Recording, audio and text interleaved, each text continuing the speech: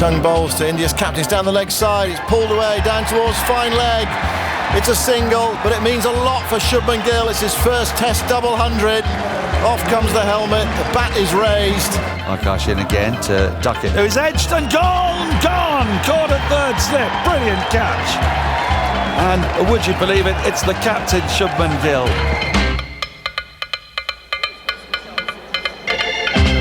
Hello, welcome to Edgbaston. Shubman was brilliant yesterday, wasn't he? Fantastic innings, and then that wonderful catch as well. Welcome to the third day of the second Rothesay Test match between England and India. Blue sky above. It's a really pleasant morning at Edgbaston. A bit of a breeze around. Perfect day for playing and watching cricket. Let me remind you of the state of the game. England are 77 for 3 in reply to India's 587. Shubman Gill 269. There was a test match in the winter in Multan where Pakistan made 556 in 149 overs and England won the game. We'll discuss whether they can do that a little bit later in the programme, but first we are going to check on the weather. Now, we think the weather's okay today, Matt Taylor. Good morning to you. Good morning, but Sam. what about for the rest of the game? Because there was some talk earlier in the week that we might get some rain on Saturday and Sunday. How's that looking at the moment? Yeah, it does look, it gets a bit more interesting this weekend. I'm sure the both team captains have their eyes on that. Certainly today it is going to stay dry, no problems expected. Turning a little bit breezier, a bit cloudier as the day goes on. Rain should hold off until into the second stage of the evening. That does mean with some damp weather tonight, it may be just a little bit damp on the outfields to start tomorrow, and there is the chance of some light rain or drizzle at times through tomorrow. Not a huge amount. I think we should get through with very few interruptions on Saturday. Bad light may just cause a few issues during the morning as well, but overall not a horrendous day by any means. It will be breezier though this weekend. It will be turning cooler, temperatures in the high teens on Sunday, but Sunday a greater chance of some showers pushing through on that cool breeze. So again, probably Sunday greater risk of interruptions to play than we'll see on Saturday. Great, thanks very much, Matt. So, a reasonable forecast for tomorrow, but a bit iffy for Sunday. So it might be a bit of a race against time for India or possibly England. We're going to discuss that. What sort of situation are England in this game? I'll get Ebony Rain from Brent with me and Stephen Finn as well. How much trouble are England in this test match, Ebony? I think the good news for England is it is still a flat surface and the ball is gets soft. You know, we saw obviously with the new ball you can get a little bit of inroads. It happened for England where they had a few that didn't go their way, but then once it gets soft there's an opportunity to rebuild. So if England come out with the right mindset today, they can think about just playing session by session and chipping away. I think the key is going to be though, if Harry Brook continues maybe a little bit as he was last night with a bit of kamikaze, gives it away, that does open up that door for India just to be able to chip away. So I think if they play smart, they can get back into this game in some sort of shape or form because of the conditions and because of the ball. Yeah, I have to echo that. I think they've got through the tricky passage of play, but they've lost those 3 wickets.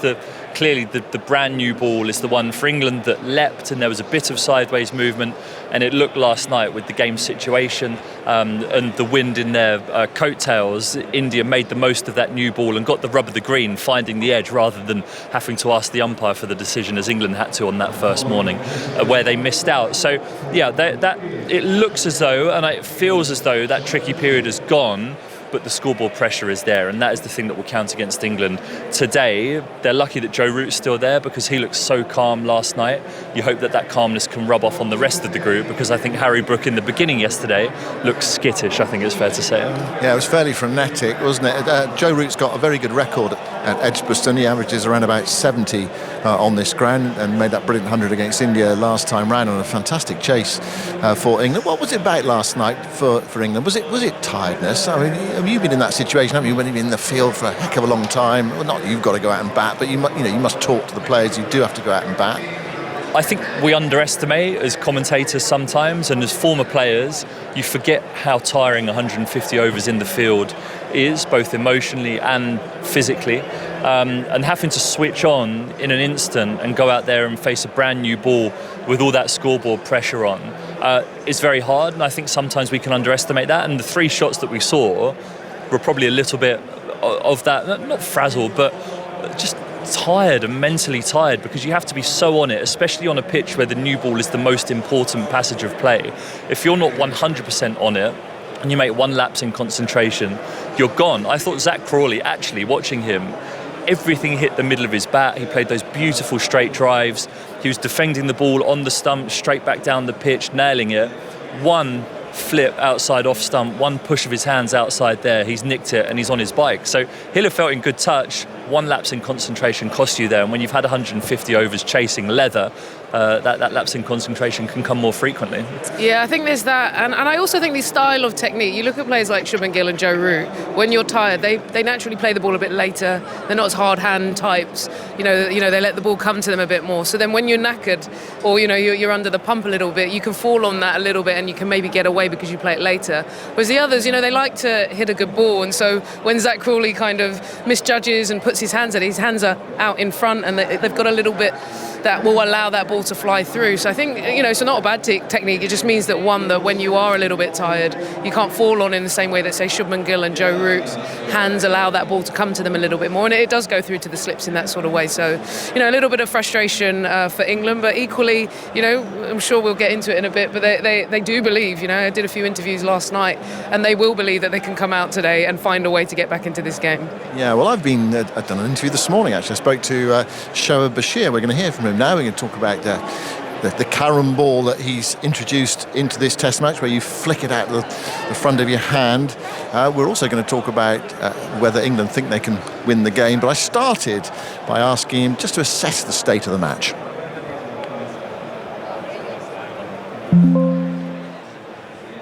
Yesterday was definitely a tough day for us. I think credit to the way Shubman batted throughout the whole day, and obviously Jadeja and Washington, that partnership was vital for them, I guess. And and then to lose 3 wickets there was obviously not ideal, but backing the boys to go and score some runs today. I hesitate to ask this question because of the state of the game, but can you still win from here? With this team, yes, of course. We back ourselves in any situation, really, and we saw at Headingley, we chased 371 in that last day, and with this team especially, yeah. What's it like bowling on these pitches? I think you're the first 2 test matches of the series. Yeah, it's not been easy, that's for sure. This pitch didn't really offer much for me personally, and there's a lot of toil and hard work gone into the last 2 days, and yes, it's not been easy, but just trying to work on my consistency and trying to hold up an end, and at the same time trying to find ways to take wickets. We'll come to that in a moment, but what's it like bowling at Shubman Gill when he's in form like that? Yeah, he's an unbelievable player, and you saw the way he batted yesterday. Took his time with the game, and then when he saw a sense of scoring, he took that as well. And he's a class player, and I felt like I bowled quite tight to him, and there was a good battle between us. But he's a class player. You showed us the carom ball yesterday. Okay, let's talk about the history of that. How long you've been working on it? I've been working on it for a while, and it's definitely something that's not come overnight, that's for sure. And it was nice. I've been working on trying to get it consistent, and it was nice for it to come out yesterday. How easy or difficult is it just to bowl a new delivery? Yeah, it's not easy. It takes a lot of hard work, as I said before. It takes a while, and confidence is a big thing. And confidence to bowl it? Yeah, exactly. Yeah. Just even thinking about bowling it, especially in the Test arena, is quite a big thing. And I've got all the backing in the world here, it was nice that it came out nice. Is that something that you decided to do, or has someone said, look, why don't we try to work on this delivery? Had any advice, or you've just gone and done it yourself? To be honest, with this wicket not offering too much, I felt there's not a better time to bowl and try different things, and trying to work out different ways to attack the batsman and trying to find ways to take wickets. And for me personally, I just thought, why not give it a try? And again, it's something I've been working on for a long time now, and it's just nice for it to come out. And nice to get a wicket with one, albeit in a slightly bizarre way, the final one, Mohammad Siraj, because he came a long way down. Yeah, exactly. Yeah, he came down, and I saw him coming, so I dropped it short on purpose, and I slowed it down because I knew he was going to try and hit it. And yeah, it was all planned. I saw 43 miles per hour or something like that. But yeah, it was all planned. Yeah, well, that's a slow delivery to get a wicket with. But you also bowled one to Rishabh Pant as well, just holding that one back. And that was part of the plan as well, just to tempt him. Yeah. Obviously, we all know that Rishabh takes the game away from you, and he's a very good player of spin. And I think for me on this sort of wicket, change of pace was quite a big thing. And yeah, I think the way I did get him out was slightly slower delivery, and yeah, we sort of got him into the plan. Just one final thought: do you think this pitch will take some spin at the back end? I do think so. I think with the weather, it's been quite warm the last few days, and yeah, I mean, we're hoping for it to spin. I'm sure India are as well. There we go. Shoaib Bashir, I'm sure India are hoping for it to spin. I mean, the problem for Shoaib Bashir, he's probably not going to be bowling last. But anyway, that's the situation in the game. England well behind, 510 runs behind, but they think they can win it, Finney. Well, let's look at the scenarios where they could possibly win it. What have they got to do today? I've written down here that England need a 350 for 3 day. Yep. India need a 7 for 250 day, something like that. Yeah, it feels that way. I was lying in bed thinking about how England might win that game last night, oddly, because I've got nothing better to do with my time. And I thought this, because they're so desperate to push the game forward and they want to play on the front foot, I wonder whether they might be inventive about the way they try and win this game, because scoring 800 the way they did it in Pakistan, doesn't seem possible, and if they lose an early wicket, it seems less possible. But whether they might declare behind 100 or 150 behind and heap that pressure back on India with the memories of the batting collapse in the last game in that second innings, could that be a way that they look to force the issue in this game? But I think they'll take each session as it comes. Clearly, this first hour will be important. If Brook and Root get through that, they'll have the opportunity to expand their games, because clearly there are no demons in that pitch at the moment. You've captained quite a few sides, Finney. Would you declare as an England captain 150 behind? It would be a talking point, wouldn't it? If someone is going to do it, it would be Ben Stokes. Would I be doing it in the second game of a 5-match series against a strong Indian team? Probably not. But I was just thinking how England might look to win this game, and to me that seems one of the options that they might have when it comes to it. But they need to play well first this morning to give themselves that chance, because even 150 behind is still a long way away. I remember the last time they declared at Edgbaston. What happened there? Ebony, what do you think? Yeah, no, I like it. It's a different way of thinking. I think this side could be creative. I guess the other way is the more traditional way, just bat and bat and bat and think about that long. Whilst Joe Root's at that crease, I think it makes other players able to bat around him. And like you say, if they can chip away each session, add 100 and a bit, and then maybe, if they've got that platform, then the likes of Jamie Smith later on could be more expansive, etc. So look, I think they've just got to score and get themselves into a position. I would enjoy a bit of a creativity which this side will bring, but the most important thing really is just to not lose this morning, not give away wickets, and then they're miles behind the game. And it's a good surface. That's the other thing, when we think of those games like Ben Stokes at Headingley where he did an amazing thing, the wicket was flat, and when you see the wicket flat, it's getting a bit slower, but it's still, the ball is getting nice and soft on it. Just take advantage, get yourself into the game, and then do some funky things which could be quite fun. Shoaib Bashir, they're talking about bowling his carom ball. Is that something you think, well, that's great. It's great to see him introduce that into his bowling? Well, I think it is a sign of the environment within the dressing room, of they're willing for people to be creative. They're willing for people to try new things and have the confidence to try new things, because his first one came out yesterday as a waist-high full toss. It was just below being a no ball. So to have the confidence of the backing from his team and his captain to say, no, it doesn't matter, try it again, I think means that it leaves him able to be expressive with that. And it came out all right. There wasn't much on it. It was about 43 miles an hour, wasn't it? But you might want to strengthen those fingers up to flick it out the front. But it's great to see him being creative and trying to expand his game. One thing about Shoaib Bashir, actually, in this side, knowing England are going to often like to chase, he's going to have to do first innings bowling quite a lot. And so actually he's going to most probably want some of those skills. You know, he put in 45 overs yesterday.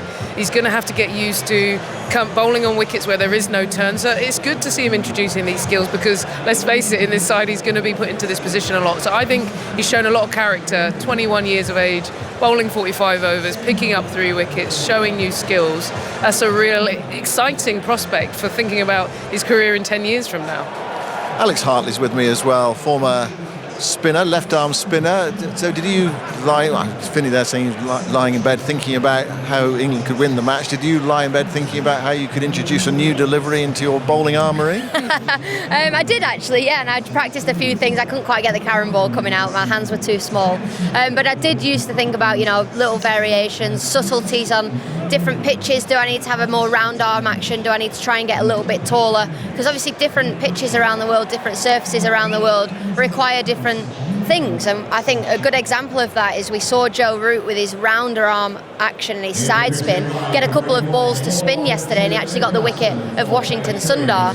Bashir is so tall in his action, he wasn't necessarily getting the ball to spin, so the way he was getting players out was that dip and that change of pace as well. So 2 completely different bowlers, but the same discipline. Yeah, I mean, he's saying there about having the confidence to bowl a new delivery as well. It's all very well doing it in the nets, but when you do it in front of millions on television and 25,000 people in the ground, it's a very different thing. One thing I do think, and you saw like Harry Brook in one of those wickets for Shoaib Bashir coming in and almost giving him the signal. It feels like they share what they're up to very well with each other, so your mate's backing you. It's one thing if you pull something out of the bag and no one knows it's your game plan, but it's another if you've really worked on it, you've spoken to the team, they're in on it with you, so then actually it gives you that confidence to be able to say, I can bowl it, everyone knows what I'm trying to achieve.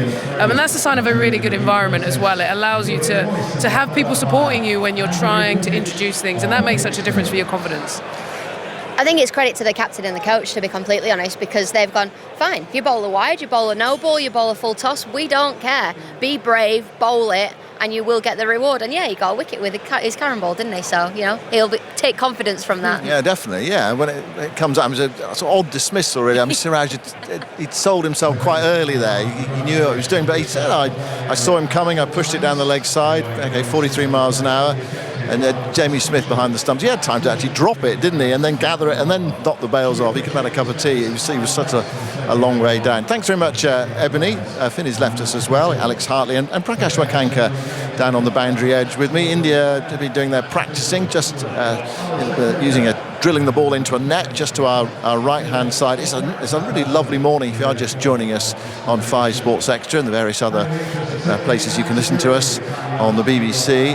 It feels like a nice morning for batting, and although it is going to cloud over a bit, we heard Matt Taylor say that. A reminder that England are 510 runs behind. Now, Prakash, you're a kind of Indian pessimist.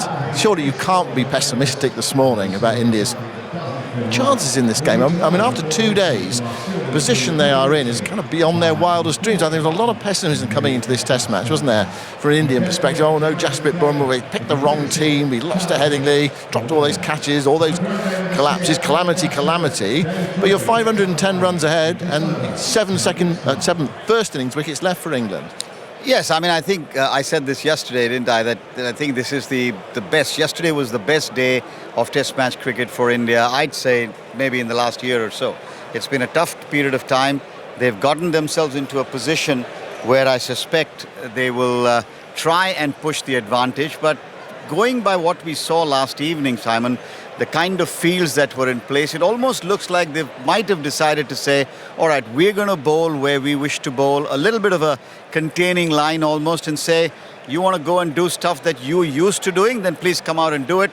That'll give us the opportunities. And that may be the approach that they want to take, at least on day 3, and then see how it goes from there. Yeah, I think one of the interesting things about England on a flat surface is Gill yesterday just showed how to bat on a flat surface, didn't he? Utter ruthless discipline and great skill as well, because he's a fabulous young player. But the way England take it on. You feel as if you're in the game. You know, you always got to be alert as a fielding side, bowling side. You think a wicket could be around the corner. Oh, absolutely, and I think the one exception, and that's where I think India will be focused on, is Joe Root, of course, because he has that uncanny ability. I mean, skill is no question, no debate at all, but he's the one who could play that long, deep innings, a little bit like Shubman, and let the England batsmen around him then really go and play the natural game, if you will, and continue to get quick runs.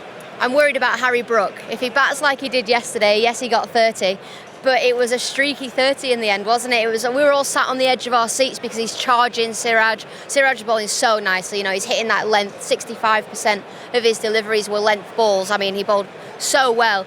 But to counteract that, Harry Brook's using his feet, he's coming down the pitch. And yes, it works every now and then, but he wasn't timing the ball. There was a few that he plinked up to long on, long off for 4. There was a few that he whacked into the covers, under edge, didn't really go anywhere.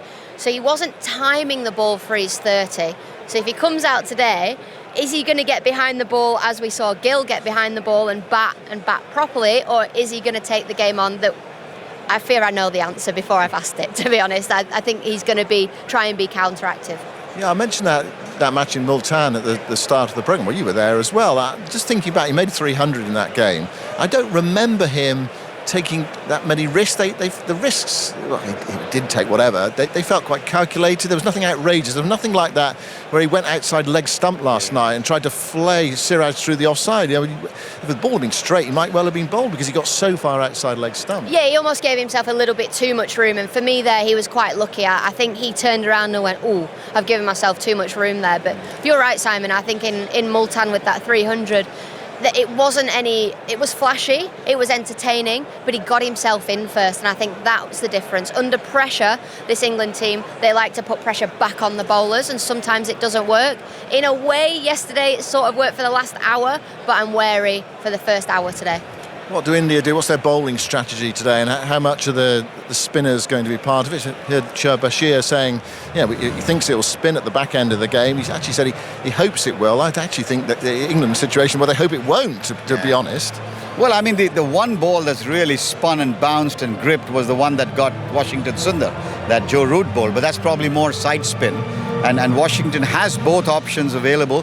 Jadeja, I think, is going to be the key in many ways. He disappointed in the 4th innings at Headingley, and I think if he bowls up to his potential, then the spinners may have something to do. But first, India have got to bowl those disciplined lines that Gill was talking about to try and not let England get away to a flyer. Because if that happens, then I think India will quickly fall back onto the defensive and try and make sure they don't let them get away and score too quickly, which is easier said than done.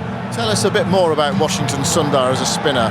Well, Washington, as you know, plays for Tamil Nadu. He began his career, in fact, as a proper batsman. He developed into a good off-spinner, but he's played a lot of white ball cricket. So he does have this tendency to fire the ball in as opposed to the classical loop. Now, he's seen Bashir bowl. I'm sure there'll be conversations in the camp to get him to do that. He does turn the ball in that New Zealand series at home. He was one of the few bowlers who was actually getting the ball to loop, grip and spin. He took 11 wickets in that match. Mind you, Mitchell Santner took 13. That's right. And I think the question for him is, can he now rise to the occasion? Huge shoes to fill for replacing Ravichandran Ashwin as a lead off spinner if he wants to be that. This is a fantastic opportunity if he can show that. How do you think India will play this, Prakash? Do you think that if they did take a reasonable lead, I mean, if they were able to bowl England out under the follow-on, they would enforce it, or do you think they would go, hold on, no, we're going to bat again? Okay, here's the question: in what scenario do you think India would make England follow on? Well, to be honest with you, I can't see a scenario in which India would make, because I don't think they want to do that. They don't want to get into a position where they end up in a tricky situation. Everybody knows 10 wickets, 10 balls. Why would you expose yourself then? Particularly when you seem to have come out into this test match, not necessarily with the intention of not wanting to win it, but with the intention of defence first. I can't see them doing that, even if that were to happen, which I don't think will, by the way. Well, of course, it's got to happen first, hasn't it?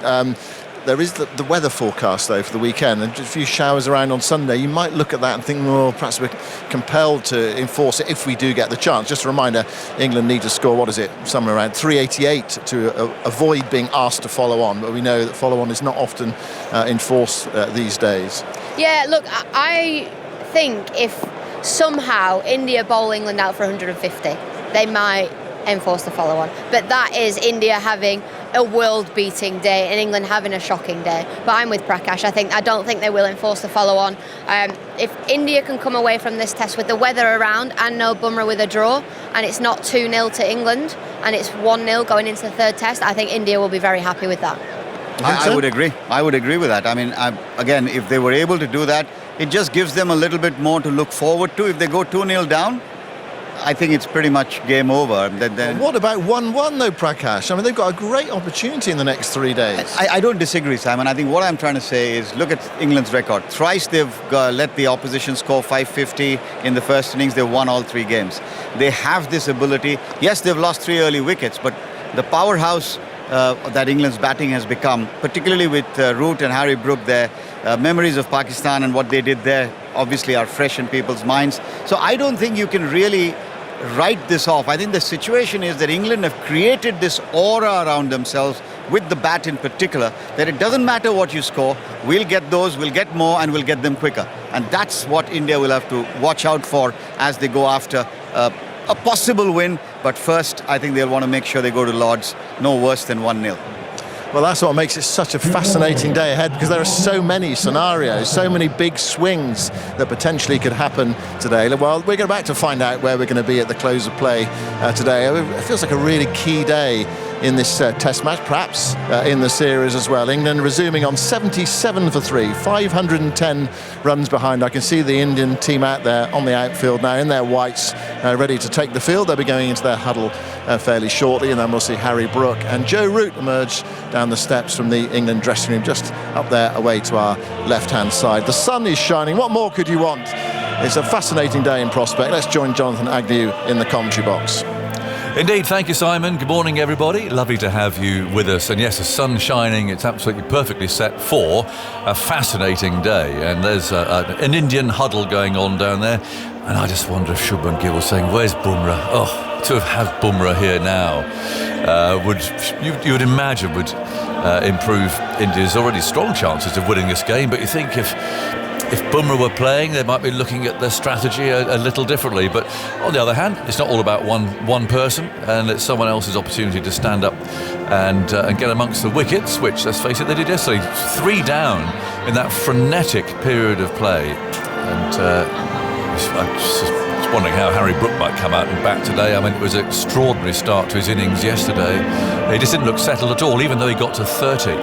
He still walked off with a rather bemused look on his face, as if he'd never held a bat before. He was just, what am I doing? It was a very strange innings. Joe Root 18 not out. They've put on 50, but they're still 510 runs behind. Good morning, Stephen Finn. It's one of those lovely days of Test cricket, isn't it, in which we're very lucky we turn up for work not knowing what's going to happen. Yeah, good morning, Aggers. Good morning, everyone. It's going to be a fascinating day. It feels as though the spinners are going to have quite a lot to say today, maybe rotating from one end and then allowing the seamers to rotate from the other. But it's certainly this initial half an hour. If England let India get their tails up and take a couple of wickets this morning, then things can descend quite quickly with the momentum of the game. If they can withstand that initial barrage, then you can see a situation where Root plays at his pace, like Shubman Gill. Harry Brook takes the attack to India, and you feel the momentum shift. But that 510 run deficit is very significant, and withstanding the initial burst from these Indian seamers, you'd imagine it would be seamers to start, is going to be imperative. Yeah. Umpires on their way. They've rolled the ball there, just halfway out, waiting for the Indians to come pick it up, but still having their huddle, surrounded by photographers there, taking shots from all sorts of angles, almost sort of vertical ones down by the players' feet there in one of the snappers' cases. But they've done their bit now. They've run past a television camera that's there as well. All these things go on now, and they're ready to go. So in a moment we'll see England's batsmen on their way out. The ground's about 3/4 full at the moment, but we're set for a full house. Lots of colour in the Hollies stand. I'm sure we'll be talking about that a lot today. Lots of fancy dress. There's a whole army of Flintstones seem to have arrived there in their sort of caveman outfits. I haven't seen a dinosaur or anything yet, but who knows? Who knows that the Pig and butchers are down there. The pig is back. I don't know if it's the same pig as yesterday. I rather hope not, given what it must be like inside that suit. But yes, a large pig. It looks rather like a Marks and Spencer's Percy pig. It does. To be honest, it doesn't look the fittest, but he'll be running up and down the aisleways there at some stage, pursued by the butchers. I'm sure we've got traffic cones, we've got bananas, I mean, you name it. It's all there in the Hollies. But much more important is what's going to happen out here in the middle. The pitch is a straw colour now. There's certainly no evidence of any green there at all. Flags are flying. It's a much fresher field again today. It's just gradually sort of toning down a bit until it all builds up again next week. And I mentioned yesterday that the forecast for the Lord's Test, if you're going to that, wow, it's 30 degrees every day. Very, very hot game indeed. And I can't think Ben Stokes will be choosing to field first then. But anyway, that's another consideration. But it's going to be a very hot match at Lord's next week. 77-3, and umpire Gaffney has been his way here. He's been a bit fidgety before the first ball of every day, but he's now in position. He's happy. And we're going to have Akash Deep, who took 2 of the 3 wickets to fall yesterday. He's going to bowl the first ball of the day. He's put into Root. In he goes. There now, bowls, and Root comes studiously forward to the first ball, plays it comfortably into the offside and receives a round of applause for his doing so. So a nice start for him anyway. Nice confident forward defensive shot to Akash Deep, who's lively, I'd describe Deep as. I mean, he's not out and out fast, but he's busy. He's on you. He's the sort of bowler that you'd say is on you. He's bowled a no ball, actually, first ball of the day, eager to get into his work. Yeah, retrospectively called. But he's one of those guys. The England bowlers, I think, bang the ball into the pitch. Wokes bowls a more skiddy length, but the big boys bowl the ball into the pitch, and Akash Deep is on you. He's shorter. He probably bowls more through the crease. I think that's why he caught a couple of the batters on the hop with that full length yesterday with the brand new ball. It's a huge no ball looking at it. He goes again, bowls. It's defensively played by Root again. That proves that the umpires do not look at front foot anymore, because umpire Gaffney would have called that. He was so far over. But they obviously are just fixed on what's going on at the batsman's end now, and not looking down at the bowler's feet at all. Probably makes sense. Averting your eyes from the front foot quickly up to the stumps must be... But it makes it much more clinical, doesn't it? See, 2 tennis players are grumbling about the automated system there now with line calls and so on. 78-3. As this next one is again on the off stump. Root plays into the offside, because there was one yesterday, wasn't there, where literally it was, and almost certainly accurately, Hawkeye showed that about a millimetre of the ball was on the line, whereas the player out. Yep. And had a bit of a tantrum, like tennis players seem to do. And the replay showed that it was literally like a couple of bristles or something. It's another no ball. A couple of bristles were on the line, and therefore technically, but you go to the computer and it comes down to that, doesn't it? Absolute certainty. In or out. There's no grey at all. And even I saw a freeze frame and the ball just looked to be out. But, anyway, in goes Akash Deep and bowls a good ball, swings away. Root played at that. But, lucky not to find the edge. Deep sweeps his hand through his hair. Happy to report that the Harby Pickleball Association hasn't gone down the Hawkeye route. You're a pickleball player, aren't you? Oh yes. Imposing at the net, I'd say. Well, you can't get to the net. It's a different game. Pickleball, you've got this area where I keep telling you it's wrong. Yeah, and it's going to find myself in there when you're not supposed to be in. Or you can go in, but then you have to come out before you go back in. Yeah. Correct. Oh, you played pickleball? I have, yeah. Played with Matt Henry, the writer, our BBC writer Matt Henry. Excellent. There's Root on off stump, playing out towards mid-off. And there's no run, 79-3. I enjoy pickleball. Yeah, Matt Henry was very competitive. Was he? And he's a tennis player as well, so he was competent. Right. I do find that hamstrings and things are a bit. I mean, drop shots aren't kind our age these days. Good fun though. Good people playing a bit. 79 for 3. Long over this again because of the no balls that it's contained, and goes deep again. Bowls outside the off stump. A little bit of swing away. Just a suggestion. No real pace. That was a gentle ball. 84 miles an hour. And Root again allowed that to go by.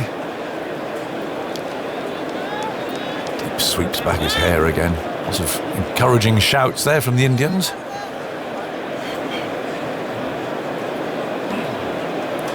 Interesting again, they've opted for a cover instead of a third slip with 510 run deficit. You'd think, have that extra catcher in there, entice the drive. Deep again, bowls the in-swinger this time and Roots away. Flicking it through the leg side, the ball going very quickly towards the boundary. It's there now. Cheer from the Hollies. This is where that ball ended up. Nice one for Root to tuck away that. His ball outswing is up to that point, and there's a nice gentle inner. Got the line wrong. It has floated onto about Midland leg. Can't bowl there to Joe Root. No, it's lovely timing. It waits for the ball right under his eyes, turns his hands on it to get it through the gap between a quite forward short square leg and mid-on. And races away for 4. Nice one out the middle of the bat for him to begin the day. Yeah, he's off for the day. 83 for 3 is the last ball of the over. Deep runs in, bowls another in-swinger. Root forward. Better line this one. Plays the ball to mid-on. And that ends the first over of the day. England are 504 runs behind. Fascinating to see how they approach today. Very big centenary there is today. Okay.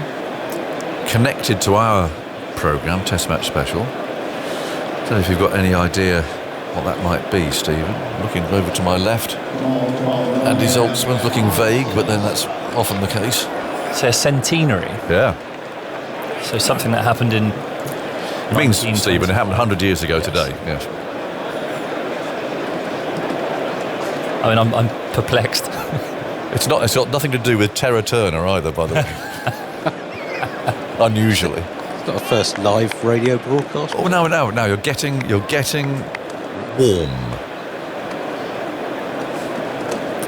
The first live sport on radio. No, you're warm. It's a good. The first live update from the cricket on national radio.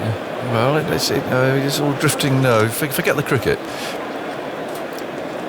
Forget the cricket. But it is linked to our programme.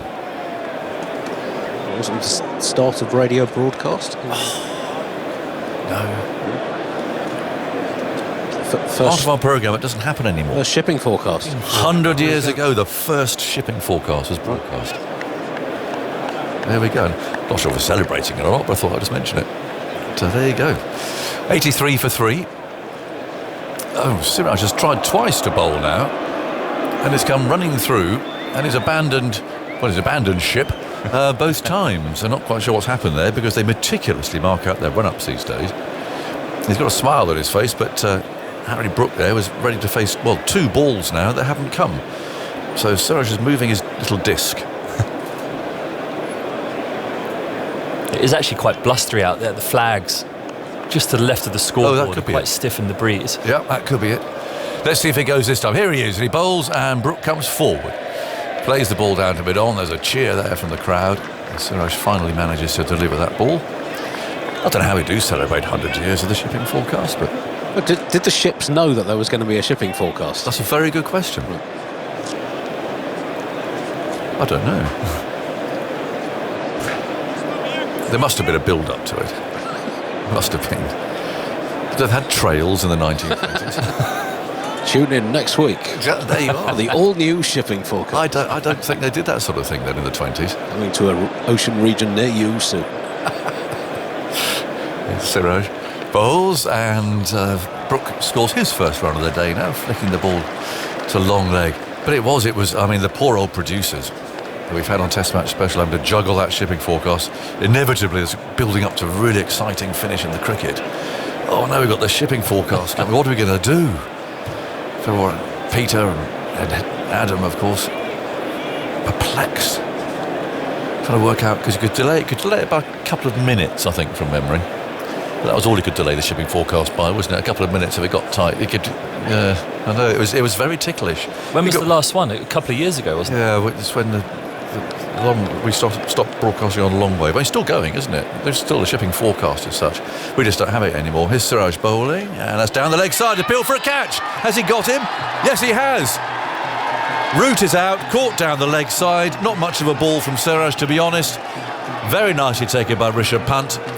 Now that is a ghastly start for England on this third morning. In the second over of the day, they've lost Joe Root. 22, caught down the leg side. England are 84 for 4. They're 503 runs behind. And you can't believe it. This is the slowest I've ever seen Joe Root walk off a cricket field. A little tickle. Such an innocuous delivery. It was a good length, but quite a way down the leg side, and the finest of tickles from Joe Root. It was a good diving catch actually from Rishabh Pant away to his left. He moved his feet nicely to take a tumbling catch to his left-hand side, but Joe Root does not want to drag himself off the pitch below us, shaking his head still as he passes Ben Stokes and taps him on the bum, who now has a huge innings to play himself. The captain left-hander. Well, look, you're right. I mean, out comes Ben Stokes, Jamie Smith next, Woakes, Cast, Tongue and Bashir, and that's what is left in the locker. So big innings here for Stokes, who he tends to start his innings in a defensive, hard-working sort of manner, but they're so far behind, over 500 runs still. And you get a little dismissal like that to the fielding side, I think, oh, it's our day here. It's our day. And the batting side, you're sat in there watching, you see your best player tickle one down the leg side. It's the sort of thing that sometimes if you're sat in the corner of the dressing room, you think, oh, damn, we're up against it today. Well, what's interesting was that we heard Chris Woakes, and I'm not having a go at him, but Chris Woakes talk about the lack of the rub of the green on the first day. Jeetan Patel yesterday, the coach, well, things have gone our way. There's a bit of that kind of creeping in, and you get a dismissal like that, and it just all sort of adds to it, the feeling that it's just not your game, or not your day, or not your match. Anyway, Stokes is ready, just about. He's fiddling with his pads. He's taken guard. Again, they're not over-attacking. There's 2 slips, fine gully. No third man. There's 3 in the offside. Siraj comes in. He bowls to Stokes. A nasty short ball. He's caught behind. First ball. Stokes is out. It was a terrific delivery. It really was. It was quick. It bounced. And Stokes, well, I think probably he couldn't really play that, to be honest. First ball, I suspect has probably flicked the glove. I think England in a mess here now. It's a terrific delivery. Siraj is capable of this. He bent his back. Fantastic ball. It really was to get that first ball. There's absolutely no shame in that from Stokes' perspective. It was a fantastic delivery. Siraj on a hat-trick. 84 for 5. That's a wonderful piece of fast bowling. Stokes would have been looking for that full length. He'd have wanted to get his feet into the ball, and before you know it, the ball's in front of his throat. Tiniest flick off his gloves. Stokes is standing down there, I think, waiting. I've wondered whether they were checking the no ball for a second. He's on our TV screens waiting, but he's waiting for Jamie Smith to walk down the steps onto the pitch. But that is a wonderful piece of fast bowling from Siraj. It leapt, but the intent to bowl it that short length, nipping away slightly, flicks the glove of Ben Stokes. Rishabh Pant takes a reverse cut catch behind, and as soon as that flicked the glove, Stokes dropped his shoulders and started walking off back towards the pavilion. India miles on top. What a ball, really. We talked about Siraj yesterday. He's such a trier, isn't he? I mean, he really is. He's one of those who just is at you all the time. That was a terrific ball. No shame in getting out to that at all. Get that first ball. I mean, he did well to glove it, really. Yeah. God, what a ball. 3 ducks in England's top 6. Only the 10th time England have had that in a test innings, and the first time that India have been the bowling side. First bowlers for Ben Stokes in the past. Anyway, let's concentrate on the hat-trick here. Jamie Smith's arrived. He's on his knees. I suspect he probably is, but he was loosening up rather than praying. 84 for 5. Siraj is ready, he can hardly wait. Now he's on his way, crowd behind him. Up he comes, bowls to Smith, who drives him through mid-off. He's going to get 4 for this. Well, that's a good response, isn't it? It wasn't that bad a ball for a hat-trick ball. It was in the right sort of place. And Smith, who finished the game off the other day at Headingley in no-nonsense fashion, has driven that. It wasn't a half volley. He's driven that, pushed through it, and picked up 4 through mid-off. Such a nice delivery. It was honing in on middle and off stump, slightly full of a length, but by no means a half volley. Scrambled seam. Jamie Smith punches through the line of the ball, opens his account with a boundary, but Siraj will not be discouraged by that shot at all. No, he won't. 2 slips. Well, there's 3 really, but one's at 4th. Siraj again comes in, bowls to Smith, who flicks that, well, uppishly and firmly to mid-wicket. Bounced in front of Jaiswal there. Now that ends the over. What an over. Root, well, he can feel unlucky in a way, getting caught out down there. That happens sometimes. It was not necessarily bowler's skill that accounted for Root, but absolutely bowler's skill that accounted for Stokes. Effort, energy, accuracy, hostility, all of those things. It was a terrific piece of bowling. That was Ben Stokes' first golden duck in Test cricket. He's had quite a lot of ducks. That was his 16th duck in his Test career in 202 innings, which is quite high for a sort of top middle order player, but his first bowler. Where does that leave him on the ducks list? I'll check that. Not that high, I think. Oh, really? Who's going to be brave enough to go down to Ben Stokes with a primary club tie? Well done, Ben. Welcome to the club. Yeah, maybe you could compliment him on his latest haircut again, Aggers. It should be you, Aggers. I don't know. I'm not going to do that. I will send someone down. Send Alex down. 88 for 5. Might wait a couple of hours though. Simon strikes me as the sort of person who'd like to deliver that. He would actually. We'll give it a bit of time. 88 for 5. Brook on strike. Akash Deep. We've only had 2 overs. And Deep is on his way. He bowls to Harry Brook on the leg stump, tucked away for a single into the leg side. Say single. They were looking for 2 there, but they won't get it. Phil on his way. Quickly throws it back. Jaiswal out there in front of the Hollies stand. 89 for 5. It's Phil Indian. You can look at them, the body language there. They're bouncing around. Still surprising that they're not attacking more with their fields. They're flipping around with Mohammad Siraj. When Jamie Smith came to the crease, they put a mid-wicket in and left cover open, maybe trying to entice Smith to try and open his arms through the covers. To Akash Deep, the cover is in place and there's no deep square leg, but you'd anticipate another slip in there at least. Deep bowls right arm over the wickets, and Smith defends. Just doesn't quite get his feet working, but Jaiswal is the fielder at mid-wicket. What a start. Sorry for those who are still coming into the ground. Think, what's happened? Oh no. A couple of traffic cones, late arrivals by the look of them up there, just walking in, looking up at the scoreboard. What's happened? What's happened? The drummers started up.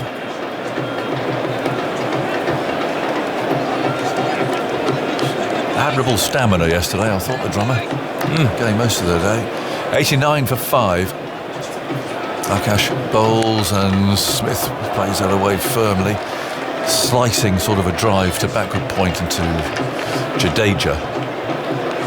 I mentioned how it's only the 10th time England have had 3 ducks in the top 6, and the first that India were the bowling team. It's only the 3rd time that India, as a bowling side, have dismissed 3 of their opposition top 6 for ducks in the same innings. They did it against Bangladesh in Kolkata in 2019, and against Pakistan in Karachi in 2006.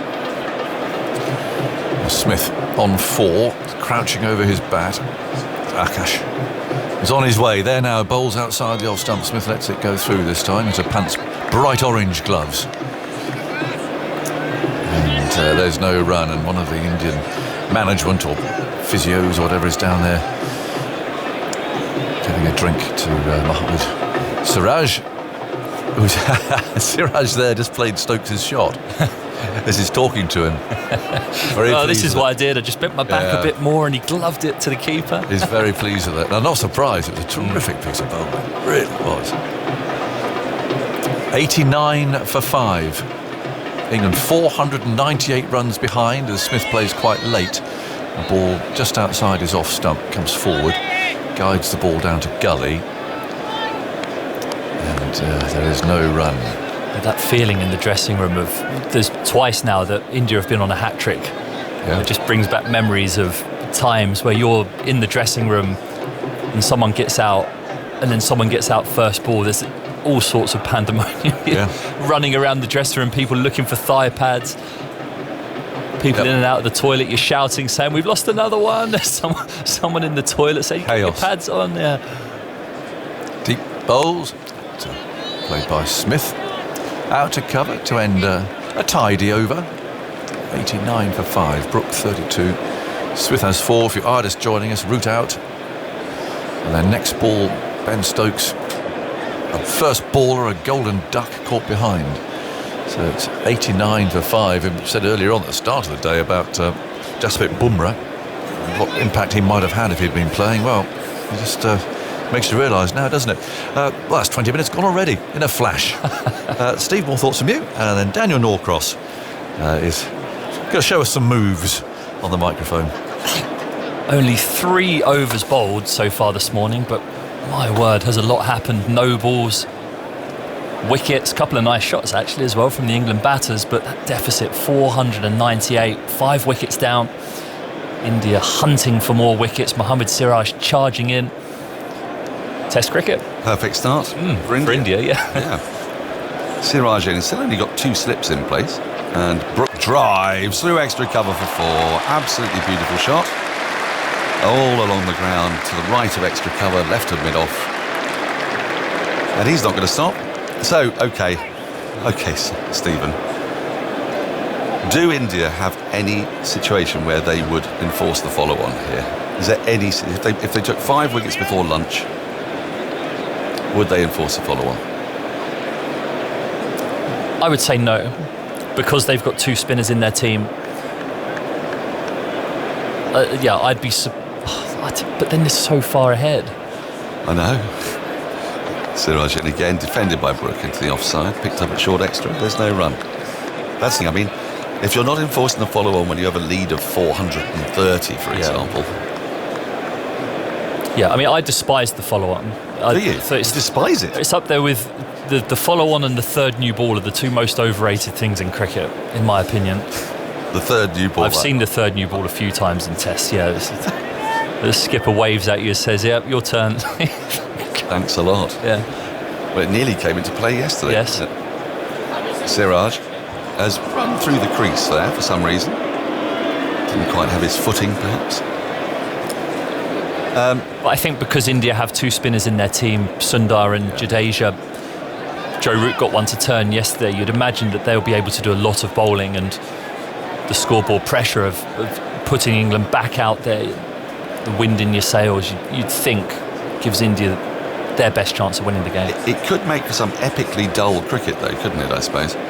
Siraj is in, and this is defended by Brook. Back to the bowler, no run. Of course, but we're not at that situation, but, you know, if you've got a lead of 430 and you go out to bat, England will presumably open with Root and Brook. And India will make their way to a lead of 800. Yeah. Zoltz would enjoy that. I think he would, wouldn't he? No. I might enjoy some of the stats. I'm not sure I'd enjoy the cricket. No. In terms of the panic during a hat-trick, Finny, do you think that was the scene in the Australian dressing room when you took your hat-trick for England? Well, I didn't... when I took my one-day hat-trick? Yeah. A thriller. Well, after this better with age. Tell us where they were all caught. This is nicked to the onside, clipped really, to short square leg, and they'll pick up a single. Brook moves to 37, England 94 for 5. So paint the picture. I'll paint the picture. It's our opening game of the World Cup. Ooh, important match. We're bowling first. Australia played well. They were an aggressive one-day team. We were on the more defensive end of the spectrum. Yeah, they're quite well renowned for being rather good. Yeah. Yeah. And it was a critical time of the game. It was the 50th over of the innings. Oh, yes. I was looking to restrict Australia below 350 in that one-day international. What were they on, about 338? 341. Right. Siraj is in, and that's just worked off the hip by Smith, down to long leg for a single, a short ball into the body. He goes to 5, 95 for 5. And I took 3 important wickets to restrict Australia to 341 when it could have been far worse for us in that last over. So talk us through it. I bowled to my field. Yeah, and where was your field? Deep, mid-wicket? No, deep third. Deep third, yeah. Yep. Well, I was bowling at the wide line, see? So yeah. What happened was he just guided it down to deep third where you suckered him. Stuart brought. Well, exactly, yeah. It was cunning. Yeah. Then Glenn Maxwell gave himself, but that was Brad Haddin. Good player, Brad Haddin. Very good player. Yeah, very good player. That made it 341 for 8, did it? Mm-hmm. Siraj is in again. This is, flick fine. A little before. Just straying onto the pads. Nicely worked away by Brook. Just making sure, yes, he had been given us runs. And used to 41, England 99 for 5 at the end of the over. Lovely. So they're 341 for 8. And now I've bowled to my plan. Got him on the ropes. Yes. Yeah. So then Glenn Maxwell is on strike because this was before the law happened, so where crossed. they had crossed whilst the ball was in flight down to deep third, where Stuart Broad took the catch, and Maxwell was on strike, and he gave himself room outside the leg stump. So I fired the ball in cunningly towards leg stump, full, and he could only skew it out to long off. Skew it? Yes. Yeah. He skewed it out to long off. Quite a lot on it then. A fair amount, but not enough because he was caught by Joe Root. Lovely. Diving to his right. Diving. Good catch. Yeah. And so then that's I had 2 in 2. And I had my opportunity, yeah. Suddenly, who's walking to the crease now as the first ball of a new over from Akashdeep is pushed back past the bowler, very straight. And Smith will pick up a single as mid-on and mid-off converge on it. 100 is up for England, a rare ray of sunshine in an otherwise gloomy scene. And then, because the ball was in flight for a significant time again, the batters crossed, so Mitchell Johnson was on strike for the hat-trick ball. Player, Mitchell Johnson. But what I knew was that Mitchell Johnson likes pace on. Right. Yeah, we talked about it in team meetings. Mitchell Johnson, he wants to hit the pace on. You've got to have a plan for the number 10. Well, exactly. So I brought my mid-off up into the circle. Right. And I bowled him a slower ball, cramping him for room, and all he could do was splice it to mid-off where James Anderson took the catch, and that was hat-trick completed, bowling to your field. What a feeling that must be, walking up, presumably huge roar from the crowd as Akash is ended by Brook just into the offside, picked up, there's no run. Well, the biggest roar from the crowd that day was when Mitchell Marsh took 5 wickets against us in the second innings and we lost by about 150 runs. Oh, that is a shame. So it was a losing hat-trick. Very much a losing hat-trick. There wasn't much winning in that World Cup for us, 2015. Yeah, that was a pretty grim scene, wasn't it? We beat Scotland. It was a good game. Yes. Your figures against Scotland. I thought Scotland actually had a bit of joy against England at some point. Akash is in, edged, is it? No, it was a little noise. Did you hear that noise? A little noise through to the keeper, but maybe a clicky bat handle. No appeal. Goes through to the keeper. It was a horrible wafty shot from Brook. No, Bell and Moeen opened the batting and got hundreds against Scotland in that game. Right. Was it a T20 match though? I think. No, it was full. No. I'm talking about. I remember Scotland won a very good game at the Grange before the World Cup in 2019. Where everyone thought the wheels were coming off for England before that World Cup. Well, it was only series in inverted commas that they lost in a sequence of about 10, wasn't it? As Akash is in again, that's clipped away nicely out to deep square leg by Brook. He picks up a single, goes to 42 out to the deep fielder, 101 for 5. But if I could bottle one moment in my career, it would be being on a hat-trick here against Australia in 2015, when it just felt like you're using no energy whatsoever to bowl the ball. The crowd was like screaming, cheering. It was the middle of the day, so everyone was well lubricated and engaged in the cricket. Are you able to sort of sense and feel that? I mean, yes. Yeah, you definitely feel it. Yeah, you do. As a player, you definitely feel it. Akash in again, this time Smith pulls through mid-wicket. It's running away towards the boundary. It's played with a lot of control. 2 fielders are after it, but they won't get there. And Smith, he didn't try and wallop it. He just placed bat on ball, picks up 4, goes to double figures, 105 for 5, Smith to 10. There's a couple of stylish shots actually. Jamie Smith, the punch down the ground first ball with nice control from Mohammad Siraj on that hat-trick ball. And then they're rocking back to pull a long way in front of square. Not a genuine short ball from Akashdeep, more of a drag down, but Smith dismissively swatting it away. He does like that shot. I like him. He's just a big, imposing player. I like him a lot. Here is Akashdeep running away from us. And Smith just works his, tucks it into the onside. He'll get a couple, I think. Fielder after it. It's running away towards the boundary. The outfield sped up just a little bit. And actually, they come back for 3. That's very good running. So the throw comes in to the striker's end. Smith to 13, end of the over, 108 for 5. I think you're still here. Have you got to do TV? No, it's 11:30 and former England captain Michael Vaughan, Ashes winning captain, is meant to be replacing me. He only won Ashes though, didn't he? Yeah, quite a big one though. It was quite a big one, yeah. Well, you won 20 3. years ago. It's crazy to think that's 20 years ago. That is crazy to think it's 10 years ago that we won the Ashes here in 2015. So that was your biggest moment, you think? If I could bottle a moment in my career, it would be stood at the back of my mark, waiting to bowl that hat-trick ball with the crowd going wild. Is this a particularly different kind of crowd, would you say? The crowd is always engaged here. The crowd at Edgbaston is always engaged. It's a wonderful place to play. Probably my favourite England ground for atmosphere, I think. Right, well, Stephen Finn leaves with that remark, and Mohammad Siraj is going to come in from the City end. He's picked up 2 wickets this morning, 2 in 2. His first delivery is just defended into the offside by Smith, picked up at short extra cover. There's no run. Michael Vaughan joins us. Morning. What a dramatic everyone. start to the day. Yes, not ideal for England. It's tremendous from India. I mean, you look at the 3 dismissals last night, and there were 3 errors. Well, this morning a feather down the leg side. That's a little bit unfortunate for Joe Root, and then a beauty. The ball that got the England captain out was a Jaffa. Bit of extra bounce, bit of seam movement, and the perfect start to day 3. They've been excellent, haven't they, throughout the whole game. They've played a really strong, disciplined game of cricket so far. 2 slips and a gully for Siraj as Smith stands tall and pushes up to mid-on, I beg your pardon, and there's no run. Well, they're doing this without Bumrah. It does make us look pretty stupid, doesn't it, when we do all the punditry at the start. You think, well, in a game they've got to win, surely they had to pick Bumrah and Kuldeep. And England on a featherbed find themselves 108 for 5, trailing by 479. I asked Stephen Finn this, but after this ball, maybe I'll put it to you. Siraj is in. This is driven nicely by Smith, firmly, but straight to mid-off. There's no run. Is there any circumstance in which you enforce the follow-on if you're India?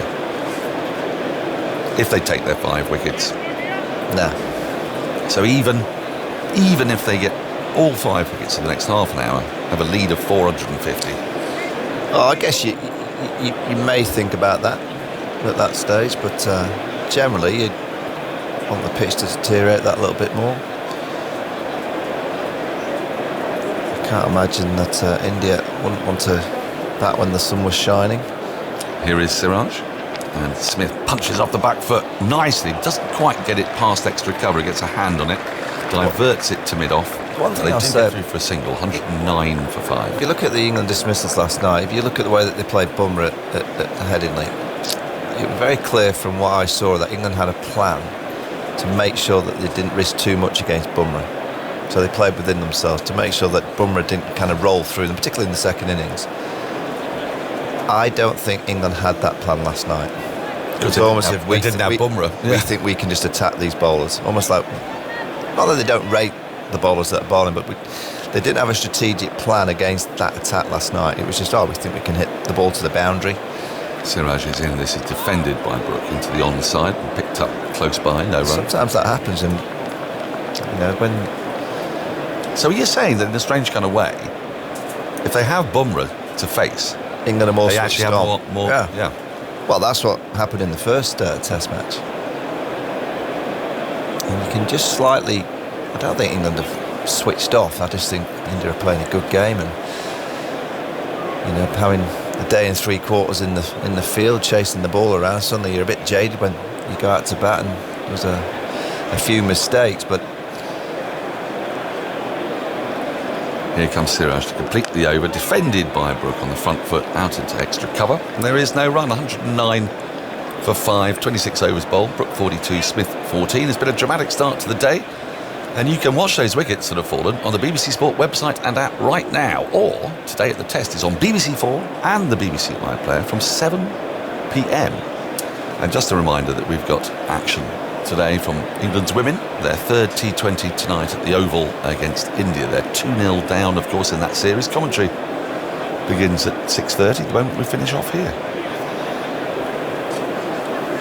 yeah, and also the one thing that India have done really well this week, they've caught so far. Yes. Then you go back to Headley, and they dropped so many balls.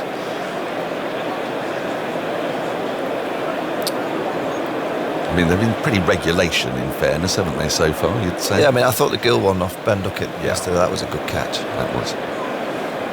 Akash is in to Smith, who defends into the onside up to mid-on, and there is no run. But the drops at Headley were quite regulation. True. Actually, the Rahul catch was quite tricky, wasn't it? Because I suppose when you get the leading edge at second slip, comes at you as something of a surprise.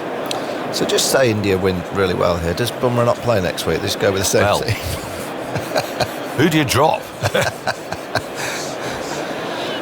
You're not dropping Akash Deep, you're not dropping Siraj, but I suppose Prasid Krishna might come under the microscope. Akash is in, worked away nicely by Smith through mid-wicket. He's going to get a couple of runs, full ball on the pads, and they do amble back for 2.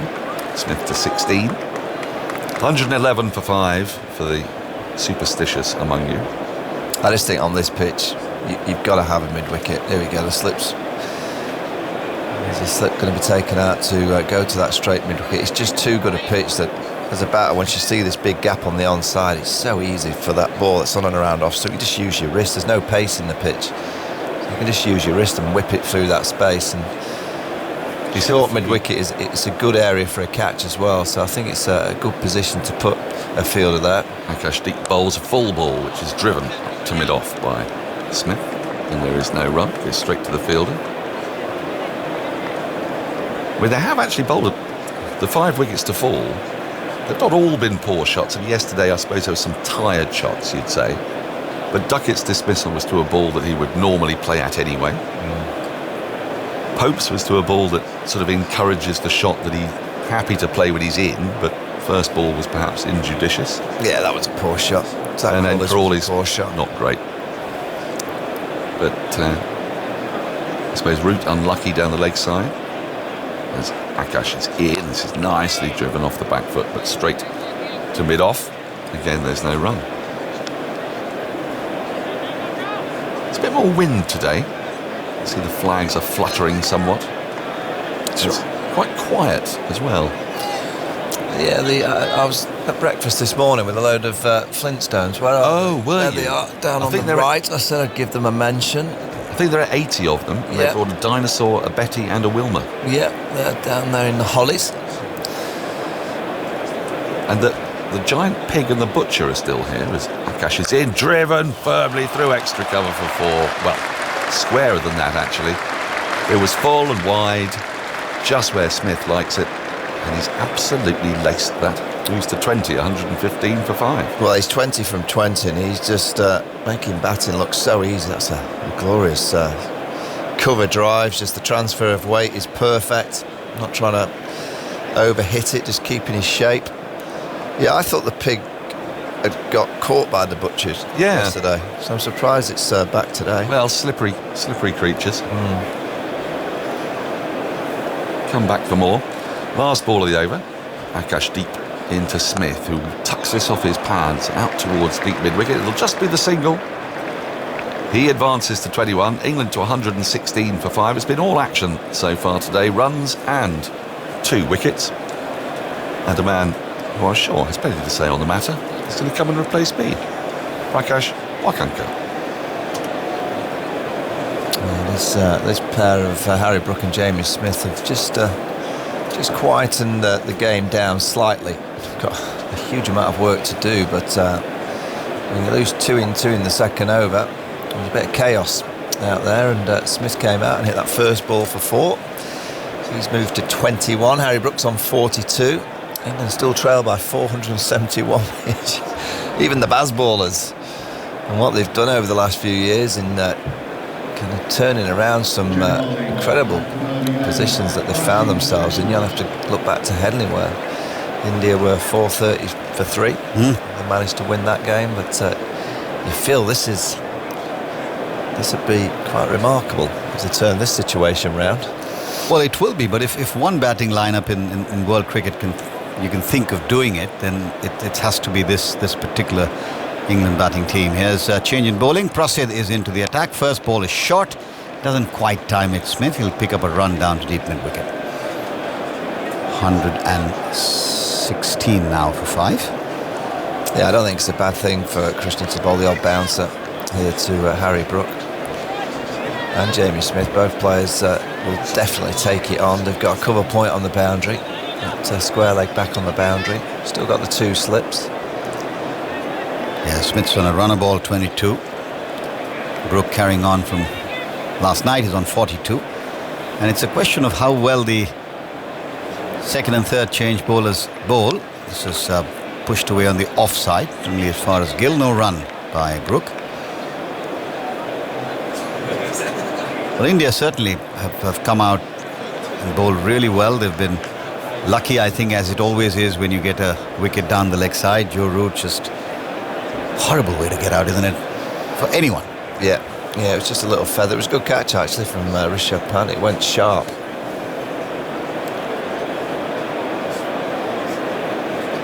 It's all smiles in the Indian dressing room at the moment. Just camera panning there as Prasidh bowls, defended again by Brook. Yashasvi Jaiswal fields. It's 117 for 5. There's nothing in the pitch that's different, is there, Michael? It's just still a very good wicket. Yeah, in actual fact, Rakesh, we did it on the telly about the movement and the seam movement. That, visually, I thought it was seeming more last night to when England had the ball in hand, but it actually was less. So all the data that we can get through Hawkeye, you look at it, and England got more seam movement in the first. Prasidh bowls. It was in the air, but goes between the 2 men at slip. Down to third man for 4 runs. This is where I think you've been saying since yesterday, Michael, that when you've got that kind of an imposing lead in this sort of a position so far ahead, should you have 3? Well, it's it's one of those things. You can see what they're trying to do. They just want Harry Brook to be kept quiet, but you've got to think about getting him out. And that would have gone straight to hand. Certainly would have. Yeah, so the ball didn't seem as much in the first 10 overs for India with the ball in hand, but England made mistakes, and that's what India didn't really make any mistakes with the bat in hand. You look at the first couple of dismissals for India. One from KL Rahul bounced, he was defending. Karan Nair got one that bounced, he was defending. And all 3 dismissals for England were attacking shots. That's definitely... Horses bolted. I know, I was about to say. Slips put in place. Karan Nair has been moved from mid-wicket, and Prasidh Krishna actually spoke to his captain. You could see him that he wanted that fielder there. He's in now, bowls, and this one's nicely played down towards backward point for another single. 122 for 5, and Brook up to 46 now. 47 rather, with that single. There have been moments where it's been difficult to understand how India are approaching it. I think there is a sense that Gill said that in the evening interview with Ebony. He said we need to just bowl disciplined lines, and we think the way England bat, they will come after the bowling. They're aggressive, and that'll give us opportunities. That's what he said, and that's in some ways what we've seen so far. Yeah, it's that fine balance, isn't it, of having enough catches in place for the mistake, but also making sure that you're not allowing England to score too many boundaries. Prasidh bowls. This one's cracked away off the back foot, but Jadeja is there, and he'll make sure no more than a single accrues. Beautiful day for cricket again. Lovely blue sky, just a few pieces of white cloud, very high. And the end of the over, 28 gone, is 123 for 5. Brook is 47. Smith is looking really, really good on a runner ball, 23. And these two, after those 2 early wickets in the morning, have put on 39.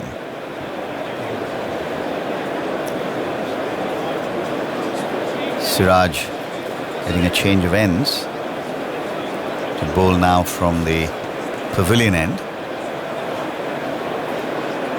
The field just settling in again. Just 2 men in the cordon, along with the wicket keeper Rahul and Nitish Reddy. The man at point, extra cover mid-off, mid-on, catching mid-wicket, man deep square leg, and a man at long leg or a fine leg, very, very square. Here's Siraj. Goes in bowls, and this one's worked away on the onside. There'll be runs, just a single, because Jadeja's lurking on the boundary. 124 now for 5. Well, so far, Harry Brook hasn't danced down like we saw him do a couple of times last night. He's thinking about it. He's on 47. Yeah, he did that twice, didn't he? Once he cracked it over extra cover for 6, and the second time he missed it completely. Gave himself too much room. I like this though from India. They're keeping that field up on the offside to Harry Brook and force him into the big shot. Siraj passes the umpire bowls and Brook defends. Attacks at Smith. It is fielded on the offside. Smith is looking right from that hat-trick ball that he faced off Siraj. Firm drive of the front foot. He's looked comfortable. He's looked in control. No ball. Amazing how many no balls India have bowled. Yes. What are we at now, Andy? 8, 9? I'll just top them up. 4 by Akashdeep, now 4 by Siraj and 1 by Jadeja. 9. Siraj in bowls, angled in, defended right under his eyes by Brook. Won't be a run. I think India might be wondering and thinking that they've actually been, in some ways, helped into this position because, like Michael just said, it's not been brute deliveries or something remarkable happening with the ball. It's really been the choice of shots. And 3 of the England batters have gotten out very, very early in the innings, and that can happen, frankly, to anyone. Siraj in. Bowls, and Brook drives. He's going to get his... at least a couple here, didn't get all of it, but while it will be dragged in by Jaiswal, are they going to go for the 3rd? Yes, they will, and that will be his 50 as he gets to the non-strikers end. Siraj stands there with an expression of what were you doing, and well played, Harry Brook. A 50 under pressure, and an innings which England will want from their perspective to just blossom and carry on. 50 from 73 balls, 1 6 and 7 fours. His 21st Test 50 in just 44 innings. 8 of the previous 20 he's converted into centuries. Seems like a remarkable player. 3rd 50 in last 4 innings for him, and now you have 2 catching mid-wickets. For the one that might be flicked away on the onside, and if the batter fails to keep it down, Gill and Karun Nair, the 2 men in that position, and Siraj is away. Those and pushed away on the offside. He'll get runs. I think there's some captains, and I think Shubman's doing it now. They kind of overcomplicate it because of the way that England play and the way that they just continues to keep the scoreboard ticking. That you almost feel that you need 13 fielders. Shubman walking across to mid-off now, has a word with Siraj. Yeah, India must be conscious, like not try and chase this too much too quickly, just because they've got a couple of early breakthroughs, and that is something that they'll be thinking about. At least the captain certainly will be. Well, the game's so far ahead for India that they've just got to stay patient with the ball and be sharp in the field. Keep pegging away. Here's Sirajian bowls and defended. No run. I always think when you're playing against an aggressive team, they can intimidate you, and then you start spraying it a bit and you start chasing it. As a bowling unit and as a fielding group, you've just got to try and keep it as simple as possible. Just keep bowling your best ball. If England play great shots, you go, well played. But you just can't allow a team like this England side just to kind of spray it on both sides of the wicket. Which India were guilty of at Headingley. I mean, a lot more disciplined, one would think. Not just because of the current position of the game, but they've, I think, worked on that. They've tried to be much more organised. Here's Sirajian again, bowled and worked away nicely off his pads down towards deep square for a single. 130 for 5. Rishabh Pant, as always. There should almost be a channel for Rishabh Pant in the stump mic on its own. Yeah, he's continuously talking. He's having a chat with Mohammad Siraj now. He's got a bit short in that last over. I am surprised that teams, and particularly when you've got a bowler like Krishna, I'm surprised teams haven't gone for the all-out bouncers to England more often. I mean, the last time a team did it well was in the last Ashes series here at Lord's, where Nathan Lyon was off, he was injured in Australia. Oh gosh, we better try something. All right, we'll go for the bouncer theory. England ended up getting bowled out. No one's really tried it consistently against them since. Well, I remember that test when Ishant Sharma did that at Lord's. And I think got 4 or 5 caught on the boundary. Dhoni was captain at the time. Here's Prasidh bowls and pushed away on the offside. They'll take a run to Karun Nair, who underarms bit, but Smith making his ground quite comfortably. 131 now for 5. Brook 52, Smith 25.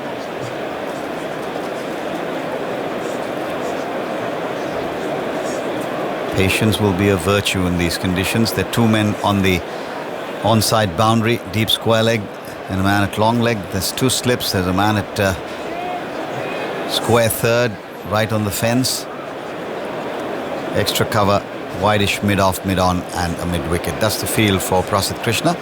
He comes into bowl now to Smith, who drives firmly. Boy, he looks good. Really good.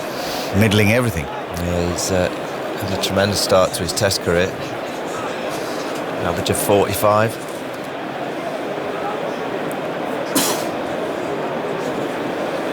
He was here against the West Indies, Andy. What did he score against the West Indies here last year?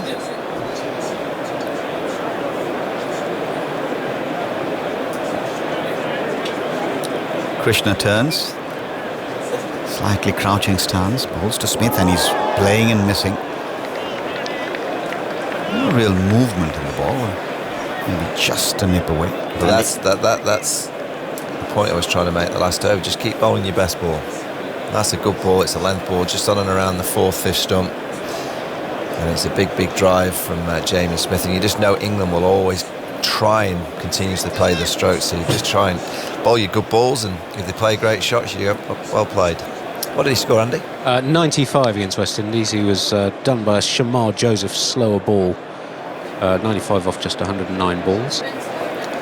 Krishna bowls and up on his toes, defending on the offside is Smith. We're in the 30th over of the England innings. England 131 for 5. Started today, lost 2 early wickets, back-to-back balls, and there we go. The process of the ball being checked begins. 11:52. That was Smith's 3rd Test. He made 70 on debut against West Indies, 36 and 6 at Trent Bridge. Narrowly missed out on his century here, but then made his first Test century in the next Test England played. That was against Sri Lanka at Old Trafford, made 111. That's his only Test century to date. Has 4 other 50-plus scores, healthy average just under 47, and a strike rate of 73 per 100 balls. Krishna is up past umpire Sekar bowls and thickish outside part of the bat. Comfortable single down to Jadeja, who comes in from a deeper position. Fields 133 now for 5. Andy, can I ask you a geeky stat? Always on call, Michael. Yes. 24/7, 365. I have so the Bazball era, what percentage of overs that they face are maidens compared to other teams? Right, let me dig around. Not very often you get that from Andy. Put him on the back foot there, Wani. Here's Krishna bowls, driven firmly by Brook, but only as far as Shubman Gill at mid-off. And there will be no run. That's the end of the 30th, 132 for 5. I just kind of think back and think they're like collector's pieces, a maiden against this England side. Because the field's so spread, there's always gaps. So you bowl your best ball and kind of they knock it just had one there and knock onto the offside. It's an easy single. There's cover points on the boundary.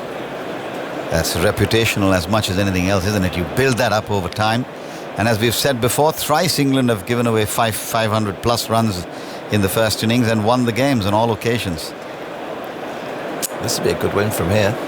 Certainly will be. I'm trying to work out how that's going to happen. Not impossible. Nothing's impossible. Well, this is the key partnership. This got to go deep into the afternoon. They're the Flintstones with their hats on in the Holly stand.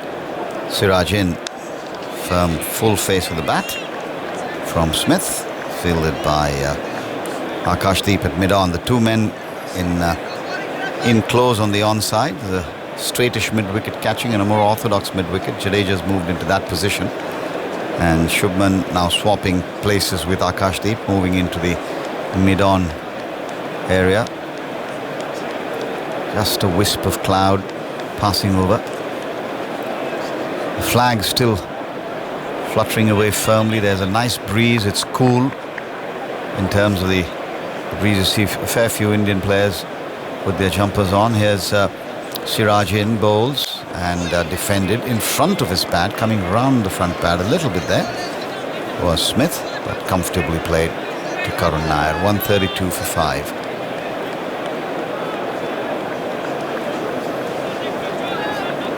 The weather's apparently looking a little bit better for the weekend, is what Aggers mentioned in the morning. That's good. Oh, okay, that's good. That's good signs. I like this field as well because they've brought square leg up. They've still got those two fielders at mid-wicket. The three in the ring on the offside. 2 slips, so they're trying to force Smith to hit through that inner ring. Siraj bowls and Smith works it away to the right of Jadeja. Nicely played. Pick up 1. It won't take Jadeja's arm on anyway, and so 1 more to the total. 133 for 5. Smith goes to 27.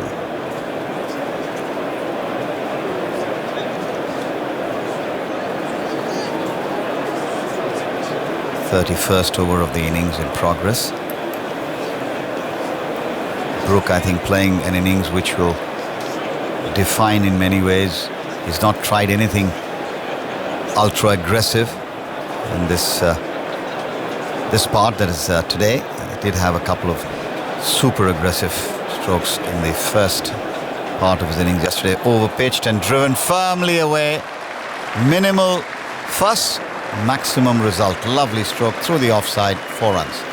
Yeah, that's perfection from Harry Brook. Just a glorious cover drive again, not trying to overhit it, just using his technique, and he's got such a flow of the willow. It's a glorious shot. That always points towards the sky. That's his back lift. Yeah, just held his pose there, and you know the batter's really pleased with the stroke when they do that. Siraj, 50 partnership between this pair. Just holds things up for a second as Siraj now goes away to bowl. Up he bowls and Brook defends. That 50 partnership came in exactly 9 overs at fractionally under a run a ball. 137 for 5. Smith 27, Brook 56. England losing. Joe Root caught down the leg side, and of the very next delivery to one that rose a bit, nicked behind from Ben Stokes, meant that India were cock-a-hoop. Since then, Smith and Brook have steadied the ship and kept the scoreboard ticking over as you'd expect. It's 137 now for 5, and they've just completed, as you heard, the 50-run partnership. Siraj is 3 for 49. He's about to bowl the last ball of his 12th over. And man on strike is Harry Brook. Siraj is in, bowls, and Brook to one that maybe just skids through a little bit, defends on the offside. There is no run. So under bright sunshine and blue skies, more from Michael Vaughan, and coming in for commentary, Simon Mann. I think Shubman Gill will be just considering turning to Ravi Jadeja, the left arm spinner. Two right-handers out in the middle. I have some maidens numbers for you, Michael. Oh, I love it. As commissioned. Since the start of the Stokes-McCullum era, when England have been batting, 8.8% of all overs have been maidens. So that's what, about 1 in 11, I think. Right, it off this ball. Here's Prassi Krishna going into bowl to Smith, and Smith drives, doesn't really time it, goes bobbling up towards mid-off, and there is no run. It's a perfect day.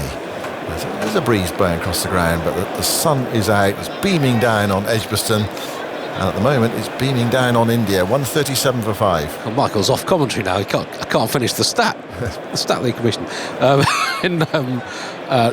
All other teams combined, 16% of the overs they've faced have been maidens, so about 1 in 6. So England isn't just under half, so just over half the maidens when they bat, compared with all other teams in Test cricket. Yeah, I mean that's what your sort of instinct tells you. It's just backed up by the stats, really, isn't it? England play many fewer maidens than other teams. Prassi Krishna, tall, bowl, short, pulled away 4. Deep backwards square leg between two fielders. Prassi Krishna accessing the middle of the pitch, and Jamie Smith dispatching him. 141 for 5. Smith to 31, Brooks on 56. These two came together at 84 for 5, when England for the second time in this innings lost 2 wickets in 2 balls. Michael's gone. Cheteshwar Pujara is alongside me, bringing good news back to his Indian television viewers. We're up watching. What time is it in India now? It's sort of late afternoon, but early evening, something like that. 4:30. Yeah, it's 4.5 hours ahead. So yeah, so they're moving into peak time viewing for them. It is very soon. Prassi Krishna from the city end of the ground bowls to Smith, who hits us in the air for 6 over deep backwards square leg. Fielder there interested for a moment. There's Washington Sundar down there. Yep. He was thinking this is coming to me, but it wasn't. It was sailing over his head. He's hit that into the wind as well. It's a big blow down there. Oh, I said a big blow. The boundaries here are 65 metres, but it went well over his head into the crowd. Well, Smith taking it on. 147 for 5. Yeah, I think Prasid wouldn't mind that, because he has picked up a wicket in the last Test match bowling the same delivery. This wasn't very high. This was a waist height bumper. He would be wanting to bowl slightly higher, maybe the shoulder height bumper, and a bit wider as well. So yeah, he has to drag it. Yeah, that's how he got him out in the last game, wasn't it? Bowled short and a bit wider, so he had to take it from just outside off stump, and he couldn't quite control it. Now India have responded to that by putting 3 men on the leg side boundary. I think they had 4, didn't they, in that final over before the new ball at Headingley. And there was brilliant relay catching from India to get rid of Smith, who's 37 not out from 35 balls. Game on here. Krishna goes into Bolton. Another short ball slapped away out towards deep mid-wicket. That's gone for 4. Well, we know what's coming down. Smith knows what's coming down. It's just a question of whether he can deal with it. At the moment he is. The trap is obvious. I suppose you could bluff him by bowling a slower ball Yorker or something like that, but at the moment it's short and Smith's taking it on. He's up to 41. It's 151 for 5. Yeah, he's playing it brilliantly. Now this time he was just trying to keep the ball down. He knew where the gap was. There was a big gap between mid-on and short square leg. Well, another change in the field. We've got 3 in a line, if you like, inside the circle, and then 3 on the boundary. I'd love him to bowl a slower ball Yorker here, or even a fast Yorker. Krishna goes in and bowls to Smith. He gives himself some room, and the bowler follows him, and he slams this up towards the long-on boundary, and that's gone for 4 as well.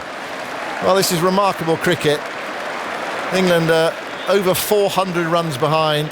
Ben Stokes is applauding, lying back in his seat and As if he's on his holidays, really, just leaning back in his seat, hands above his head, applauding. Smith moves to 45. So what have you had in this over? 4-6, 4-4. Yeah, a dot to start with. So here's the last ball of the over. India have got these runs to play with at the moment.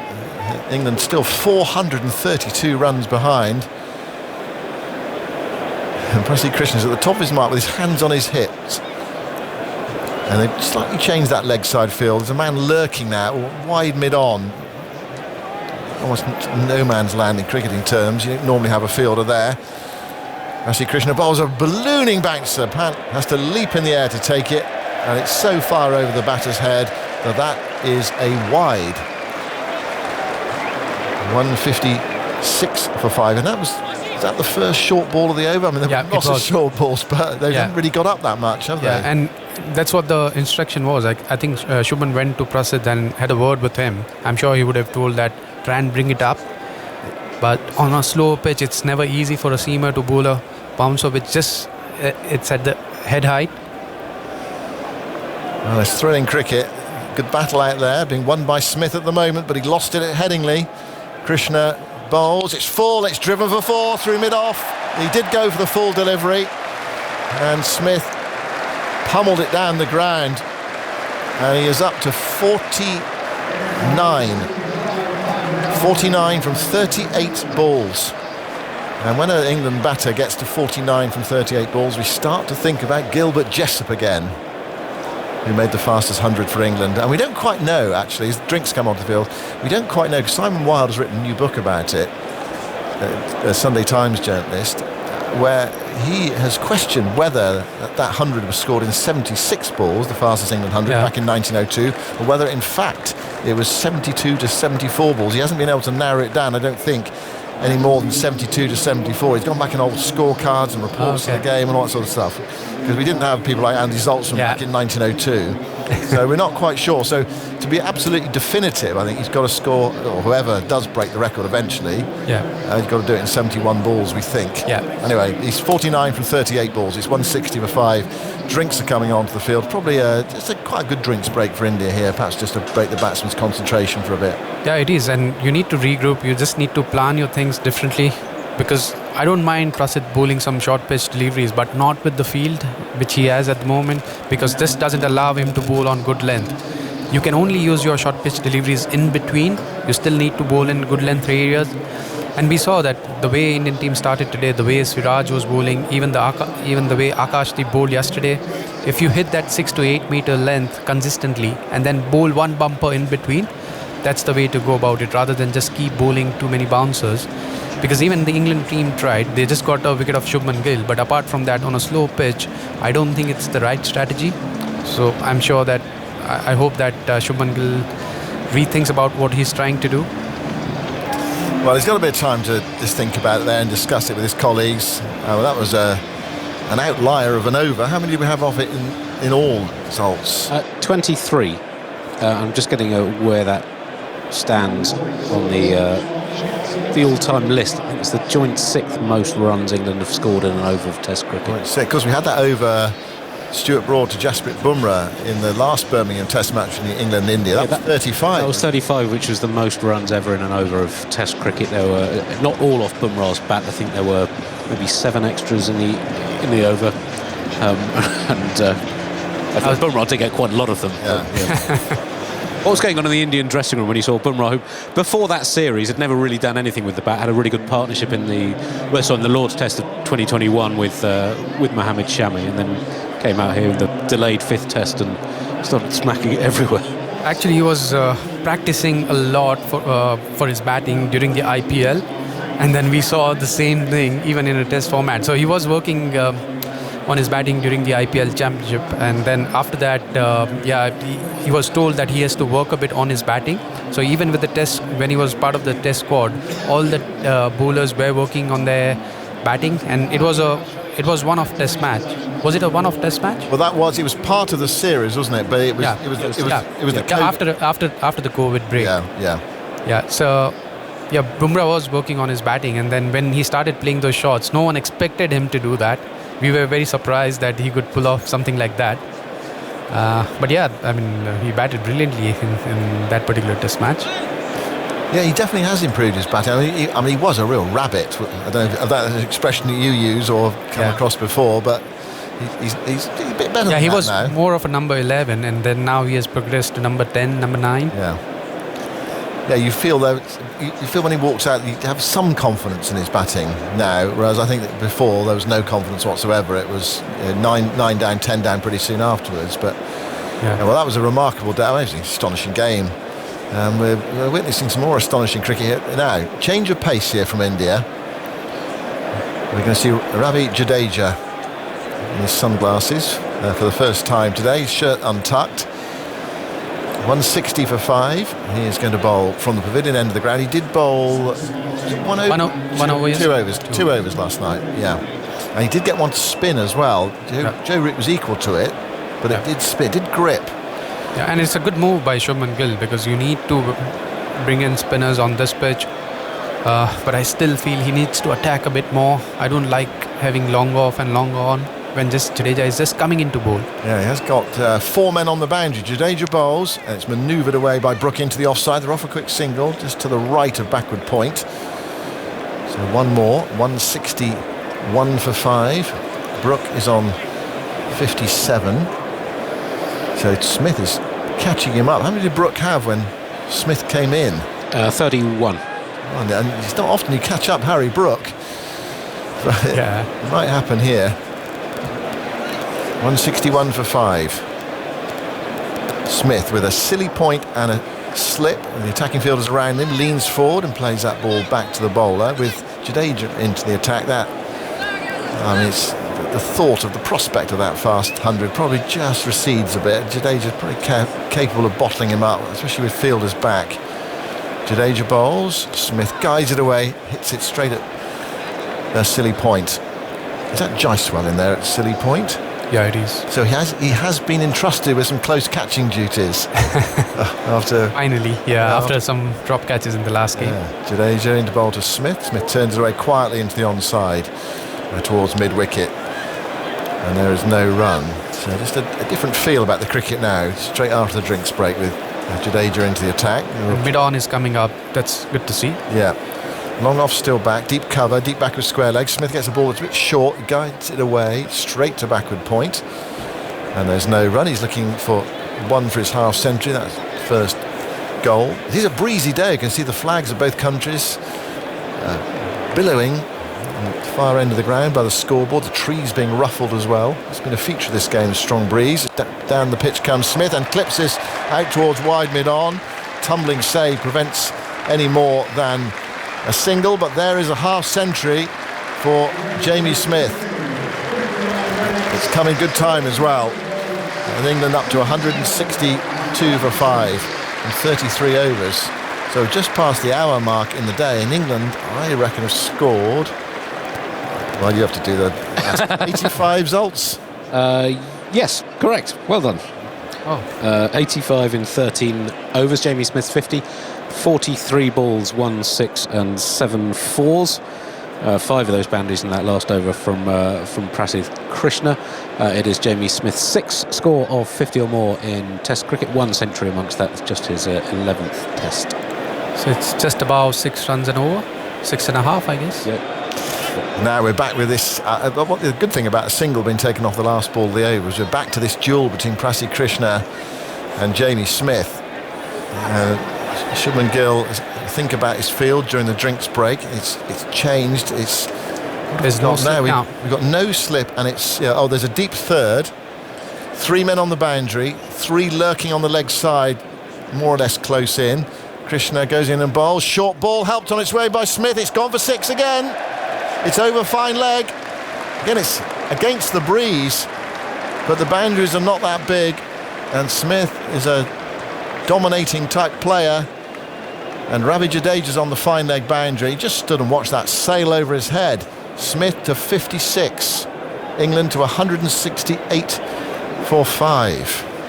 I should get this in quickly. The last over they went for 23 in terms of runs conceded by the bowler is the joint 5th most against England. And 3 of the top 4 have also been since Stokes and McCullum took over the bowler. Zahid Mahmood of Pakistan. Prasidh Krishna tries again, bowls to Smith. Again, it's short, pulled away, down towards fine leg, straight to Jadeja this time, along the ground. It's only a single. And Smith draws level with Harry Brook. 57 apiece. But England still 418 runs behind, 169 for 5. Root out for 22, caught down the leg side off Siraj. And then Siraj finding a really good ball to brush the glove of Ben Stokes, surprised him first up. Yeah, that was the best ball of the day. I mean, if you're walking in and if you get that ball as a batter, there's nothing much you can do about it. Now, it's a bit mean that, isn't it, on a flat surface to get that first ball. Yeah. There we go. That's the vicissitudes of the game. Short ball from Prasidh Krishna. Brook pulls it along the ground, down towards deep backwards square leg. I mean, that's the thing about this pitch, actually. The tactic with the short ball with the men back, different heading there. There was a bit of extra bounce heading there, wasn't there? But it's just a bit more placid, this pitch. Yeah, it is. And also, you get a little more time as a batter. It's a slow pitch. It's quite slow compared to Headingley, where you need to work really hard to get that ball up, because most of the bouncers are coming at a waist height.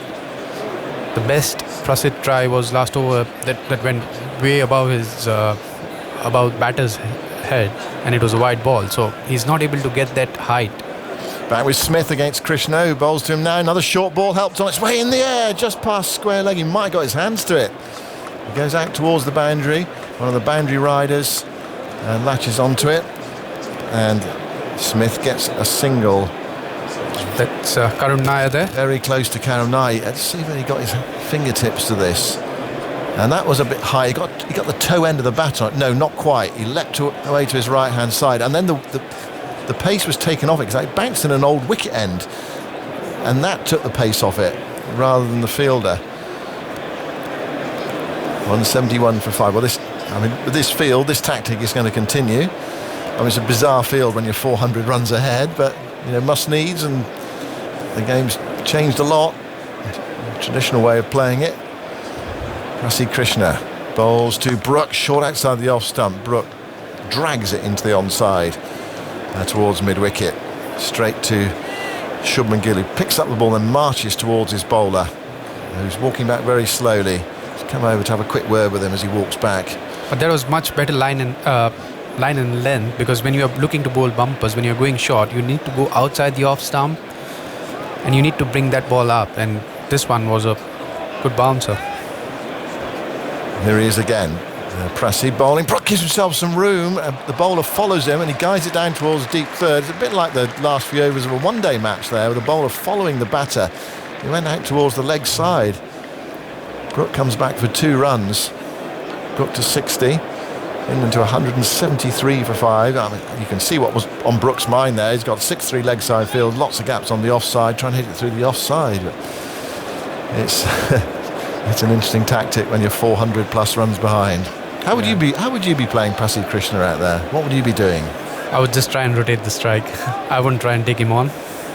Yeah, because that wasn't my strength. I wasn't a good puller, so I had to just wait for my opportunity. I just had to rotate the strike, and then if you're a seamer, you can't keep bowling bumpers for a long duration of time. So I just used to bat it out, and then they had to find another strategy. So if they were banging it in, what would you do? Like a little guided pull, or I just tap it up. Yeah, steer it. Yeah.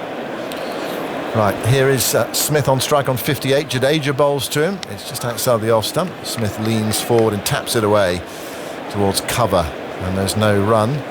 So 173 for 5. 4 men on the boundary. Deep cover, long off, long on, deep backwards square leg. Just one slip in. Silly mid on as well. Jadeja bowls. Smith pushes forward and thinks of a single. It's not there. KL Rahul away to his left-hand side at cover. Closes that one off. And there is no run. Now, big crowd in again at Edgbaston. Loving what they've seen this morning with wickets and runs. Very different day from yesterday, where India were merciless and picking England's bowling apart bit by bit. Jaiswal has come out from silly mid on. He's gone to short cover. And Rahul was at cover, has gone to extra cover. Jadeja bowls, Smith drives and gets a single to the right of KL Rahul, up towards long off, jogs through, eased away. Completely different approach from Smith against Jadeja. 174 for 5. But I think Shubman is going to defensively. We saw that Smith, when there was a silly mid-off, he was trying to defend a few more deliveries. And even what it does is Jadeja is going a little defensive with his bowling. Jadeja into bowl to Brook. Brook leans forward, head right over it, smothering it. Runs out towards short extra cover, picked up by Jaiswal, wearing the shin pads underneath his trousers. Back with Jadeja, who does rattle through and over. Bowls to Brook, who pushes it back. Jadeja fields off his own bowling. And there is no run. There is a breeze for the spinner to work with today. And also there's a little bit of turn. The ball is holding a bit. That's where you put a little more pressure on the batters. Jadeja bowls Fuller, clipped away for a single towards mid-on. Throw comes in to Pant on the bounce, and they are home. 173 for 5. So Jadeja's bowled 4 overs, not particularly threatening, tidy, no more than that. Getting into his work, 4 overs for 8. Brook 61. Smith is on 59. This partnership flourishing, but England are still 412 runs behind. More from you, Yashashwar, and then you will be joined by Jonathan Agnew. It has been an exciting day of Test cricket so far. The way Siraj started today, he picked up a couple of wickets. There was a brilliant ball against Ben Stokes today. But after that, Harry Brook and Smith both have been batting really well. This is an important partnership from England's point of view. If they can carry on batting like this till the lunchtime, then they will put a little bit of pressure on the Indian bowlers. Morning, Pooch. How are you? All good? Yes, sir. Fascinating cricket, isn't it? I'm not sure what's going on here with these bouncers, but anyway, that's short again, pulled away out towards one of the 3 out on the boundary there. He's not the fastest bowler around, becoming in and bowling bouncers on a pitch this sluggish, is he? But captain's orders by the look of it. Yeah, and from Indian team strategy, I think they have to come up with another plan, because if you carry on bowling like this, we saw, I don't know the stats, but even Ben Stokes tried the same, and even the England team ended up conceding too many runs. Yep. They just got a reward of Shubman Gill. 176 for 5 is the score as Krishna bowls another very high bouncer, which is rather top-edged really by Smith there. And the ball just floated away into the leg side. It wasn't controlled, that one. He looks at his bat.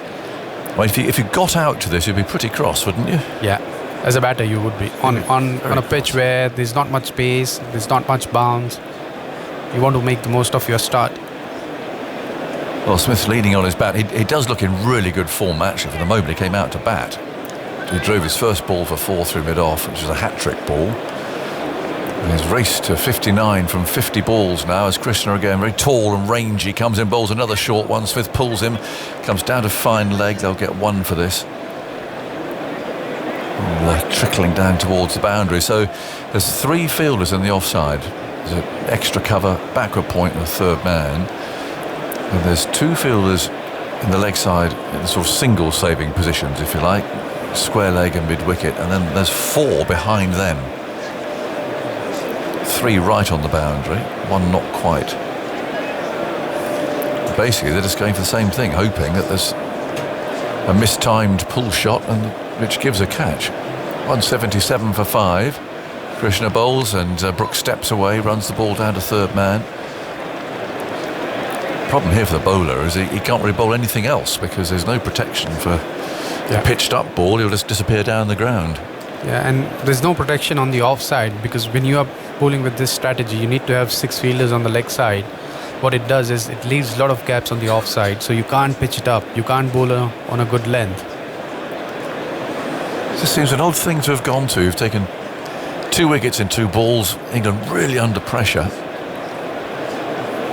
And they've gone to this very, very quickly. But who knows? It might pay off, but there's no sign of that at the moment. Smith's on 60. Looks around the field. He just needs to look to his left, really. That's where they all are. Krishna on his way, moves in bowls, short outside the off stump, cut and cut hard. fielded there by one of those three at backward point. 178 for 5. Big crowd, 25,000 people at Edgbaston today. It's absolutely packed. Enjoying the sunshine. Enjoying the contest too. It's a very lively start with Root and Stokes out to successive balls in only the second over of the day. Krishna runs in, bowls short again. That's disappeared. That's gone for 4.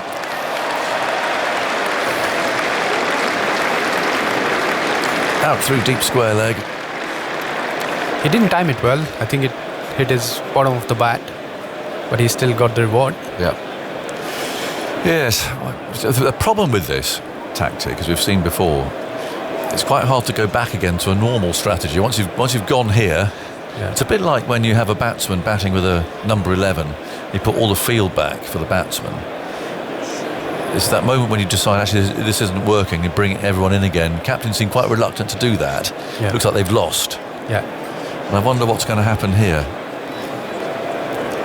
I think Shubman should try a couple of overs of Washington Sundar, because I don't mind a double spin here. Just for a change of pace, in other words, just break it. Break it. Yeah. And then bring your seamer again. Yeah. 182 for 5. England are still 405 runs behind as Ravi Jadeja moves in and bowls, and his first ball's driven up to extra cover. Rahul is the fielder there. Has a deep point, long off. There's a fielder on the sweep, and they're deep backward square leg. There's a slip. Jadeja bowls wide. That's flashing through the slip field. I don't think he got a hand on that, did he? Well, it might have got a head on it, maybe. Yeah. I hope he's okay, because it hit his head as well, as you're saying. It did. It went very quickly. It was. Problem was, it was on the back foot, and as a slip field, you get very little chance to see the ball from there. He really flung the bat at it. Now, do fielders need concussion tests? We've not seen this before. I think they probably do. The umpire there is calling on the physios. Short outside the off stump, he really flashed at it, and then it's gone straight onto his head. And it's the captain, Gill, who's going to have a concussion test here to make sure that he's okay. So the physios arrived. I mean, I don't think he saw that. It went so fast. Yeah, it did. And Jadeja is one of the quickest spinners. So if you're standing close in his bowling, you don't get a lot of reaction time. I've been feeling in the gully when he bowls, and you hardly get a reaction time. You expect that the catch comes low, but the moment it goes above your head, it might have gone on his cap first. The cap might just have deadened the blow a little bit. But it was a nasty one. He didn't get his hands anywhere near it. It went so quickly. When you are on the back foot, there's a slip because you're standing so close anyway. He's okay. He's all right. Bit of bruised pride, perhaps, there. I'm certainly not putting that down as a chance. Some people will say, "Oh, no, that's definitely not a chance." No. Anyway, the 100 partnership came up. Yes, in 14.4 overs at 6.8 per over. I mean, it's just absurd, isn't it? From how it started, began on a hat trick, and they've gone at 7 and over since then. Modern Test cricket, Cheteshwar. That's how it is. Yeah, you counter-attack when you're not in a great position. That's how you bounce back in the game. I think they've been given a bit of fodder to attack, though. I think that bouncer strategy was bonkers, but there you go. Yeah. 184 for 5. Play will resume with Brook on strike. He's just asking Gill there if he's okay. He says, "I am. Thank you very much indeed, Harry." And so they can now carry on. 184 for 5. 403 runs behind. Jadeja swings his left arm, trots in off a couple of paces and bowls. Oh, Brook got an inside edge there and almost dragged the ball into his stumps. That's what he was aiming to do at all, looking to push the ball through the offside. 184 for 5. Brook's on 65, Smith 64. So he's been doing by far the bulk of the scoring. Brook was on 30 overnight. Jadeja bowls to him. He leans forward and Pant trots out from behind the stumps to pick the ball up. Jadeja hasn't got much turn today. No. I think he'll have to vary his pace a bit more. Again, shuffles in, bowls. Brooke well forward, bending the left knee. Not in the covers. Also, it's the end because the breeze is taking the ball into the batters, and you don't get a lot of spin from there. Here comes again. Oh, there's a little sweep shot there from Brooke. He's going to get 4 for that. He's just swept the ball over his shoulder. He got in position very quickly. Tucked it over his shoulder and picks up another boundary. 188 for 5. So now England trail only by 399, which is still a mountain of runs, of course. They've got a nice position there. And there's change in bowling. I think it's Washington Sundar who is coming into bowl. You're right. So you've read that very well, because they had to do something. Yeah. They had to break that ploy. Yeah. And yes, the best way, get a spinner on. Let's just have a bit of a reset. Yeah. Forget those last 20 minutes. Yeah. And just few overs, because if he doesn't get enough spin, you can always bring in your best seamer. It can be Akashdeep or Siraj. Yes, and then you can start again, can't you? Yeah, yeah. And perhaps forget the bouncer ploy. Krishna's not a very quick bowler anyway, really, is he, for bowling bouncers? Not like that. He's tall. Yeah. But on this pitch, I mean, to bowl a bumper, it takes a lot out of a bowler. Yeah. You would rather trust him with his good line and length, give him enough confidence, because when you keep bowling bumpers, it never helps the bowler. Washington Sundar, there's an off spinner, and his first ball's driven for 4. Magnificent shot from Smith. He's looked in such good form. That was a bit of width on that. It was a bit of a rangefinder from Washington. God, he's thumped that through extra. Before you go, that ball that Stokes got on a slow pitch, I mean, what a delivery that was from Siraj. From Siraj, yeah, it was. Perfect ball. I mean, when you have... Sorry. Washington again, he's down the pitch and drives in for 4 more.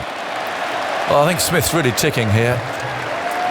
Yeah, he's putting Washington under pressure, because both the deliveries, it was slightly pitched up, but as a batter, if you're ready for it, if you're cashing in, then it puts a lot of pressure on the bowler, because it wasn't a bad ball, I would say. I think his beans are bouncing. Smith here he's been wound up by that short stuff, and there he comes down the pitch. Had to reach for the ball a little bit. Terrific shot. 196 for 5. You wouldn't think, looking at the field, looking at everything, that was England under pressure here. Washington again bowls, and that's sliced away behind square. Chase on for the fielder down to third man. Oh, he does well to keep that in. Just managed to do so. Is that Akash down there? Might have been. I think it's Siraj. Oh, Siraj, it was one of the bowlers. Yeah. Good effort. Really was. Yeah, it is Siraj. He likes his sun hat, doesn't he? Yeah. 198 for 5. We've got a procession of Flintstones going up the Hollies at the moment. Goodness knows how many there are there. 25 of them. Washington again, and pushed away this time calmly by Smith, and there's no run. He's rushed to 74 from 57 balls, coming in on a hat-trick. Absolutely grasped the initiative. Washington again bowls. It's on the back foot this time. Rolls away up to... So are we going to see the fastest 100 today? Well, an England batter. It could be. We keep talking about this. He still has enough time. Yeah, he does. He does. Over his bat again. Washington Sundar, tall man, bowls. Oh, off spinner, and that nearly bowls Smith. He's backing away, taking a cut the ball through the offside. Made no contact with that. 198 for 5. That's see you, Tasha. We'll see you during the day. Yep. Thanks for dropping in. 198 for 5. Brooks 69. Smith 74. And Ivaris joining us. Root was out, caught behind down the leg side. And the second over of the day, bowled by Mohammad Siraj, who then produced a magnificent ball to dismiss Ben Stokes' first ball, just short of a length that really took off. Snorter, really, particularly on this benign surface. And Stokes just managed to get a bit of a glove or top of the bat as it flew through to the keeper, and he just turned around and walked off. First ball, first time he's been dismissed first ball in Test cricket. Jadeja starts a new over, and Brooke plays the first ball out to cover. So in comes Smith on a hat-trick. He belts that for 4 through mid-off, and he's just not looked back. Terrific innings so far. 74 from 59 balls. Brook, 69. He's on strike now as Jadeja comes in, bowls again. It's too short. And Brook can steer that away off the back foot out to deep point for a single. Ebony Rainford-Brent, good afternoon to you. Hello, Mr. Jonathan Agnew. Your olive green. Yeah. Where are you on Shubman Gill? Is that a drop catch or No. is that a tough chance? I had it down as a drop catch. But Well, you're ruthless. You can't do that. You didn't get a hand anywhere near it. It went straight into his head. yeah, but it was within his vicinity. No, come off it. Come on. If you were playing and I'd said that you'd drop that, you would not be happy. No way. It went like a rocket. It's Jadeja again. Bowls. That's slashed way off the back foot. Pressure on the field around a deep backward point. Can't get there. Another boundary. Smith's just playing so fluently. 78 from 60 balls. And he's thriving on the madness of that bout of short pitch bowling he received. The 200 comes up. That seemed a mile away. An hour ago, it was, well, an hour and a half ago, wasn't it? That the wickets fell. Jadeja bowls. He's down the pitch and hits him high and hard and for 6. What's the record? Well, we've always said 76 balls. Yeah. Simon Wilde has written this book saying 72 to 74. What are we going to say? I don't know. Yeah, when it's on. I mean, if he gets out under 72, so he's now... What does Wisdom say? What does the words of wisdom, the book say? Here's Jadeja bowling. Smith tucks him away out of mid-wicket. As Jessup we're talking about, this 100 that he scored. I think they'd probably go with 76 Right. balls. What are you going to go for? Jadeja again, it's full. Driven away past his outstretched hand. No run there for Smith.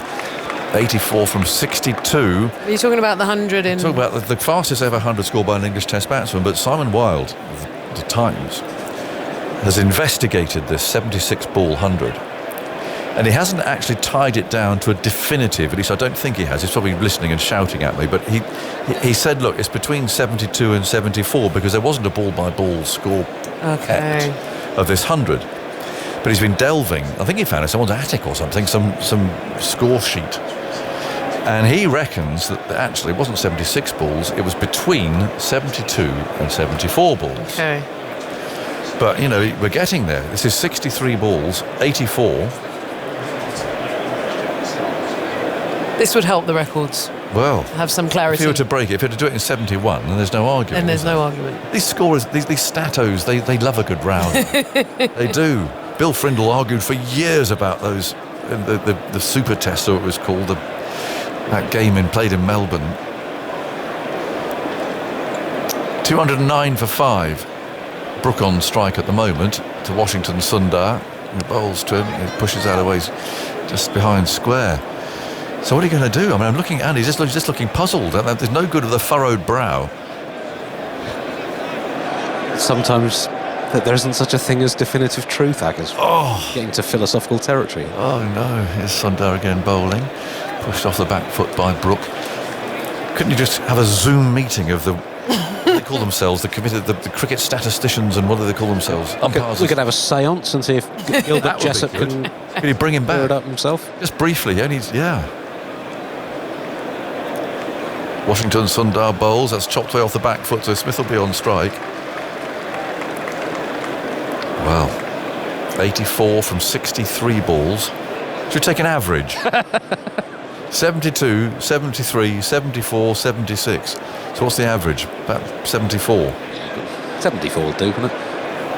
That's not good enough. We need more definitive than this. I mean, we need the clip for the archives.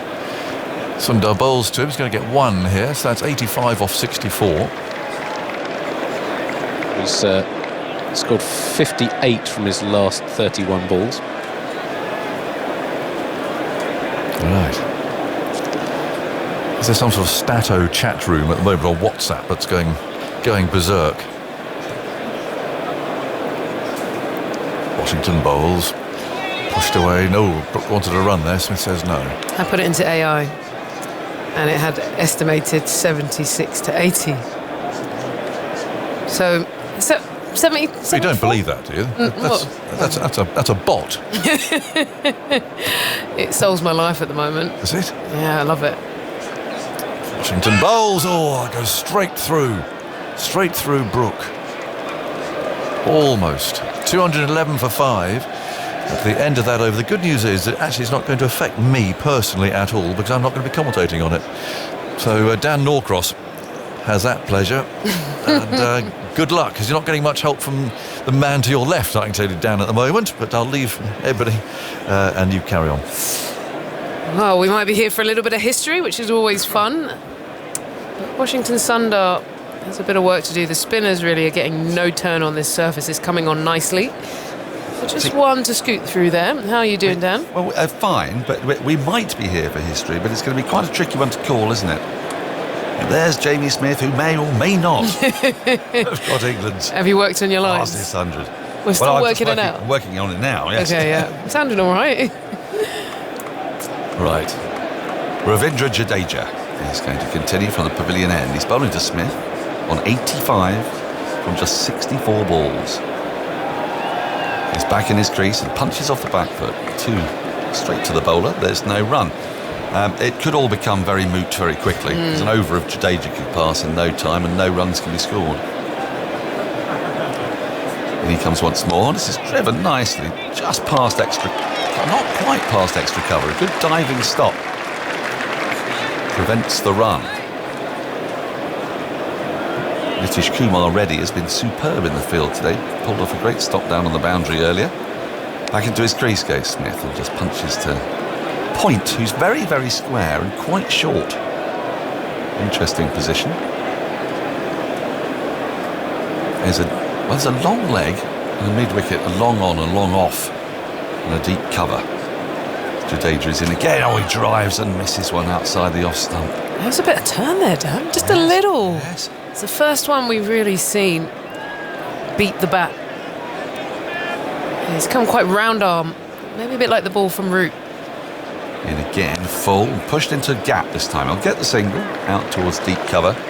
Off his 69th ball, he moves to 86. So it's receding now, I think, is a likelihood. So we've just spent a lot of time potentially. Well, that's cricket. I mean, that's what we do, isn't it? Yes, we spend a lot of time thinking about history in cricket. That's why one of the many reasons why Test cricket is so splendid. It's a giant canvas. As Jadeja comes in and Brook finds the same gap between Point and extra cover out towards the boundary rider and takes the easy single. 213 for 5. End of the 41st over. We've had 21 overs today. England have scored 136 runs, rather preposterously. And lost. Oh no, it's not the last over, last ball, because it was a no ball. A rather late call. So Jadeja's going to have to bowl that ball again. I always get a little bit twitchy around 7th balls of overs. I'm taken back to Andrew Flintoff against Ponting. That incredible over. So we think the last ball of the over is cut edgily into sort of short third, but goes straight to the fielder. And assuming that that isn't a no ball, it is once again the end of the 41st over. And England has scored 137 in 21 overs today, and they've lost 2 wickets, 2 in 2 balls. Since which time this partnership has added 130 in rather spectacular fashion. Is the spectacular becoming humdrum these days, Ebony?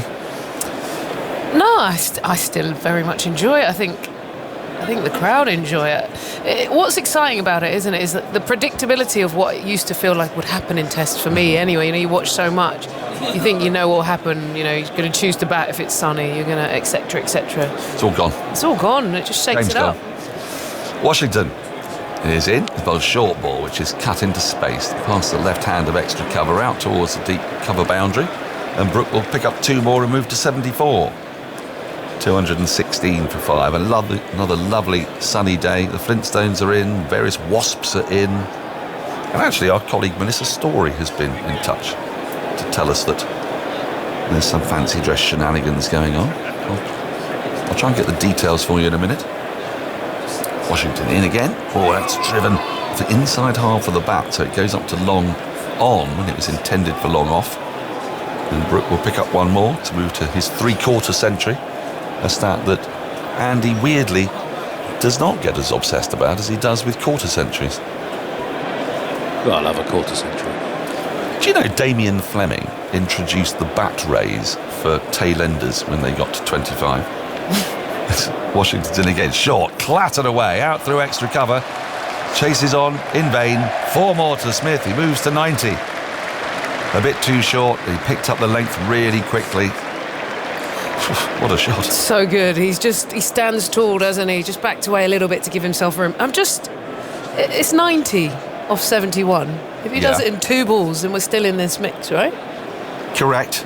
We are. You worked out your words. I just want to see you bumble your way through the... Yeah, thank you. the statage. Yes. Well, let's see how that goes. Washington into Smith, who drives back to the bowler, who doesn't quite field it, and it goes through him along the ground. I don't think that was a chance, but they pick up a single. Yes, our colleague Melissa Story, who will be on commentary, very fine commentator, will be on commentary today at 6:30 for the 3rd Women's T20 International. She says that her cricket club, Golden Hill, are at Edgbaston today. A huge group of 50 people dressed as Noah's Ark. Why does she spell ark with a C in this message? Exactly. As Washington is in, this is driven back, past Washington. Again, he gets a hand on it, a rather limp one, and as a result, Brooks able to get a single as it dribbles up to where mid-on would be. 2-2-3 for 5.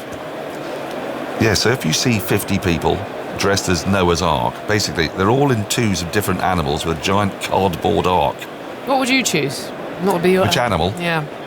Squirrel, always. You never want to be like a cat family, like a tiger, leopard. I don't feel quite as dynamic as that. I feel more naughty, more squirrely. It's defended on the front foot, backward point of a thick outside edge. There's no run. You're dynamic, Dan. I'm sure I saw some moves from you yesterday. Yeah, well, you did see some moves and you recorded them for posterity, much to my humiliation. End of the over, 2:23 for 5. I had a pretty bad day yesterday. Basically, Alex Hartley did a number on me, such that I can now never trust anything that comes out of her mouth again. When she ran through 2008 or 10 Oasis songs at me. Yeah, and you didn't No. pick any. I don't. And then you lured me into a dancing den. Yeah, and you did very well. I got a good squat in, didn't I? You did. So I think you could be a nimble animal on Noah's Ark, Dad. I could be but hence squirrel. Maybe what about a fish out of water? Oh. You know when they're... Flapping. Flapping. That was what my dancing looked like. Yeah. Like a gurnard that had just been removed from the sea. Yes. Here's Jadeja to start a new over, and deep in his crease goes Brook and defends into the offside. Won't get a run as punt comes around from behind the stumps to field. Maybe a domestic cat I could do. Yeah. Yeah.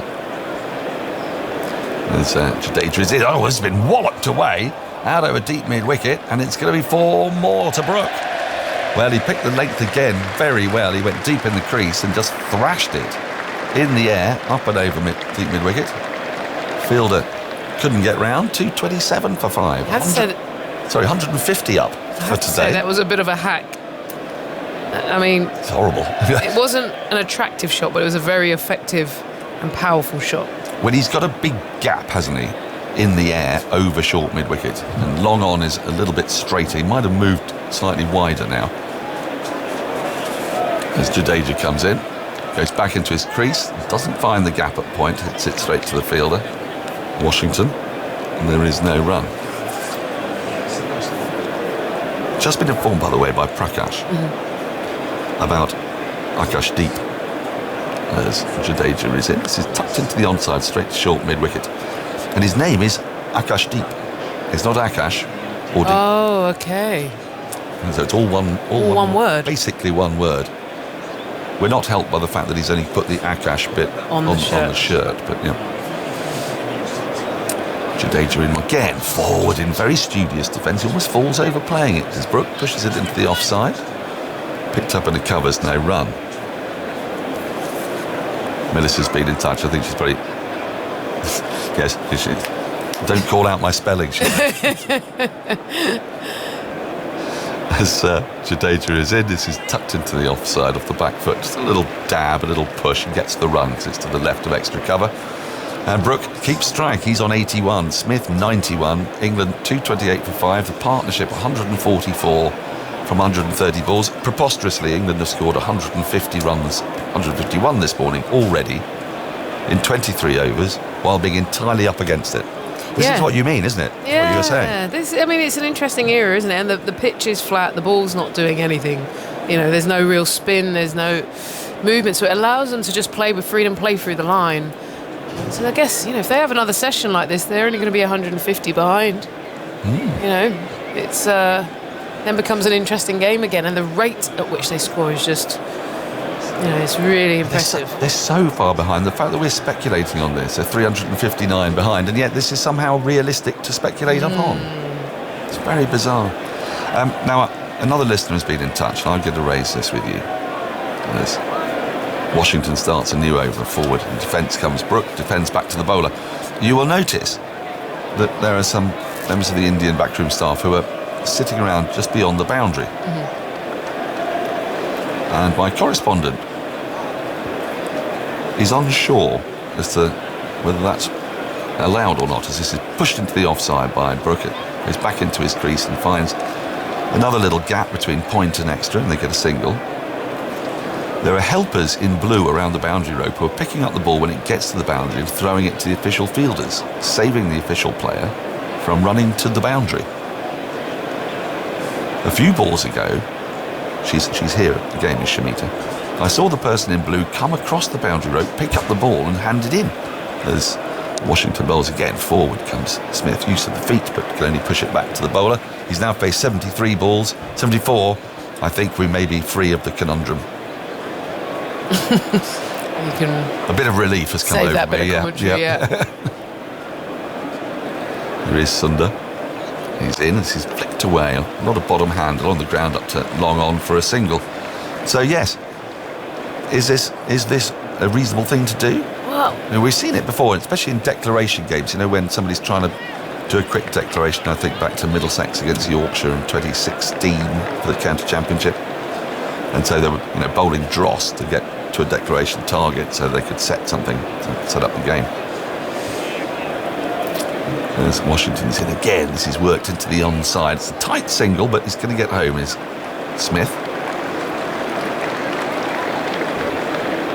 It's one to ponder on. While you ponder on it, I'm pondering on the fact that Washington's action looks very much like somebody, when he starts it, like somebody rolling a barrel organ. Okay, let me have a look at this. Take a look at this. There he goes, round and round it goes. And that in. Forward comes Smith, defends back to the bowler. 231 for 5 at the end of the over. Smith 92, Brook 83. It's more like that, when you're whooping and you do this sort of... Whooping? Yeah, and you do that sort of whoop. Rotation of the bent arm. On our social media, by the way, you may have seen Alex Hartley yesterday sneaking Oasis songs into commentary ahead of their comeback gig tonight. It's nice to be reminded of my moment of humiliation. Well, on the BBC Sport website and app, they are selecting an Oasis cricket 11. KL Rahul with it. Oh my goodness me, that's terrible. From Matt in Redditch. Sorry, Matt in Redditch, but... Don't apologise, Dan. That deserved it. It did, didn't it? As Jadeja is in, this is worked into the onside of the front foot by Brook, but to mid-on, there's no run. What's the story morning, Crawley? That's more like it. Like that. Ben in Harrogate, very good. In comes Jadeja again. Tossed up, driven to... through extra cover. There was a fielder there who should have saved, any run, and it's gone all the way out to the boundary for 4. That is very poor. But he'll take that, Will Brook. He moves to 87, 235 for 5, and the 150 partnership is up, which is the reason for this. In whistle of applause. 22.4 overs at 6.6 per over. Wow, that is good. We got some more Oasis songs. Jadeja in, driven again. This time, he does field it well this time. Nitish Kumar Reddy, who's been splendid otherwise, but previous delivery is sort of made up for there with a sprawling dive. No run. Don't Brook back in anger. Don't Brook back in anger, not sure. Forward in defence is Brook. Defends back to the bowler, no run. Surely don't look back in Banga. Sanjay Banga played for India too. Oh, that's better. Yeah. I quite like now that we're marking our correspondence work. Jadeja in again. This is pushed in defence to backward point.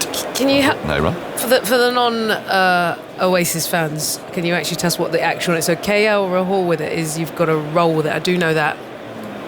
But Our engineer Owain's coming with a good one. But can you tell us the actual song as well? Oh. This flicked with bottom hand along the ground up to long on for a single. I'm delighted you don't know. So what's the story? Morning Glory? 6-5. That's right. Okay. Some might say wag. I don't know what that Or is. some might say is the song. So they've just added the wag. Okay. That's from Luke in Bristol. Cigarettes and Chandapal. No clue what that is. But Champagne Super Over came from Owain next door. Oh, that's good. That is good. Keep them coming. So you're a big Oasis fan? No. I thought that was manifested quite definitely yesterday when Alex Hartley managed to slip. Well, she slipped about 8 of the 10 songs in before I realised what she was doing. Little by little, I should have got it at that point. That and Supersonic, annoying. Sunder is in, this is just dabbed into the offside. Thought of a single, wasn't there as it goes to point.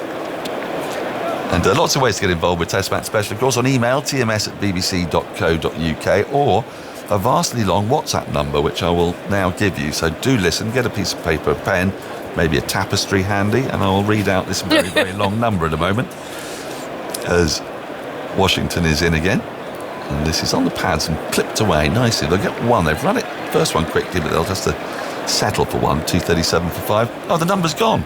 Can I WhatsApp in? Here we go. Yeah. 03301 231 826 on WhatsApp. 03301 231 826. Yeah, don't confuse everyone. Make sure you get it right. I'm going to WhatsApp in. Are you? Anonymously. Anonymously.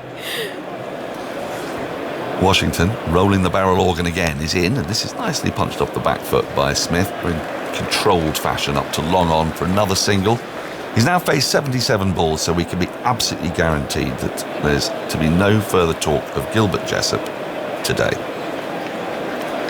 Simon Wilde, the very good, splendid journalist, is writing a book about that innings, just that innings. Yeah, Agus was saying is it 72 to 74? Yeah, we think so. Well, he does, yeah. A bit tricky, isn't it? As Washington comes in, this is guided to backward point off the front foot by Brook, a ball around off stump, not much turn, not a great deal happening for the bowlers. After that 2-in-2 for Siraj. The place exploded. They had 2-in-2 yesterday evening as well. Here's Washington, slightly more leg side this time and just undriven along the ground, up too long on. Brook moves to 90. And England to 239 for 5. They started the day on 77 for 3. They lost root to a little flick down the leg side, caught by the keeper, and then the very next ball, skipper Ben Stokes got the one ball that's really done something in this innings. Oh, very good, very good. Thank you very much. I'll do it after this ball. I've been passed a note. Engineers are on fire today. This has been defended back up the wicket to Washington. And as they run, 239 for 5, 46 overs gone. Stop crying your Hartley out. She'll like that. She will like that. Right, what do we think? An over to go before lunch? Yeah, I think... we've had 2 balls that have been snorters in this match. There was one that Cars bowled to get the glove of... Reminds me? Jadeja. Jadeja? Yeah, Jadeja, the short ball. Yes, that's right. And then Stokes. And then we had Stokes. And other than that, It's the pitch not has been much. placid. No turn. No real seam movement. No. There's 2 minutes to go until lunch, and yesterday Jadeja managed to get through an over in a minute and a half to ensure there was another over at the end of the day. Will he do the same today? Back in his crease goes Brook and pushes the shortish ball out to deep cover. Takes a single, moves to 91, 240 for 5. No, this is unbelievable, isn't it, from England? Just as a session, not the whole game. Sometimes you can just give plaudits for how they've approached this. If they get through the next few balls. Well, what a partnership it's been. I mean, England is still so far behind that India are strong favourites to draw level in the series, but this partnership has just punched above its weight, you might say, at the moment. Full and walloped straight back past the bowler in the air for 4 from Smith. It may be the last over of the day. He doesn't care if it's full. He's going to go after it. He moves to 97. He could have got in there earlier. I guess, again, the point we were making about predictability, that sort of, let's think about reining it in for lunch. Not Jamie Smith here. Really well played. Flat bat almost, taking a wide drive to mid-on. Here's Jadeja again. He's gone again. Has he got it out? He has. I think it's going to go out towards deep mid-wicket. Fielder in pursuit. That's not going to get there. And it's 4 to Jamie Smith to complete a truly stunning 100. 100 of 80 balls, among the fastest that any Englishman has ever hit. It's his second 100 for England. You'd have thought when he came to the wicket was in a losing cause, but you just don't know anymore. The way England play and the way Jamie Smith has played today, that is an absolutely stunning knock. Barely put a foot wrong. He's hit some spectacular shots. And he's taken the fight to India. 248 for 5. Smith to 101.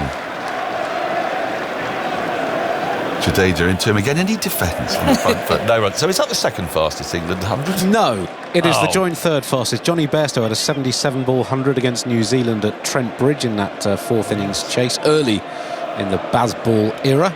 2 balls left before lunch, and Smith drives this one out towards long off for a single.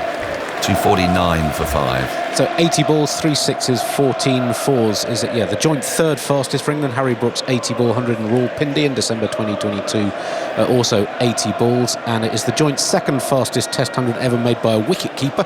Adam Gilchrist's 57 ball blast against England in December 2006, the fastest. Sarfraz Ahmad had an 80 ball 100 for Pakistan against Australia in Dubai in 2014 as well. Last ball before lunch. Jadeja bowls it. Brook drives it. It's well fielded by Nitish Kumar Reddy, and there will be no run. So England began the day at 77 for 3. They lost those 2 wickets, Root and Stokes, in successive balls, since which time it has been a stunning partnership. 165 has been put on between Brook on 91, Smith on 102, and it's just great fun to watch, Ebony. Well, just quickly, in terms of hundreds in a session, I make that the 16th time that an England player has made 100 in a single session of Test cricket. Thank you. Very impressive, Dan. Very impressive. And I think it shows the character that these guys have and the mindset. You know, it's a real different approach to Test cricket that we're getting used to. But every time you see in a scenario like this where many sides could crumble and roll over for, 150, we thought it would have been job done. Well, no, Jamie Smith and Harry Brook had other ideas, and you can just see Ben Stokes stood up, and that mantra that's going through the change room at least is providing entertainment. Whatever happens from this point, it's exciting to watch a side that not only fight but really believe in magic. And I think that the short format of the game is really benefiting Test cricket. It allows them to think we can score on a flat pitch at higher rates consistently. And, also the other thing I would say is the technique. Jamie Smith in particular today is so strong. Those weren't really hacked. Well, I would say the last one. To get to the 100, was but everything else was strong, proper shots down the ground. Some of those pulls when they were going for the short tactic, stood up and hit it in front. You can't really argue with that. That was an excellent session for England. I mean, it's remarkable. You look at England's scorecard: Crawley 19, Duckett 0, Pope 0, Stokes 0, Root 22, and then these two in this partnership, having put on 165, 172 runs in the session. I mean, these are numbers that are just preposterous. And it's sort of why Jamie Smith is in the side, isn't it, instead of Ben Foakes. Ben Foakes, you'd say, was a better gloveman, but they wanted somebody who could counter-attack down the order. It's lunchtime, so we'll get last word from Andy Zaltzman and then Simon Manton. Amidst that carnage, Harry Brook passed 2,500 Test runs in his 44th Test innings. Only 3 players have reached 2,500 runs in fewer innings. Herbert Sutcliffe in 43, Brooks' Yorkshire predecessor, albeit of a different style. Everton Weeks, a Great West Indian, played in the 40s and 50s in 42. Don Bradman in just 26, and Brooke is tied with Mike Hussey at 44 innings, reached 2,500 runs in tests. The Indian players are out there doing some loosening up exercises.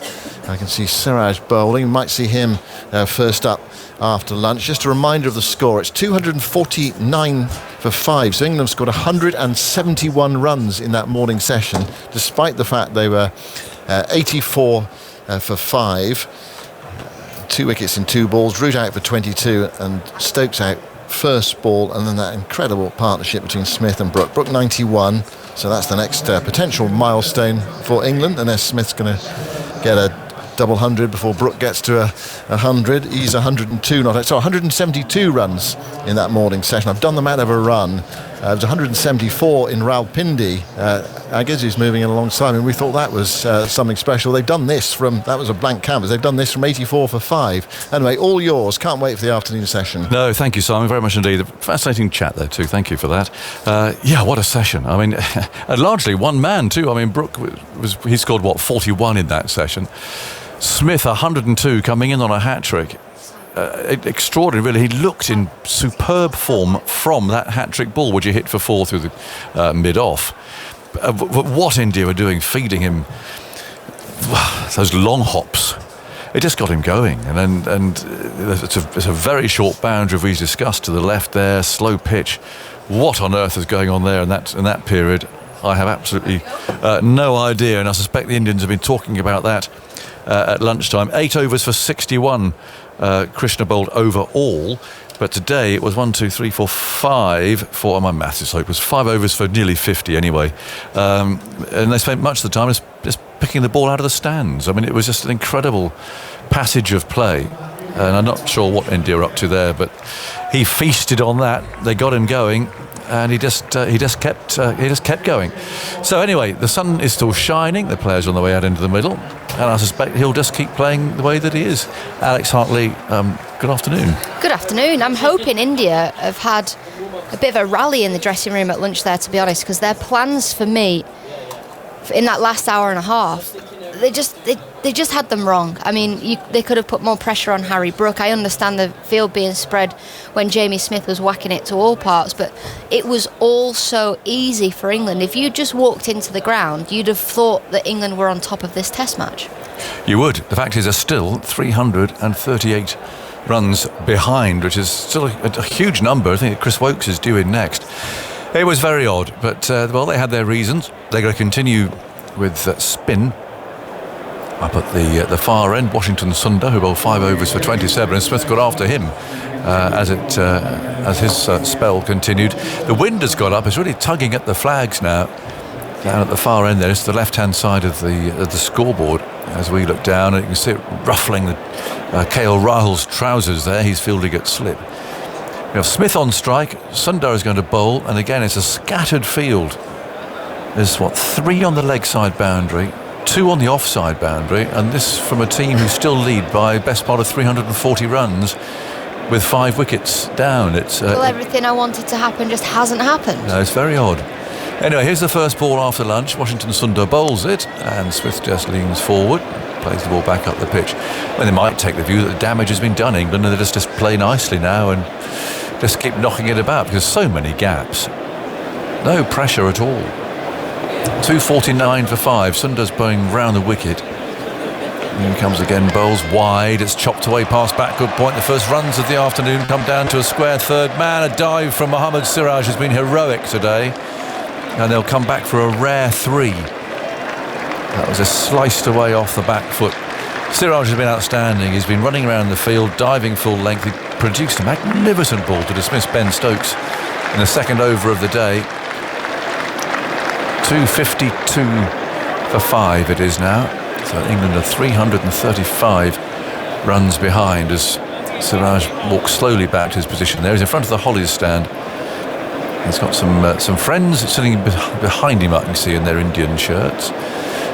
Not too far away from the Flintstones, who've had a good lunch. And in comes Sundar again, bowls. That's tucked away in the leg side this time. It's gone by Brooke for his first run of the day. There's an enormous number of Flintstones, and They seem to be wearing blue hats. And I don't remember.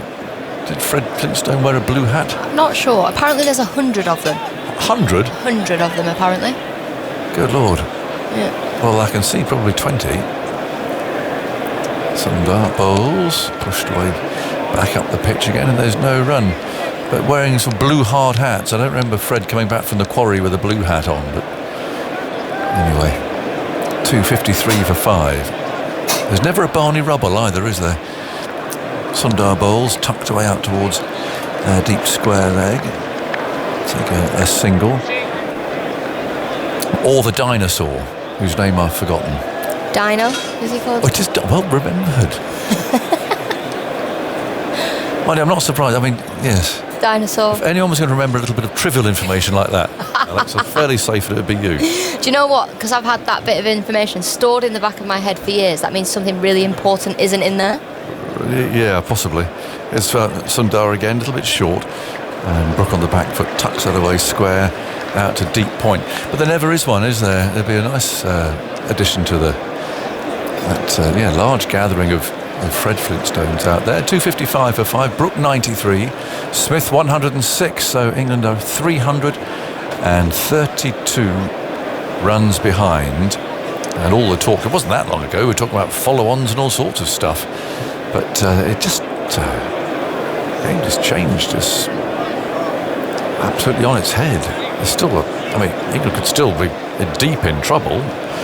And with the batting to come, Wokes, Cass, okay, well they can contribute certainly. Tongue and Bashir, that's all that's left. So Prasit is going to bowl from this end. I'm not sure what length he's going to bowl.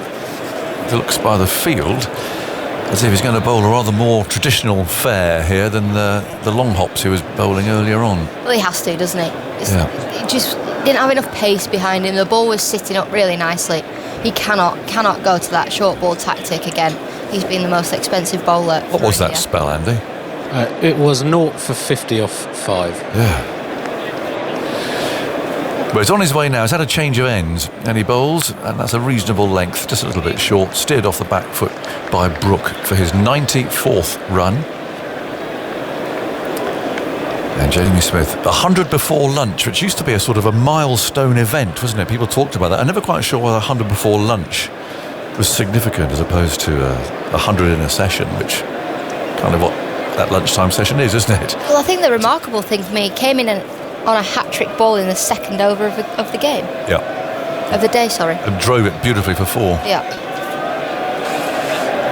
But as far as hundreds in a session are concerned, there goes Krishna, bowls. Oh, he's sliced that away through a gully area. No one there, and it was in the air. He'll come back for 2. Smith goes to 108. 258 for 5. You're saying that Ben Stokes was the most recent for England, I think at Headingley? Yes, that was the second time he scored 100 in a session. He also did so at Newlands yes. in which was 258. Yeah. He got 130 in the session. Yeah, that was unforgettable. Krishna runs in, bowls a slower ball there, and Smith drives all round it. Collected by Pant. Why was the interest in before lunch, do you think? It was always 100 before lunch. Yeah, I don't know if it was just, I guess, particularly lunch on the first day, you'd start on Norton. That was the first break in the game. The session details are not entirely complete for the history of Test cricket, but I'll make that the 16th time an England player scored 100 in a session, and the 8th of those that have been the first session of the day. Right. Even Stevens. Yep. Krishna bowls. That's better from Smith. A big stride in, driving the ball to Shubman Gill, the captain, who wore a nasty one on the head at slip. Did you hear Ebony say she's counting it as a drop catch? What? That's savage. She did. She sat down and announced that as far as she's concerned, I mean, that's going down as a chance. Technically, it's a chance, isn't it? But it didn't exactly knock some sense into him because the Indian plans went out the window for a while. It went so quickly, you never saw it. Krishna over the wicket, bowls outside the off stump with a lazy shot from Smith. Might just have taken some pace off that. It says 87 on there. Don't always believe the speed gun.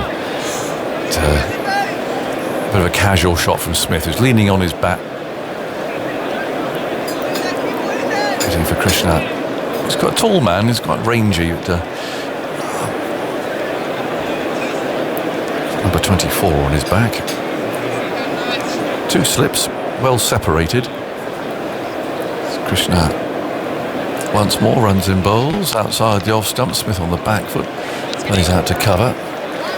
Shows 82 on the gun there, which I think is more an accurate reflection of his pace. 258 for 5, Brook 94. Smith has 108. Returning from lunch.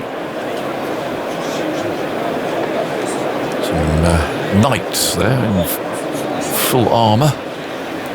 Look like crusaders. Tell you what, your eyes aren't going, are they? But you just have a look and you see all sorts of things in there. You've got to go down and sit down there on one of your breaks. You'll come back with some right stories. Yeah, perhaps not, but I don't think I've ever fielded in front of the Hollies stand like that, to be honest. We're talking to David Gower at tea time about the 1985 Ashes match here, which I was 12th man and I did field, but I don't remember it being like that. I don't think it quite had its reputation then. 258 for 5. Sundar bowls, driven away out to covers left hand by Brook. One more, 95. Gower scored a double 100.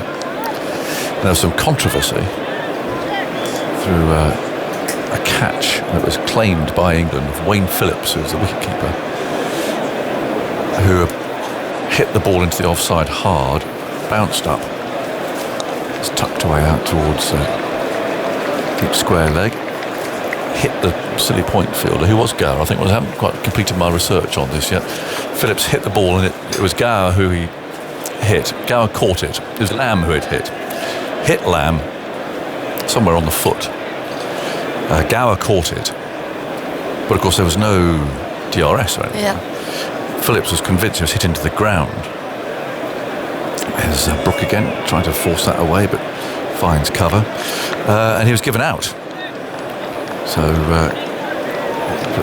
lot of muttering and grumbling going on from the Australians, as you can imagine. More of an honest game then, was it then? You had to, Well, he just had to get on with it. The umpire gives you out. that's it, umpire's never wrong. No, that's it. It's Brook again, chopped way out to deep point. I mean, it was an English umpire, obviously. I'm sure that had nothing to do with it. No, impartial. Yeah. Very good man, Wayne Phillips, as well. He was very honest. He's a bit like Adam Gilchrist in that regard, quite similar characters. Play cricket with a smile on his face, Wayne. 261 for 5. And Washington Sundar bowls. Played away for a single. Down the ground to long on. But that was my Ashes winning contribution. There you go. Dropped from the game before. Subfielded. Well, no, that wasn't really my contribution. My contribution was being so bad the game before that I got dropped. There's Sundar bowls, and Brook steers it away to backward point. They're going for a quick single there, so Brook will keep the strike. 263 for 5. I mean, look, 2 not out is quite significant in an Ashes Test match. Yeah, it is. I had a similar Ashes contribution. Dropped Alex Blackwell on 0, caught on bowled. She went on to get 100 and win the game. Right. Yeah. Did you get any wickets? 2, I think. Well, maybe 3. See, I didn't. I got 0 for 90. But At least you didn't bring up your ton. 2 not out. Yeah. So you basically 0 for 88, actually. Yeah. Look at it like that. But I was dropped, and the reason why I won the Ashes was because Richard Ellison took my place, and he took 10 wickets here. Man of the match, won the game, and he got more wickets at the Oval, so... Therefore, you have to say, well done. I can look at my England sweater with pride. Yep. So that is an Ashes winning sweater. But the last time I wore it was in the Ashes of 1985. There's another wide one outside the off stump. Brook has got his eyes on his 100 here. It was a good 2 not out. First one actually came off the bat, hit the stump. Oh. Bales didn't come off. Went off at a funny angle. And we scuttled a single, me and John Embry. Yeah. That was off the mark. I've played with John Embry. Have you? Yeah. Recently? Yeah, about a year ago. He's probably still bowling quite nicely. Yeah, he is. Yeah, he would be. Had such an uncomplicated action. 263 for 5. Is Brook going to get these 3 runs? Let's have a look. Kumar's on his way. Bowls to him, steered away. He's only going to get 1 there. Down to deep third man. 2 away from his 9th Test century. I need to know about your second run as well. Can't remember it, to be honest. In fact, I had forgotten about the first one until it popped up as a what happened next on Question of Sport. Oh, did it? Yeah. And I was watching it, and there's Jim Blaker, Lawson to Agnew. I thought, what's this? My ears pricked up. I was batting. I had no idea what the answer was. It did hit the stumps quite hard, and the bail really should have come off. Heavy ones on. Yeah, perhaps they were. Actually, it might have been because the weather was terrible. It was Old Trafford, very windy, blowing straight down the ground. You do surprise me. Yeah, it was a roaring gale, rained a lot. It was a very forgettable game. I don't think I've ever seen the sun in Manchester. I live there. Right. It's Krishna. Bowls driven into the offside as far as cover. The most memorable thing was Alex Higgins turning up. He was a friend of Ian Botham's, and Ian was playing. And Alex Higgins was there in the dressing room, things like that. Other than that, can't remember a lot about it, really. Was that the only time you made the ball hit the stumps in your Test career, Aggers? That's a very good question. And the answer is obviously no, it wasn't actually. Here goes Krishna, bowls outside the off stump. Oh, now he's always done that. Smith there with an inside edge almost played the ball into his stumps.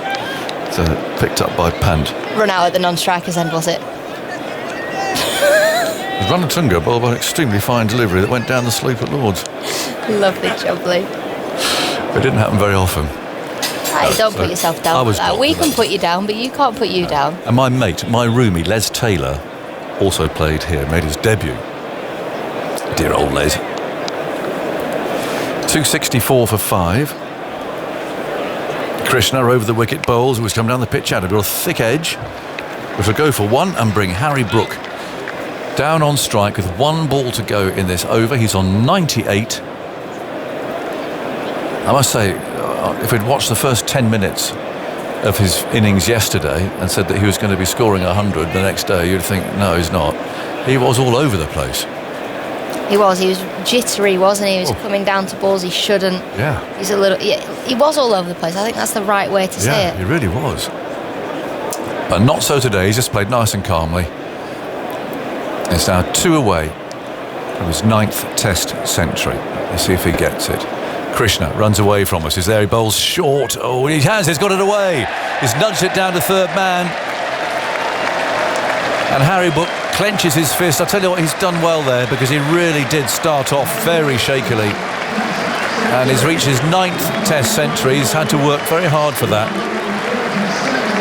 And he and Jamie Smith, who embrace, have got England back into this game to an extent. They're still a long, long way behind, but without their innings, they've been a real mess. 137 balls. He's hit 1 6 and 12 fours. 102 not out, but sometimes batsmen will say, oh, that innings is harder than others, and he had to work. He's come through a few problems there to reach 100. Yeah, he absolutely has. Last night was tricky. England lost 3 early wickets. He's trying to weather that storm, and then today he's got behind the ball so nicely. He's played calmly, and he deserves that 100. 269 for 5. Washington Sundar continues, and Smith on the front foot plays that into his right hand. So they're 318 behind now. Still a long, long way, but I started off today over 500 behind. Sundar again bowls a poor ball, short, cut hard. I don't think Siraj will get there. Oh, we did all the hard work. Typical Siraj. And he's dropped his trousers. Now, there's something about his Indian trousers. They do seem to come down very easily. And he's dived there full length. We saw Jadeja yesterday do that. And he got an extra big cheer there for the Hollies stand for that presentation. It was a great effort on the boundary as well. Two for the price of one, a boundary and a flash. Yeah. There's something about, must be about the drawstrings or something, like pyjama strings that aren't quite working. 273 for 5. Here's Sundar, and he bowls, driven straight down the ground. Now, the challenge for the long-off fielder, who goes round to his right and picks up 2 more to Smith. 273 for 5, so 312 behind. And they're singing in the stand now. They weren't doing that at 10 past 11 this morning. It's loud as well. It's loud and it's quite short of lyrics, this one. It's very simple. I'm just seeing a replay now of him doing his strings up, look. In comes Sundar again, and that's flicked to mid-wicket. See, normally, I think I saw the problem there. It's one continuous string. Yeah, it's not. Rather than 2 that you tie together. So how do you keep the trousers up when you've just got one cord that's one continuous piece? It's a sweep from Smith down to fine leg. Will they get 2? Yes, they will. Scrabbling around down there to our left-hand side. How do you actually? Well, it stops you losing an end. So when you put your trousers through the wash, it stops you losing an end. Well, it does do that, but how do you make a nice bow? You don't bow it, you tie it, but you don't need to bow it. You can well, the technique's wrong. That's 2 now. And Siraj is still pulling his trousers up out there at deep point. 277 for 5, a ball to go in this over. There's Sundar, moves in bowl. Smith steps away, carves this. Oh, it's a misfield. Terrible misfield here. Jaiswal has already been sacked from the slips, and he made a bad error there at short third man. That's another couple of runs given away. He won't know where to hide it next. 279 for 5. Brook 102. And Smith has 121. I'm going to leave you, Alex, while you contemplate how you do up pyjamas and so on. And Simon Mann, I'm sure, actually, I suspect Simon might be a pyjama wearer, actually. Do you? You strike me as a nightcap. A checkered trouser wearer, actually. Definitely not. I don't need a picture of what Aggers wears in bed, actually. Now I've got him in the nud in my head. Zolch, you've got to start. Family show. I sleep only in spreadsheets. Harry Brooks' century, 137 balls, 1/6, 12 fours, his 9th in just his 27th test. And that is the second quickest an England player has reached 9 centuries in a test career after Dennis Compton, who had 10 hundreds in his first 27 tests. Back to the cricket. 279 for 5. Prassi Krishna bowls. Oh, he plays the attempted ramp shot there, falls over, goes through to Pant, who throws the ball to stumps, knocks the bails off. And after all that excitement, it was a dot ball. And just quickly on Harry Brook to sort of illustrate the extraordinary career he's having. That's his 9th Test 100 and 137 balls, his joint slowest of his 9 Test 100s. And time's gone by, 137 would have been breakneck pace for anyone, but these are different times we're living through. They are, certainly.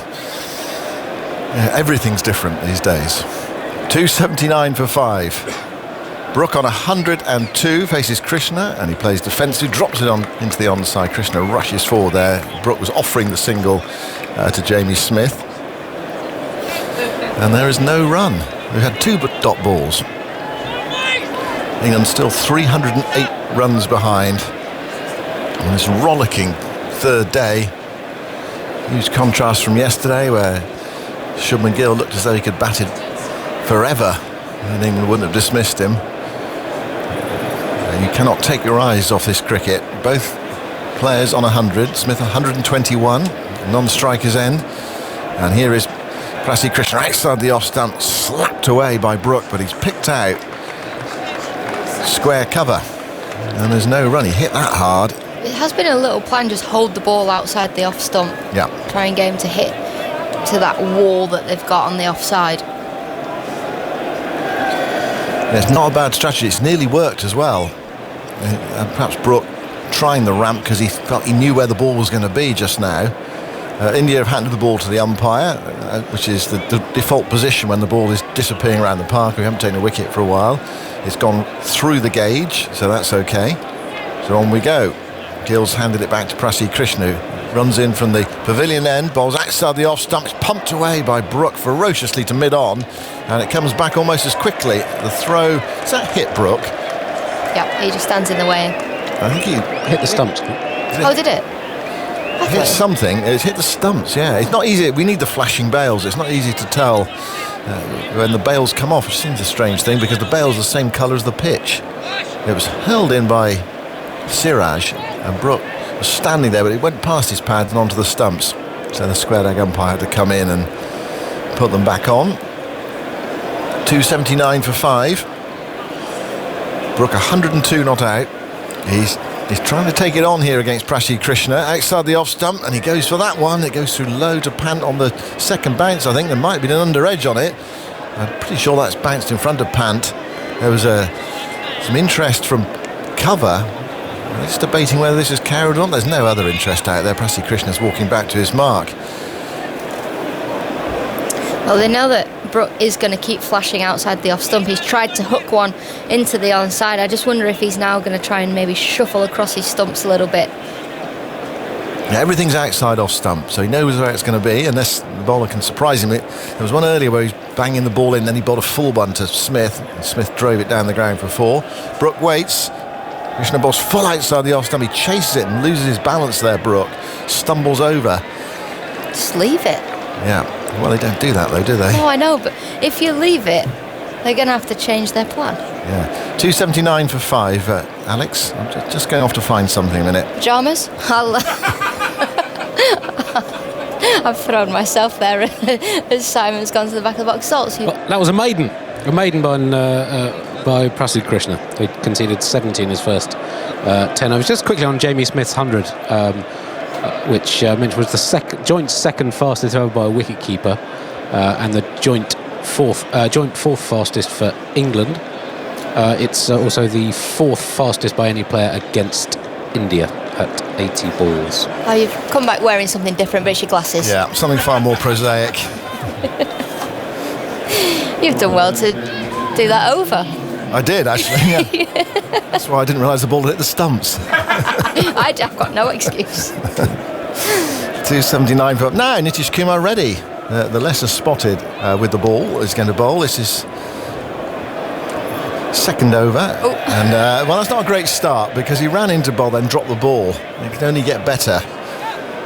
He's bowled 1 over for 1 into this India side to kind of balance it, also to give them the 4 pace bowling options. I mean, they could have just gone with 5 bowlers and an extra batter at 6, a mainline batter at 6. They could have kept Sudarshan in the team at 3. They did not. Reddy goes in and bowls. Oh, it's edged, and Pant gets a glove to it. I'm not sure it was a catch. It might have bounced in front of him. It's gone for 4 between Pant and first slip. It was a low one. We'll need the replay to tell us whether that was a catch or not. He was sprawling away to his right-hand side. It was a scuttler. It might just have carried. Smith goes to 125. Well, Pant smacks his gloves together as if to say he has dropped this. Oh, I think and he has. Yes, I think he has. It was a difficult chance. Low, away to his right. And it hit the end of his fingers and went down and past him. 283 for 5. Reddy bowls, full, driven by Smith down the ground, doesn't beat mid-on, he tumbles away to his left-hand side to stop it. Smith gets a single, so a life for Jamie Smith on 121. 284 for 5. That can only mean one thing, it's the double century partnership. And it's come in just 31.4 overs at 6.3 per over. 84 for 5. Double century partnership at 6 and over. Remarkable. 284 for 5.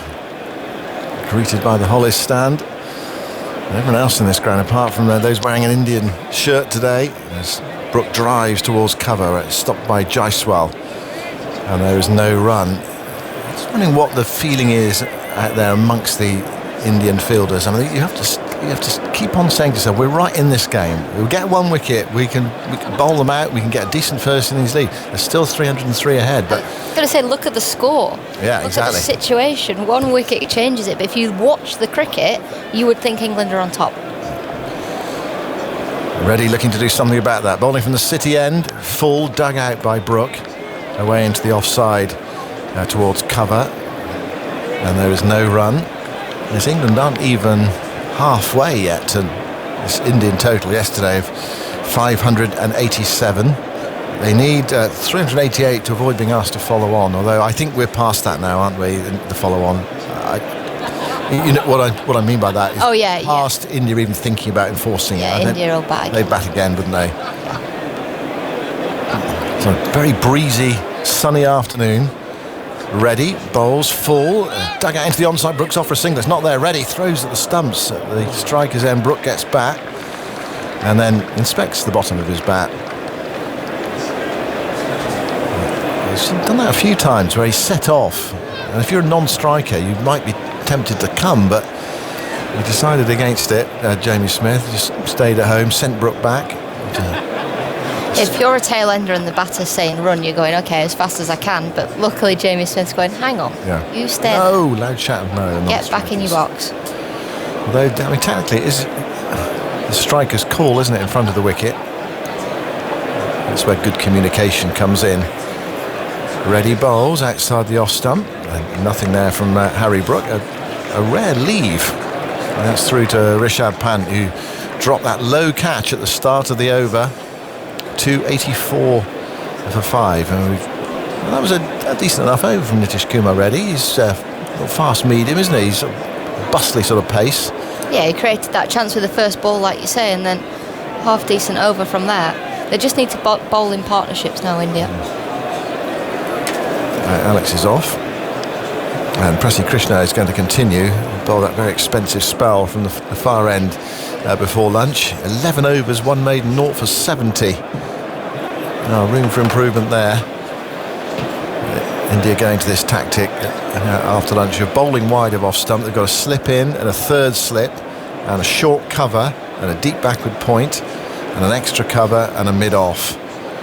So we're used to seeing 6-3 offside fields, but there's a real intent behind it. Smith on strike. Krishna bowls outside the off stump, forced away. Lovely crisp sound off the bat of Jamie Smith, but he's hit it straight to point, and there is no run. Alex is gone. Cheteshwar Pujara is back. So do you approve of this tactic? You didn't approve of the tactic earlier. I don't mind this. This is better, still much better. Yeah. Much better than what they were doing before lunch. They're sticking to a plan. They want to bowl just outside the off stump. I would still prefer them bowling in the stumps, have another fielder on the onside. He's full outside the off stump, driven away straight to Karan Nair, who's fielding at point, and there's no run. Second time in the over he's hit him with a really crisp shot. You can see it's so clear what India's tactics are here, and England must recognise it. They're bowling fifth stump. Yep. Go on, have a go, and England are saying, okay, we will, but there's the prospect of a nick behind, nick to slip, or you don't get over it, hitting it to cover or even extra cover.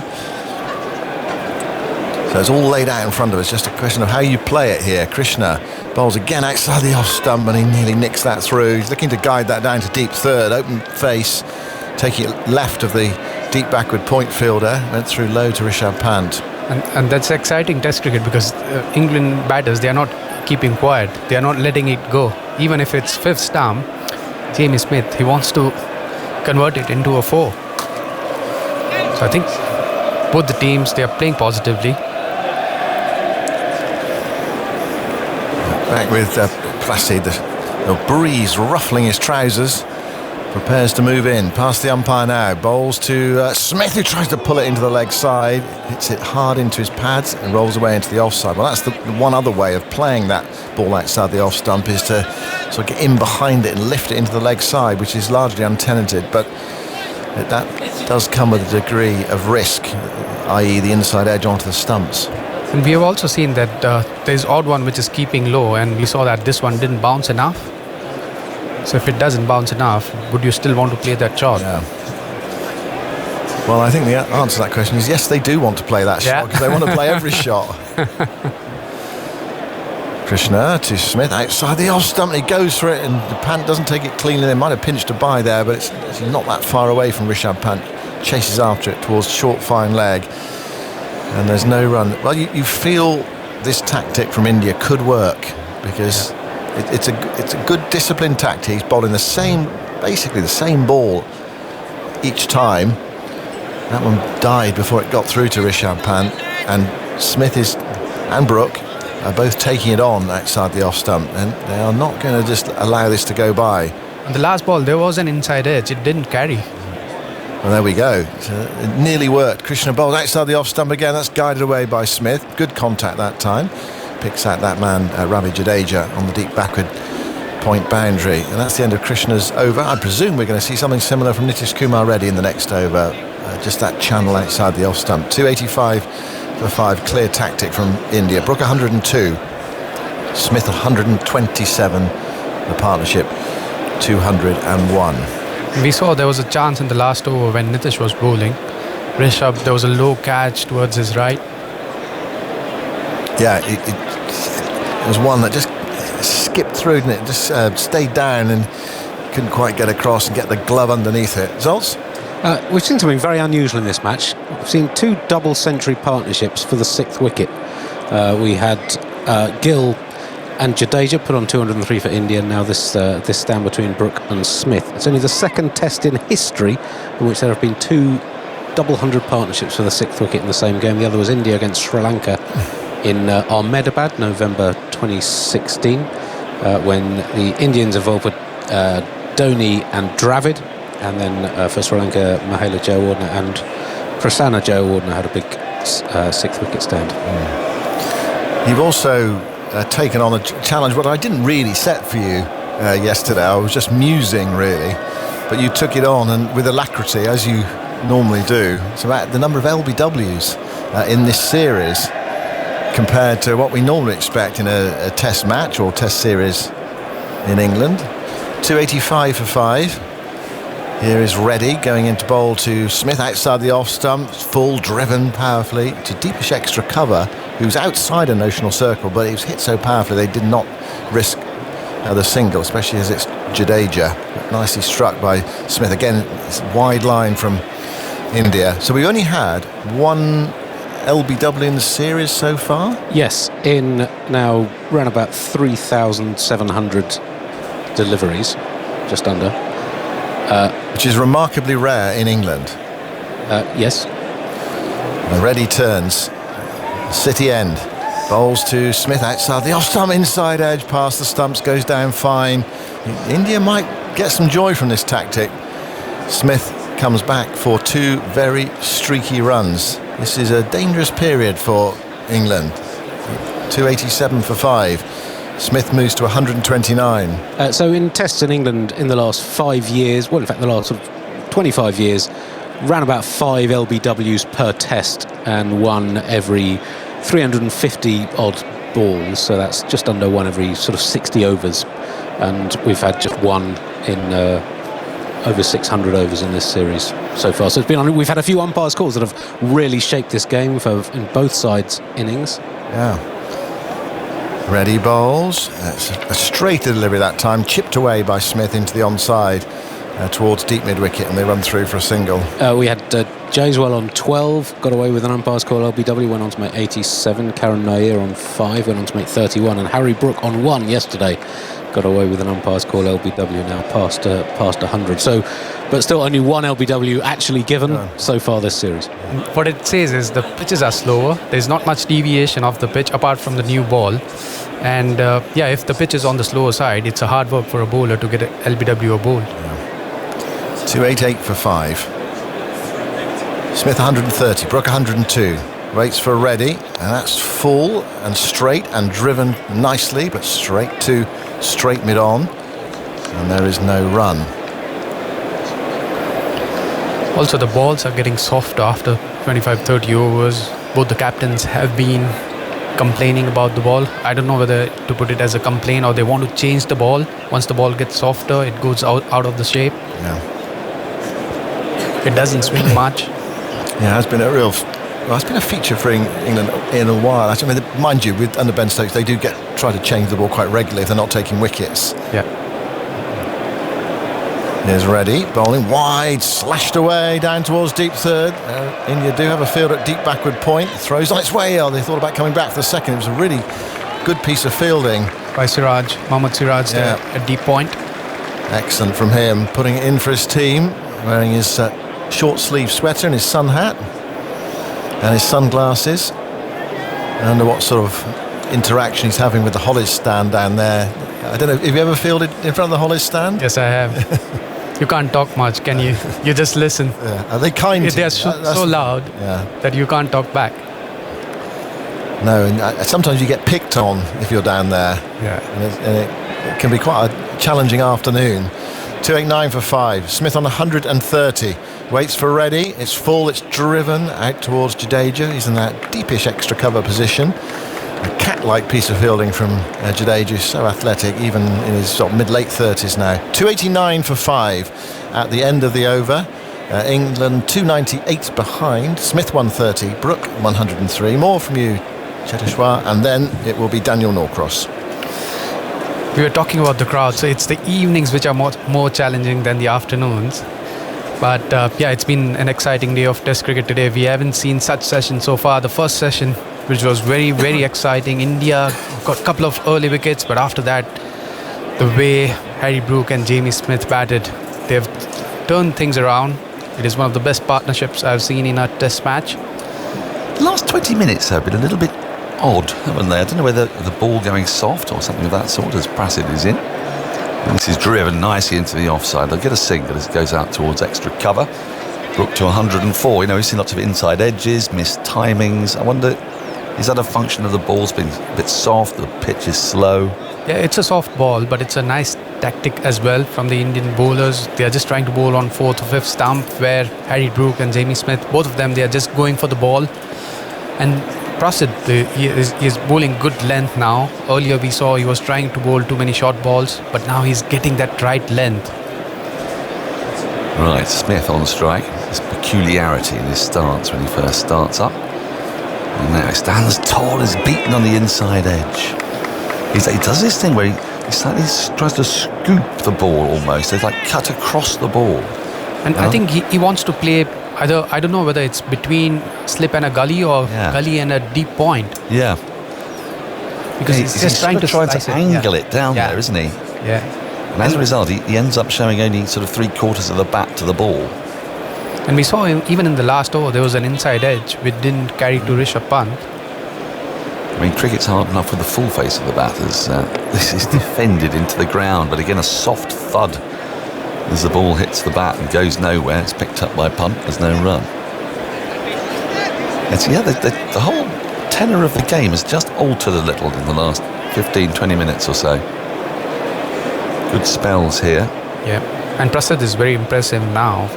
He didn't start off well. I don't know whether it was his strategy to bowl the bumpers or Shubman insisted him to do that, but it wasn't the right strategy.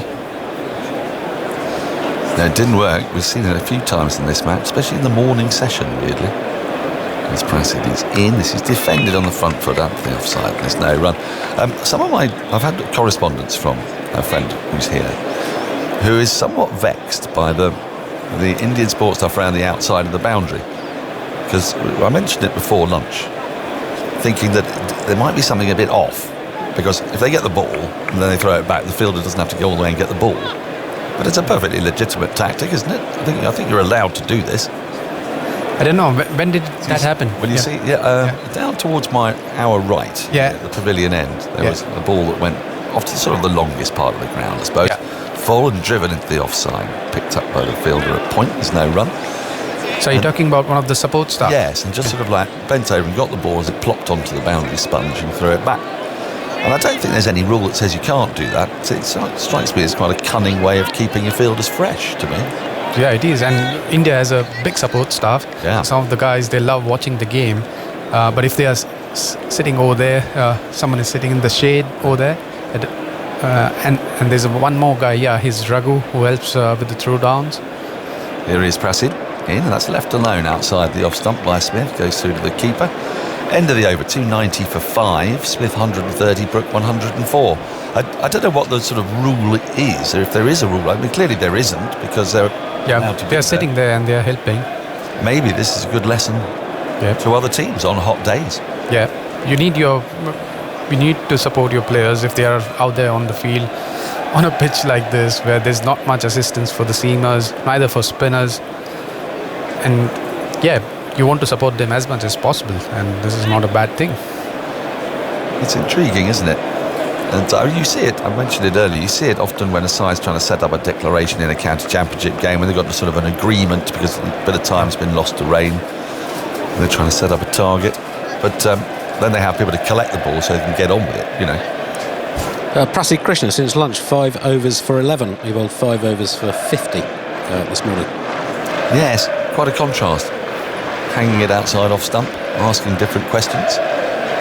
Nitish Kumar Reddy is ready, and he's going to come in from the city end. Driving is Brook, but he finds Jadeja in that position. Well, it was Jadeja before. Out at I think it's Sai Sudarshan. Yes, yeah, he's on field for Jadeja. See, that explains it. That's sneaky. And there's no run. So the last 5 overs, Andy, how many runs have come? 11. Right. Which was sort of unthinkable before lunch. Reddy is in with a slip and a deep gully. Brook drives firmly through the vacant mid-off region for 4. Mid-off's quite wide, and it was a little too full on this occasion, and Brook just lapped it up, smashed it back past the bowler, 294 for 5. And it looked like Harry Brook, he was waiting for it. Let's have a look at the replay. Yeah, he was waiting for a full delivery. He saw that gap between mid-off and the bowler. It's been 2 fine innings from these two. Yesterday, Brook was very skittish. He played an unusual 30. I think, Andy, did you say he played as many false shots in his first 15 balls or something as Shubman Gill managed in his 100? As Reddy is in, this is clipped into the onside out towards deep mid-wicket, and they'll amble an easy single, 295 for 5. Brook to 109. Yes, I think Gill had 7 false shots, so that's plays and misses and edges in his when he reached 100, and Brook had 7. I think it was first 16 or 17 balls. Not all false shots are equal, clearly, but it was, and look, man, just got away with the umpire's call, LBW on 1, looking like a key turning point in this game.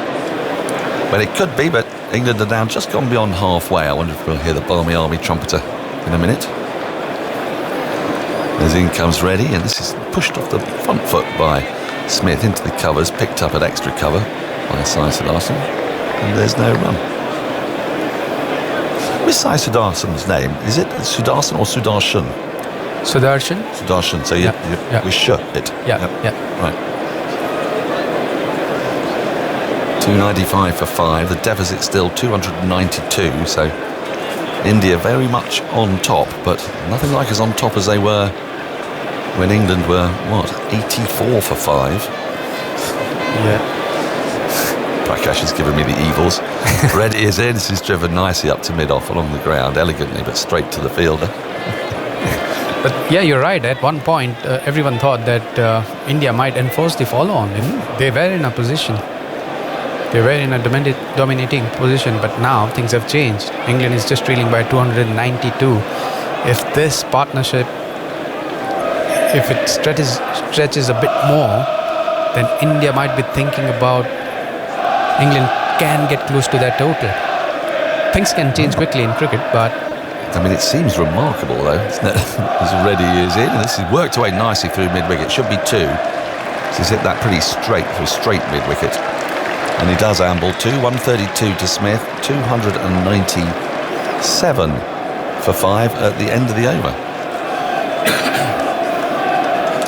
I mean, from where they were, it would be quite remarkable. And at any moment, of course, a wicket can fall. And we've seen India, unlike England, able to take sort of just wickets in miniature clusters, weren't they? Did yesterday when they picked up 3 quick ones, 2 in 2, and then 2 in 2 again today. But the pitch is not helping. It's a very, very docile, sluggish, placid surface. Andy? We saw something unusual, very unusual, unique in fact at Leeds. 3 centuries and 2 ducks in India's top 6. And England in this innings have 2 centuries and 3 ducks in their top 7.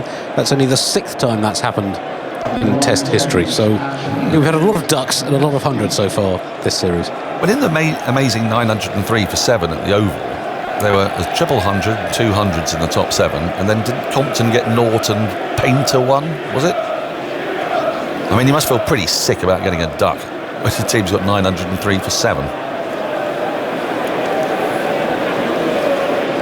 Yeah, there was a catastrophic collapse from 546 for 2 when Wally Hammond was out. Yeah. So 555 for 5. Oh, Painter dear. 0, Compton 1. Oh, so Painter 0, Compton 1. Right. Yes, I mean, to be associated with that scorecard and then between you only to score 1 run seems kind of remarkable. Prasid Krishna is going to... Oh, no. No, it's Akash Deep. It's Akash Deep who's coming to the attack. And the first ball is driven. It's full on off stump and driven up to mid-off. There is no run. So it's a good spell, that, from Prasid. What was the spell? None for 11 from 5. As I mentioned, he went for 50 from 5 before lunch, including 23 off and over. The joint 6th most conceded by a bowler in a Test over against England. Yeah, but still, I think the way he came back, Test cricket is all about how you come back, how you keep working on your game. Akash Deep is in. This is driven, but slightly loosely by Brook into the covers, but picks out this very well set forward point. Yeah, and it's a catching position. Yeah. Like Shubman is expecting if someone is, Harry Brook, if he's trying to drive the ball, there might be a leading edge. Is there any signs of it stopping? Any signs of two pace? I've not really seen that. And I suppose the lack of LBWs rather speaks to the ease with which the batters are able to get the ball out, keep the ball out.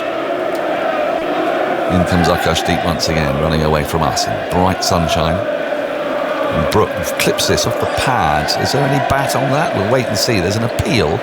I thought there was an inside edge onto that one. It did feel a bit woody. Now the umpire will wait while they have a little chat, but I don't think there's going to be a referral here. It was going down the leg side at any rate. Now having a word, and the umpire is still not signalled, so I think we must assume. We'll see on the replay now. Yes, big inside edge. Brook to 110, Smith 132, the partnership 214. We saw there was a little bit of swing for Akash Deep in the last ball. In he comes once more. Smith drives down the ground, but a sort of flat-batted drive without any flourish, and can't beat mid-on. And Prasid Krishna does the fielding. Yeah, Akash Deep is going wide of the crease. There's a little bit of tail into the right-handers. Well, this is where I suppose, the depth of India's bowling is going to be helpful, because a new ball is going to be important potentially. Yeah, we've seen this has been a very new ball surface. India picking up 3 with it yesterday. England could have had more with their own first new ball. On another day, they might have had a couple more LBWs perhaps. As Akash Deep is in forward in defence. From Smith pushes it to the offside, no run. This tempo has completely dropped now. Yeah, and there's something building, because if you look at from India's bowling point of view, the bowlers are working hard. They are just trying to be very disciplined, trying to have enough patience, and it looks like they're just building up. Tell you who else is building up. The Flintstones are on the move, I think. Yep, in the Holly stand there's a huge snaking line of them. As Akash Deep is in. It's slightly short and guided into the gully region, but he can't beat the fielder, Smith. There's no run. End of the over. Another parsimonious one goes by. 298 for 5. Smith 132. Brook 110. These are more the rhythms, Cheteshwar, of Test cricket that I can get my head round. I have to say, I've been largely baffled by what I've seen today. It's been very entertaining and quite remarkable, but you do sort of question your value as any kind of pundit when you do utter madness takes place. Yeah, it is. This was the first session was one of the craziest sessions I've seen in Test cricket. Really, would you say? Yeah, it felt like that. I'm glad you said that, because I was starting to doubt my own sanity. You're right. What has happened, what we have seen in the first session, it was something remarkable, but at the same time, you don't expect that. You don't see that quite often. But is this now what Michael was talking about? Is this now Bazball with brains? Because having got themselves back into contention, I mean, they're still behind the game, but they're much closer to it.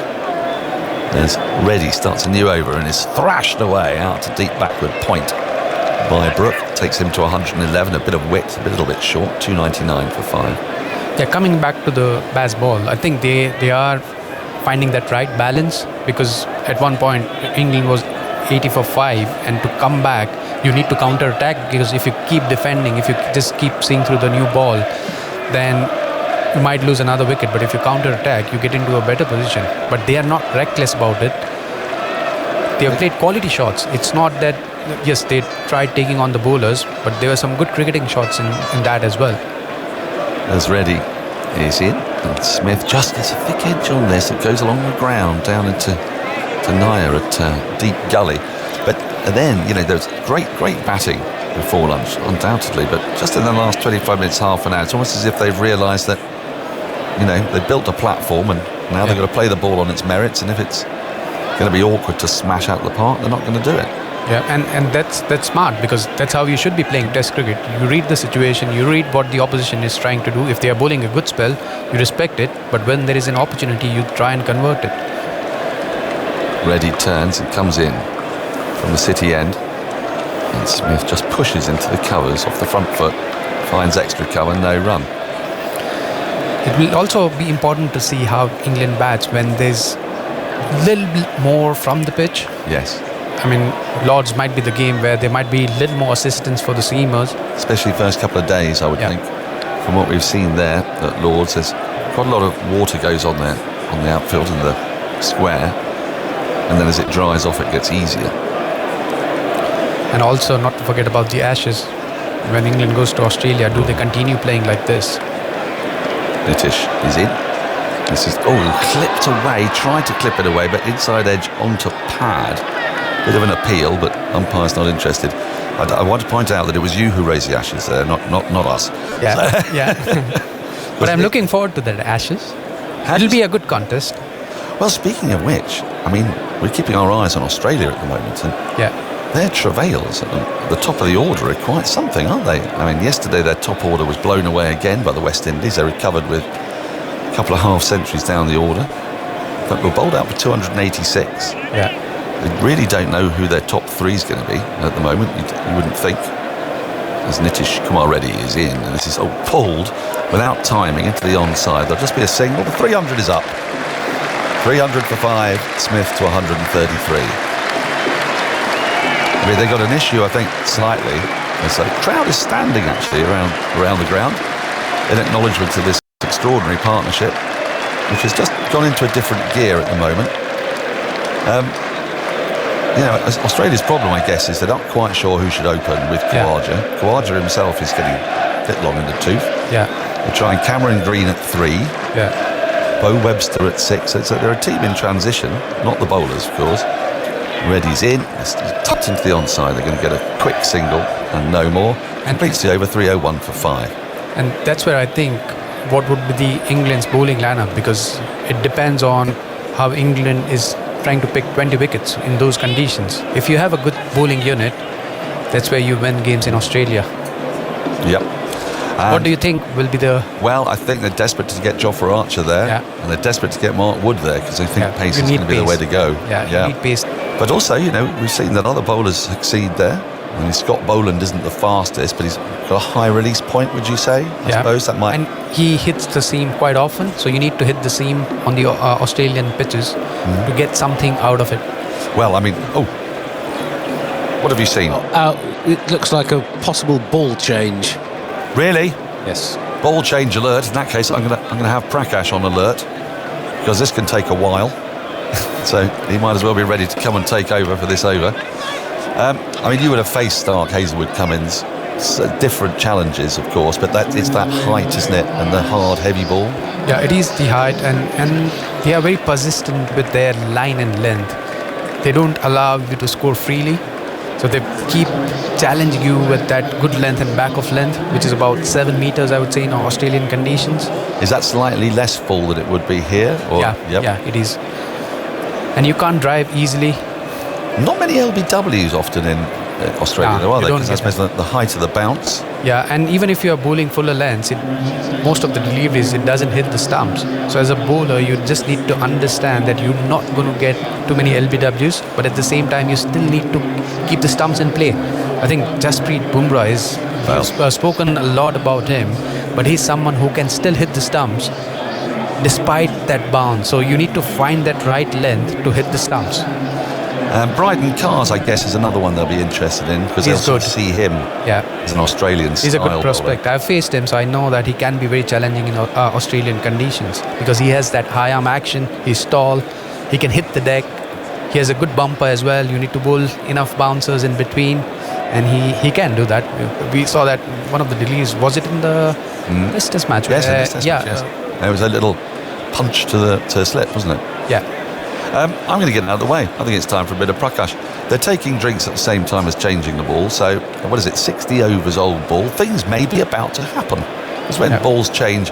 When balls change at Edgbaston, this does happen. I remember James Pattinson getting a ball change here in 2019. And suddenly, it hooped all over the place. And who better to describe India rampaging through England's lower order, potentially? Those were different conditions, though. They were. He's now going to reverse jinx me. It's Prakash Wakankar. Thank you for doing such a good job. Jadeshwar, you've got to be very careful when Dan is. He has these superpowers.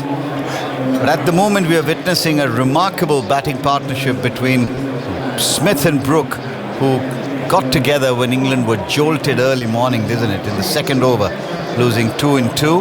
And then these two have not just got the runs in a partnership in excess of 200, but they've also scored it miraculous pace. Aided, I would like to add, by probably some poor fielding and bowling options employed by India.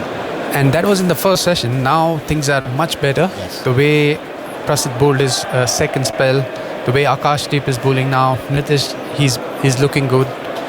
So this hour from the Indian team is much better compared to what they did before lunch. Yeah, and Andy was just sharing with me that during that period from the 23rd to about the 39th over or thereabouts, England got about 120 runs in 16 overs, which included the 5 overs where Prasidh was bouncing, and those went for 50.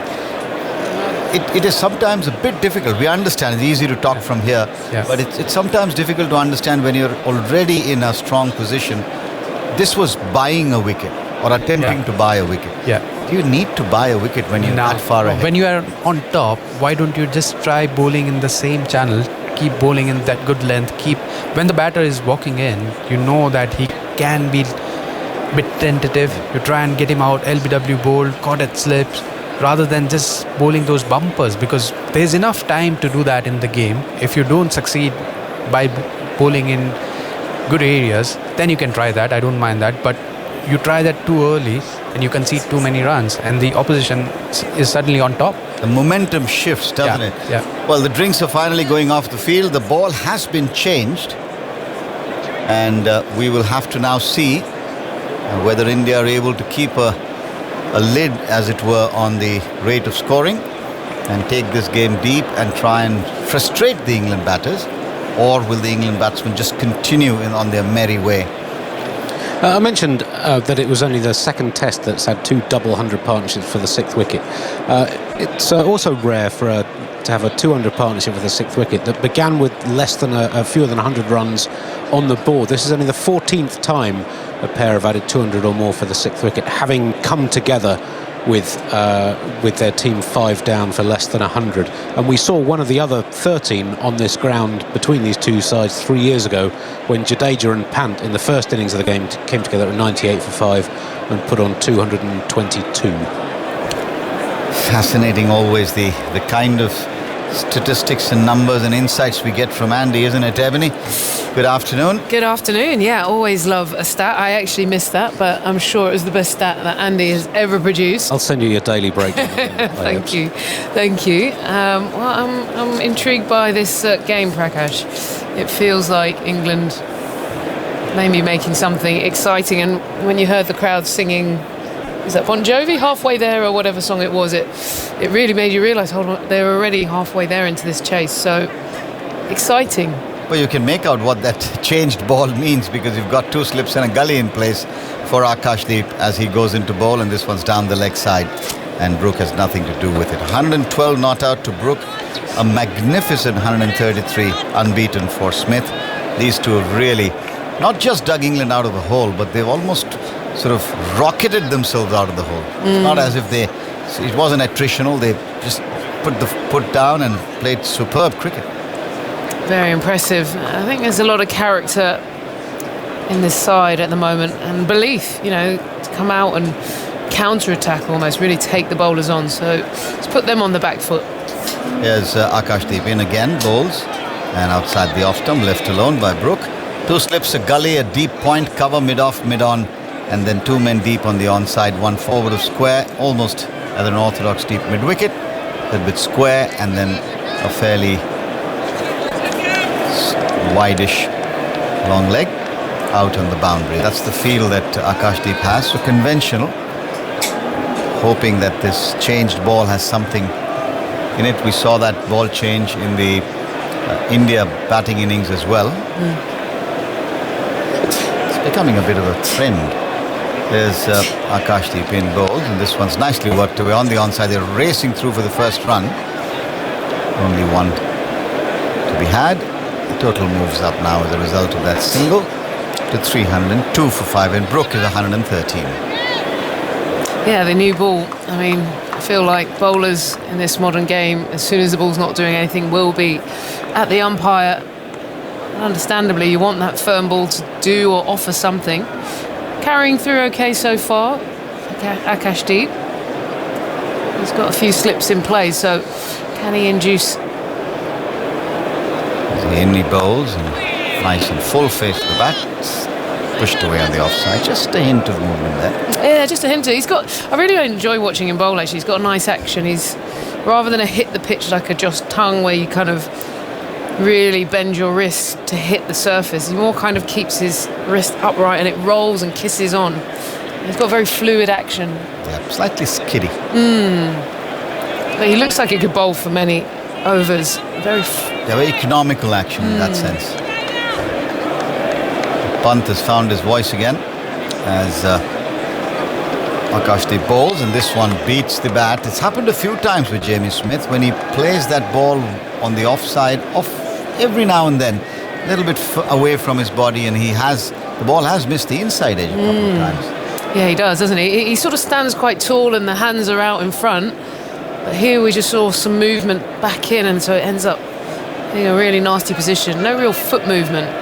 No, his foot goes straight down the pitch on that occasion, and the hands are looking to shape through the offside. Akashdeep in. The breeze has been quite consistent through the morning. He's in, he bowls, and this one's played away on the onside. They'll take a run to number 64, Yashasvi Jaiswal, who's been under the scanner, if not of anyone else, and certainly the India media persons here. Every time the ball's gone to him. Under pressure. Yeah, well, that's you understand. That's their job, but it's also must be very unnerving for the young man. 304 for 5 in the 61st. They're having a look here. If it was a no ball, I think he's okay. Tight. Marginal. And last ball of the 61st, and that's Brook back on strike now. Akashdeep's up, he bowls to Brook, who plays it confidently, but not for runs, as Washington fields at cover. It's the end of the over, 304 for 5. Another lovely day. Touch wood, we've had 3 really marvellous days weather-wise for cricket. It's been generally blue skies, bright sunshine, and a cool breeze altogether. I mean, you've come to England a few times now and from a very hot home. How have you found it? Have you found, is this good? Is this a good summer? Well, are you starting to rate these summers like good? No. This is lovely. The only challenge I have is if this continues, I might have to do something with my wardrobe. I didn't quite pack for this. I have stuff. You got the long sleeves on today that I can't use. So we'll have to wait and see. But I'm sure it'll change when it does very quickly. It doesn't take too long, does it? Nitish Reddy continuing from the City end. He's in, he bowls and driven fluently, but only as far as I think it's Sai Prakash there, Sai Sudarshan there. Might be on the field for someone momentarily. He's wearing those sleeves over the elbow.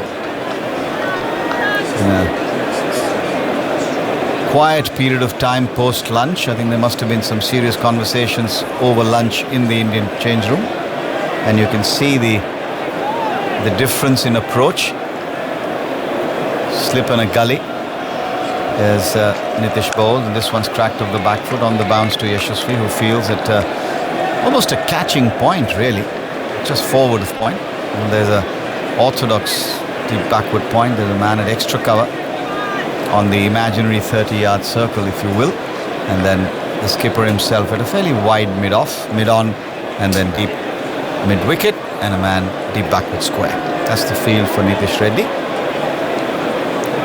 Yeah, had a near moment a little while ago, forcing a little edge, hoping for a bit more. He bowls, and this one's driven beautifully, and fielder there, Sudarshan, unable to stop it, just caressed it, beautifully placed. I think the placement from Jamie Smith has been as good as any, and he's now moved up to 138 of 135 balls. That's been some counter-attacking innings. Yeah, really impressive. Shubman Gill spent a lot of time trying to get that gap right between mid-off and the covers, trying to keep it tight, and Jamie Smith still finds a way to hit it with some power right through the gap. Threaded the needle, as it were. Shot pulled away in front of square. It might not be cut off even by Jadeja, and that tells you the power and the timing in it.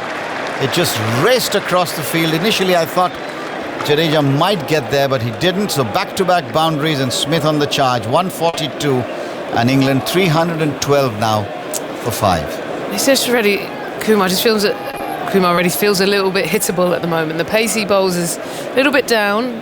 There's no real hint of movement, and so that just sat up. Yeah, that was a drag down. Got the treatment it deserved. Comes in, bowls again, and this one's driven beautifully again. They'll take a single to Shubman Gill, who has to move across to his left. One more to the total. 313 now for 5. And Smith goes to 143. We've seen two different kinds of dominating hundreds. Smith's, I think, equally, if not more important in the context of the game from England's point of view. And of course, we've seen the big double hundred from Gill. One patient, more conservative, if you will. Come back to that as Freddie bowls and defended by Brook. And the other one, which, without being anything remotely reckless, has been a phenomenal counter-attacking 100 under pressure, coming in on a hat-trick ball. Yeah, really absorbing pressure. That's character, isn't it? And I would love to know, one, the conversation in the change room, and the other, the self-talk, what goes on in the middle. You know, some batters are very good at being able to focus, say things that can get them in the zone and be able to perform, even when the noise and the pressure is going around. Yeah, very skillful.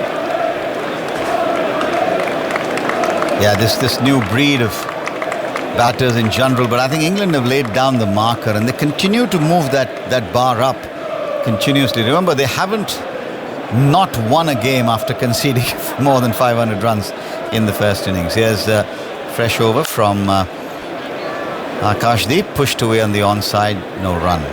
It feels like Bazball has evolved a little bit. It felt like when it first started, it was a little bit kamikaze, and many shots. I remember when we saw Joe Root reverse sweeping on, I can't remember where were we, would have been up at Headley, or may have been here actually, and it just felt a bit out of character, and you thought, but now it feels like there's positivity, but also technically correct. it's not slogging. It's proper cricket, just very positive. Akashdeep in, goals pushed away on the offside by Smith. Yeah, I think it's.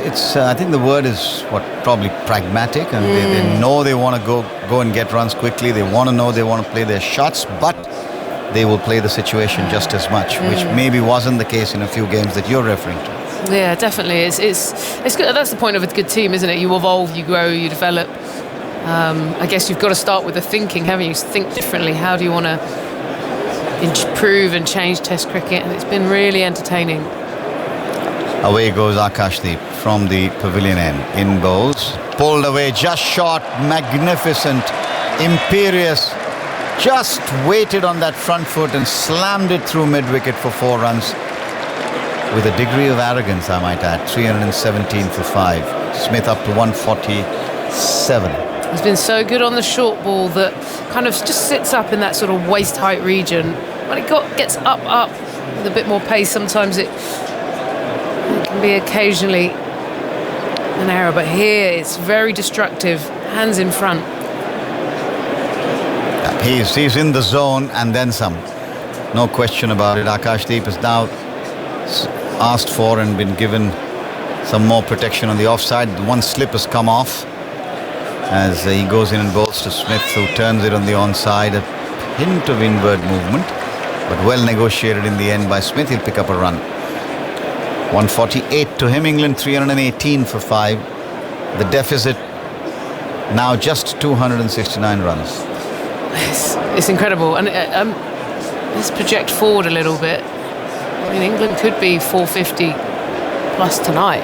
Easily. And if there's another 5-over spell where they get 50 or 60, then they might even be even closer, if not better. Akashdeep in to Brook. Up he bowls, and Brook flicks it away and worked away towards deep backward square for another run. A bit of a fumble, but doesn't cost anyone. Prasidh Krishna there. 319 for 5. And there's no break up in the surface. You can see a few footholes to the left-hander, but you've got 2 right-handers in at the moment. Which is why, I mean, it's easy to be sitting here and saying all this, but which is why you needed that left arm wrist spinner. You needed Kuldeep, I think, in this side, just to be able to try something different. Clearly the finger spinners haven't got anything from it. One ball, that almost like a magic ball, that root ball to get rid of Washington. Akashdeep bowls, and this one's defeated the forward stroke attempted by Smith, striking him on the back pad quite high. Not even worth appealing for. 319 for 5. 63 overs have now been bowled. So Ebony, if you're asked to look into the sort of rest of the 2.25 days or so, take the weather out of the equation. Assume you've got a few days. What are the scenarios you can sort of project? My gut feeling right now is England have psychologically shifted this game to the point that it feels like they will comfortably knock off this target and maybe get a little bit ahead. The question then becomes really actually with the flat wicket, how aggressive do India want to be? Because do they want to try and get the win, set something attractive? And I think India will have to go conservative, because there's a danger that England will want to chase that in the final innings. So you don't want to dangle a carrot and they come out and knock it off in no time. So I'm actually going to be intrigued at how aggressive Shubman Gill wants to be. Ben Stokes, we know, it's quite clear. Ben Stokes will be aggressive from behind or in front. And so as a captain, he's going to have to step up. And so I'd like to see India create a bit of a game. Change in bowling. Siraj is into the attack, and first ball's run down to Yashasvi Jaiswal on coming off the boundary at square third. One more to the total. 320 now for 5. Smith 148, Brook 115. Not often Harry Brook must be in a position where his batting partners actually outscored him in terms of number of balls and runs scored. I'm impressed with Harry Brook, actually. Last night he looked a bit frazzled at times. He's really applied himself today. It's a sign of someone who can go away for reflect and knuckle down and then still be positive. So he's got his tone right. 2 slips, square third man in front of point, extra cover, wide mid-off. Bowles Siraj does. Worked away again. More work for Jaiswal. Comes round, picks it up. One more to the total. 321 now for 5. So that's, I guess I'll throw the question to you soon, but India, if there's 2 days left, it's 0-0. They've got their chance of bat a day. Would they take the aggressive option by leaving England something to play for a little? Well, I would imagine that India would just play normal cricket. I don't think they can afford to be too conservative, because you might end up not getting enough runs or batting enough time. You could at the same time try and be aggressive, and in the process end up handing the advantage. Ooh, this was close. This was really close. He drove at it, did Brook. Took I think bottom inside part of the bat. Might even have just hit the inside of the pad to prevent it, and almost rolled back. Remember, this similar sort of thing happened last evening. Slow ball. Yeah, another day. That could have been a very different result, but fortune favours the brave, and well it might, but intelligently bowled by Siraj there. Yeah, really smart, and I like the way he sort of kept the seam up till quite late, so you didn't really realise it was going to be that sort of off-cutter. Very good deception. Siraj in again from the city end, comes in and bowls to Brook, and Brook drives this time firmly. There will be a run. And a bit of a fumble from Washington Sundar, but doesn't cost anything more than the single they would have got anyway. Smith is up to 149 now on strike. Brooks up to 116. 322 for 5. England. And after the first over or so, second over in fact, of the morning, I don't think too many would have predicted this scenario. I might just have been one of them who did predict it. Did you say it live? Here's Siraj in, bowled and pushed away on the offside. They will take a run, and that's his 150. Well played, sir. Another lovely knock from Jamie Smith, and he's not done. He's 150, unbeaten of 144 balls. And it's his maiden 150 plus score. I'm sure we'll get more stats on it from Andy in just a moment. But England well on their way after a few early concerns. 323 for 5. So impressive here from Jamie Smith. Potentially a game-changing score. Also another personal milestone showing his growth as a player in a really tough scenario. Last ball of the over from Mohammad Siraj. He's in, he bowls to Brook, who drives on the onside but won't get a run. Straight to Prasidh Krishna. That's the end of the over. 264 is the deficit now. Smith 150, Brook 116, more from Ebony, and then Jonathan Agnew is all set. I was going to hand over to Andy. Have you got some stats on that? Yeah, 144 balls for Jamie Smith, 153 sixes and 19 fours. The third 50, the slowest of the three, more accumulative. 43 balls for his first 50, 37 for his second 50.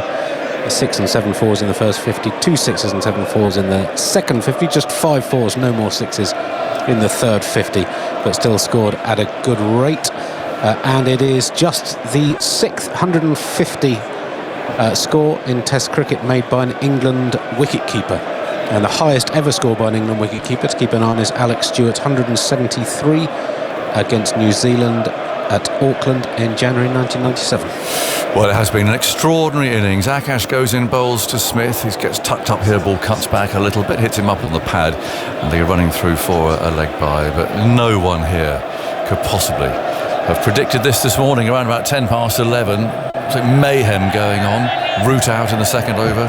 Stokes out first ball. A terrific delivery from Mohammad Siraj that just bounced, and to be honest, Stokes did well to nick it. And then it just seemed that England were so far behind. What were they, about 500 behind still then when Stokes was out? Yeah, they started the day 5-10 behind, didn't they? And then a couple of quick wickets, and we thought it was... It was incredible. Yeah. To see what's happened since. I mean, India are culpable. Those tactics with bowling short at Smith were clearly disastrous. 324 for 5. Then goes Akash deep and bowls short outside the off-stump, and Brook, who's been the calmer of the two, chops that down to square third man. Jadeja throws it back, and England got by one more. 325 for 5. We've got the singing in the hollies that certainly wasn't there first thing this morning. They're having a great time, they really are. Did you see all the... we were together, weren't we? We saw Wilma. A lot of Flintstones. We saw our first Fred Flintstone with a turban. Hadn't seen one of those before. Yeah. Yeah. The pig was deflated, so the blow-up pig. I think the pig's come to grief. There was a bit of work going on with the steward, I think, to sort of stitching him up. 3.25 for 5, Akash bowls, and it's gone dribbling through to the keeper off the inside edge of Smith's bat. 3.25 for 5, but it has been an incredible day. It really has. I mean, you mustn't lose sight of the fact that India have been culpable. They really got Smith going. There's 5 overs pulled by Krishna that went for 50, trying to bounce him out on here. And that was at a time when there was just no need for a tactic like that. Anyway, they were still on top, they were in control. England under huge pressure. And they just packed the leg side. We've seen England do it, of course, but usually more or less as a last resort, really. Here's the next one. Smith on the back foot, tries to force through the covers, finds point. He's got a bit more movement with this changed ball, because I just felt that we've seen a couple to Smith that have jagged back either on the pads. There's one where he just got an inside edge. We haven't seen much movement all game. No. So I just... So they worked hard on changing the ball too there, but you've seen England doing it. And I think you would have been right in the mix. Well, a bit of a wearing down process until umpire Gaffney, I think, finally gave up. The ball's been passing through his ring so often that he just thought, that's it, I've had enough. We'll change it. 3.25 for 5. Here's the next one outside the off stump. Dabbed away square by Smith. And there's no run. 3.25 for 5. Do you think the better approach is that the calm, sort of charming approach, or the sort of badgering away? I think you just calmly just keep doing it, don't you? Bit cheeky. Try and win them over. Yeah. Win them over. But it's a fantastic side. 25,000 people here in the sunshine. Singing to our right. Oh, you've got your Teletubbies up now again. Look. Oh yeah, there they go. I never know the names of those. There's 4 of them. Clue. The purple one, a green one, a red one, and a yellow one. I know the song. I won't sing it, but... I would have thought that'd been part of your sort of upbringing, child, wouldn't it? The Teletubbies? Is it a bit before, a bit after you? Here's the next one, and that's driven out towards cover. Doesn't beat the field. 3.25 for 5. 65 overs gone. I thought you'd come back from school and settle down for the Teletubbies. You're giving away that I'm maybe a little bit older than I like to tell. Say my actual age. Oh, well, fair enough. Yeah, no, there was just a little bit later. A bit after you. What was the kids? Sesame Street. Oh, okay. You remember Sesame Street? Well, that's not really. Oh, hang on. Tinky Winky, Dipsy, La La and Poe. Oh, there we go. Clearly the producer's children. How does Mansi know? His children. His children must be Teletubbies. No, I have a feeling it's Mounty's pastime. Sesame Street? Nah, I didn't watch that. Was that the Cookie Monster? I'd have been. Yeah, the Cookie Monster. The Wooden Tops. Okay, I've never heard of that. Oh, you missed a big eye. You missed Spotty Dog. Was that sort of 1910s? 3.25 for 5. In comes Siraj. Starting a new spell, and the first ball is played back at him, and there's no run. Andy Zaltzman. A little more on Jamie Smith's 150. It was the joint 5th fastest 150 for England. And of England's 11 fastest 150s, 9 have been made since Stokes and McCullum took over in 2022, which I think tells you a lot about, well, more than just about the way they've played, but also some of the pitches that have been fairly batting dominated in recent years. Siraj runs in, bowls, is driven firmly by Brook to mid-off, who's quite deep, but no run is taken. And it's the 3rd fastest 150 by a wicket-keeper behind 2 of Adam Gilchrist's 150 scores. Yeah. Well, he just looked in great form from the moment he faced his first ball, which was a hat-trick ball. Drilled it for 4 through mid-off, and he's just never looked back. 325 for 5. Partnership worth 241, and Brook tucks another one away to make it 242. 326 for 5. Not sure if it cheers India up very much. They've got a new ball due in about an hour's time. I suppose they'll have to take it. Yeah, I have to, and also they're going to have to get the rest between Siraj and also Akashdeep as well, sort of factored in that next hour. So maybe a little charge now, and then they'll have to come back with some energy for that new ball. thing is, Chris Wokes is due in next, and Cast, there's a bit of batting there, but India could still end up with a lead of 200, 180. It's not out of the woods yet. Siraj bowls, and that's played by Smith very confidently into the offside ball, rolls away out to cover, and there's no run. So they've got to keep focused, got to keep playing. They've done an amazing job so far, but it's only half done. 261 behind. It looks like Indian seamers have been a bit more tidy with that line outside the off stump since lunch. Just seen a little graphic. Discipline, just kept it a little bit quieter. Siraj again bustles in, bowls. Oh, there's that inside edge again. It's found a lot of inside edges in this innings, actually. Smith, he does like to drive. He drives on the up. That produces a single into the leg side. 327 for 5, so again 260 behind. You see my old skipper's in the box. Oh. I mean old. I mean he's only fairly old. I mean my old as in terms of. He kept you in check. Oh well, no, not really. David didn't keep people in check. Really. No. We kept him awake most of the time. We'll have to get some stories. No, he won't have any to tell if he knows what's good for him. 327 for 5. In comes Siraj from the far end bowls, tucked away by Brook. Another single there. Ball rolls out to deep square leg. We'll chat to David during the tea break here about the 1985 Ashes. He's scored a double 100 here. Took a controversial catch. That silly point, one that the Australians disputed. Was it rocked and rolled on the camera? Well, it could in those. It's hard to really. I think it was a bit grainy, probably. It certainly wasn't as decisive. Be honest, was it? These days. Well, I believe David. He said it didn't bounce. Gov, you're giving it out, did you? Definitely out. Did you? I remember watching it at home on the telly. I'd have been about 10. Clearly out. It was hit. It was hit hard into Alan Lamb's foot. But did it bounce first? That was the question. Wayne Phillips was convinced that it was. But, anyway, I can't remember who the umpire was that day. English umpire anyway gave it out. It's good enough. 328 for 5. Michael? Afternoon, everyone. Afternoon. John, how are you? You're smiling about. Well, it's some partnership, this. It's one of those where you kind of just got to pinch yourself, really, because today's been a bit of a roller coaster. 10 past 11, everyone's in the doldrums thinking, oh crikey, here we go. England 5 down, 500 behind, and they're still 5 down, but now 250 behind.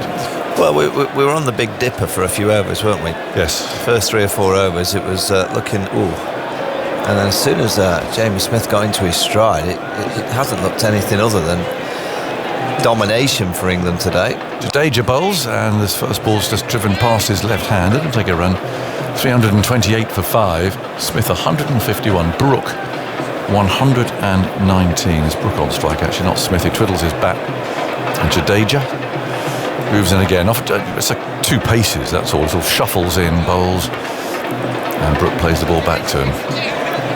Good to be out last night, wasn't it, in Birmingham? You've got the look. You've got a face like someone who's got something to say. Here goes Jadeja again, bowls. That's tucked away to mid-wicket. Well, I enjoyed your company last night. Good, so did I. It was a very nice quiet evening. You tell the DJ that you didn't like his music. Well, that didn't go down very well. Here's Jadeja, and it's pushed away out to cover. Look, we went out to a young person's place with our younger members. It's a bit of bonding, wasn't it? Yeah. Ended up in this club. I think Joe Root and David Warner know it fairly well. And you've got a bit of history in there, John. Well, I popped them once twice, but the fact is that they were playing music. It was just, it was heavy going. I think it's Black Sabbath week, isn't it? Is it? Here in Birmingham. Yeah, Ozzy's on stage. I think it might be tonight. Oh, okay. This is outside the off stump, a bit of a swish of the bat and a miss there. And I think that's what they're celebrating. I don't think it's anything wrong when you go along with your friends, just to inquire of the DJ if he might just play a bit of ABBA for a while. He wasn't very pleased at all. Here's Jadeja, bowls outside the off stump, chomped away down to short third man.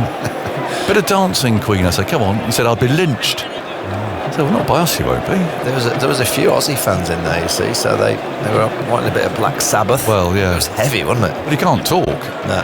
And that's not just an old person saying it. Anyway, it was a nice evening, Michael. 3:29 for 5. And actually, we met quite a few cricket people in there too. Yeah, there was a few fans in there dancing away. Don't know how you danced to Black Sabbath, but they were trying to. Oh, Dan Norcross. He threw out some interesting shapes. Yes, they were. They were interesting shapes. Ebbs likes dancing, doesn't she? She does. She does. I've danced with Ebony in Dubai. I think she should do Strictly. Yeah, definitely. Well, she's got rhythm. She's a drummer. Yeah, she's got a little bit of action, hasn't she? Yeah. 3:29 for 5. And Siraj is going to continue.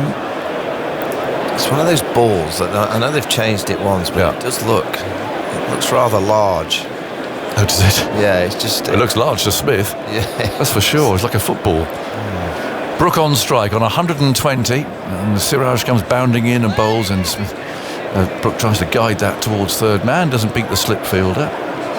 3:29 for 5. I think since lunch, when they bowled this channel outside off stump, they have had a few more oohs and ahs than before lunch, where it was all over the place. A lot of inside edges, actually. Yeah, and they've had a few big drives that they've nearly obviously found the outside edge. They've had that one outside edge that was a tough chance for Rishabh Pant, but it's certainly a way I think I would go, particularly to Harry Brook, to kind of throw it out wide of off stump. He doesn't like leaving too many. No.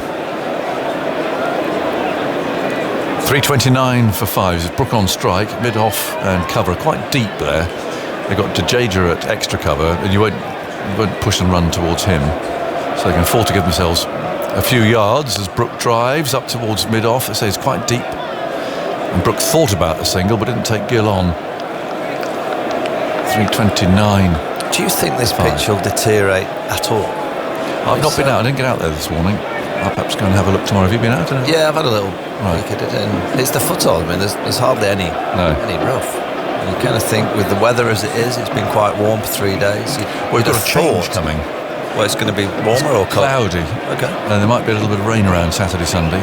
Right. So it is a change. So whether that means that the ball will swing around a bit. It's going to be umpire. It's going to be hot in London, I know. Yes, it is. Umpire Shafadul lost his hat there. I guess look at the flags. They're really going now. Umpire Shafadul's hat blew off. Got a lovely head of hair, hasn't he? Oh, he's a nice fellow. I met him the other day. Charming chap. 3:29 for 5 in the 68th over. New ball is available soon. This one's tucked away wide of mid-on. They take a single. 329. Well, that's what India... They have to be telling themselves 12 and a half overs to go to that second new ball. Can they get one before that second new ball? If they can get two, that would be a huge bonus for them. And then they'd hope to see off England's tail with the new ball. But if this pair are there for that second new ball, they might have some fireworks. Well, there might well be. It's all very well and good, the nice hard new shiny ball for a bowler, but it can go off the bat, can't it? You see two players like this. Smith's on 151. Siraj bounds in, bowls to ball kept a little bit low there maybe, and Siraj, he can hardly believe somehow that Smith has kept that out. Holding his head in his hands, it seemed to go off quite a healthy part of the bat, I thought, but we'll have a look at a replay. The umpire's lost his hat again. He's having a real problem with his brimmer. He is. He's got this, I think it's the ICC black logo that it looks like it kind of ties. He catches it quite nicely. He caught it on the replay, he caught it very well. But it's this logo that you see, which is like a headband that goes around the brim, and he keeps losing it. He's forced it low over his head now. He's having to hold on to his hat. But it is strong, really blowing the flags. He's holding it. Actually, yes, he's umpiring while holding his hat with one hand. He's going to have to put his finger up with his left hand. That is a new technique. Siraj bowls, driven away slightly across the line down to mid-on. We were so busy showing replays of the hat blowing off, we didn't see what happened to that previous ball, because Siraj clearly thought it was going to squeeze through. I reckon it came off the middle of the bat. I thought it did too. It sounded like it. 3:30 for 5. And Siraj actually is bowling into this wind, really. It's coming up more or less into his face. 330 for 5. Smith 151. Siraj runs in, bowls to him on the off stump. Defended. Siraj kicks the ball away, football style. And it's 330 for 5. So that's the end of me. I'll be back at tea time to speak to David, which I'm looking forward to very much, about Edgbaston here and various Ashes winners and so on in this commentary team. And after words from you, Michael, I shall hand over to... Well, he's not here, so you can't go yet. Oh, Simon Mann, don't worry, I'll do another one over.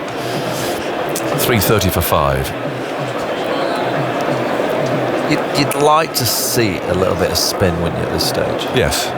Test match cricket. Well, we're into the third day. Third day, halfway through. Yeah. In a dry week, you'd like to see the odd ball just same rag, but just offer something for the spinner. They've had a bit of a go at Jadeja. I thought they might be more tempted with this, with the short boundary. Jadeja around the wicket, bowls, tossing that one up onto a length, and Brook taps it away out towards mid-off. Jadeja wearing his sunglasses as usual, shirt hanging out, gives the ball a rub. He's got yellow shades today, yellow frames, moves in, bowls. He'll feel that in his follow-through. He gets through his overs so quickly. Yeah, he's cool, isn't he? He's always got a nice pair of shades on. Oh, yes. There's still 41 overs to go after this one. Tosses that up. Oh, a bit of a wild swish there. The appeal for a catch, but it didn't come off the bat. It bounced out of Punt's gauntlets, I would say, there. As Brook tried to play a big booming drive. Well, it was a similar drive to the one that went to Shubman Gill, where it hit him on the head. Yes. You see Shubman's out of that position now. Not surprised. Jadeja again, just out to cover. Do you think it was a chance? Yeah, but he did. Yeah. It's right down as a chance. It kind of is. Well, it's in the air. His hands were nowhere near it. He didn't see it. He could have nodded it up in the air. Well, he didn't see it. It's Jadeja bowling, and that's off the outside edge. No, I'm not counting that. I think that's harsh. Well, you see in the cordon, don't you? Now and again, the cordon, you drop it, kind of comes off the bicep or off the shoulder, and it balloons in the air. He's got to surely have more away. Nut it. He hit him on the head. Nut it back to the keeper. He moved a muscle. He needed a concussion test. Got to get your nuts on it. One ball to go in the over. 3:30 for 5, and Brook on the front foot. The ball rolls away out to cover, and there's no run. So that is the end of it. 20 minutes to go until tea. Chat with David Gower coming up about the 1985 Ashes, and specifically the game here, which was the 5th test of that series, and there were 6 matches. I was a bit surprised by that. But, a very keenly contested series that was 1-0 to Australia until the win here by England, and they won again at the Oval. So that's coming up in 20 minutes or so, and Simon Mann is now in position.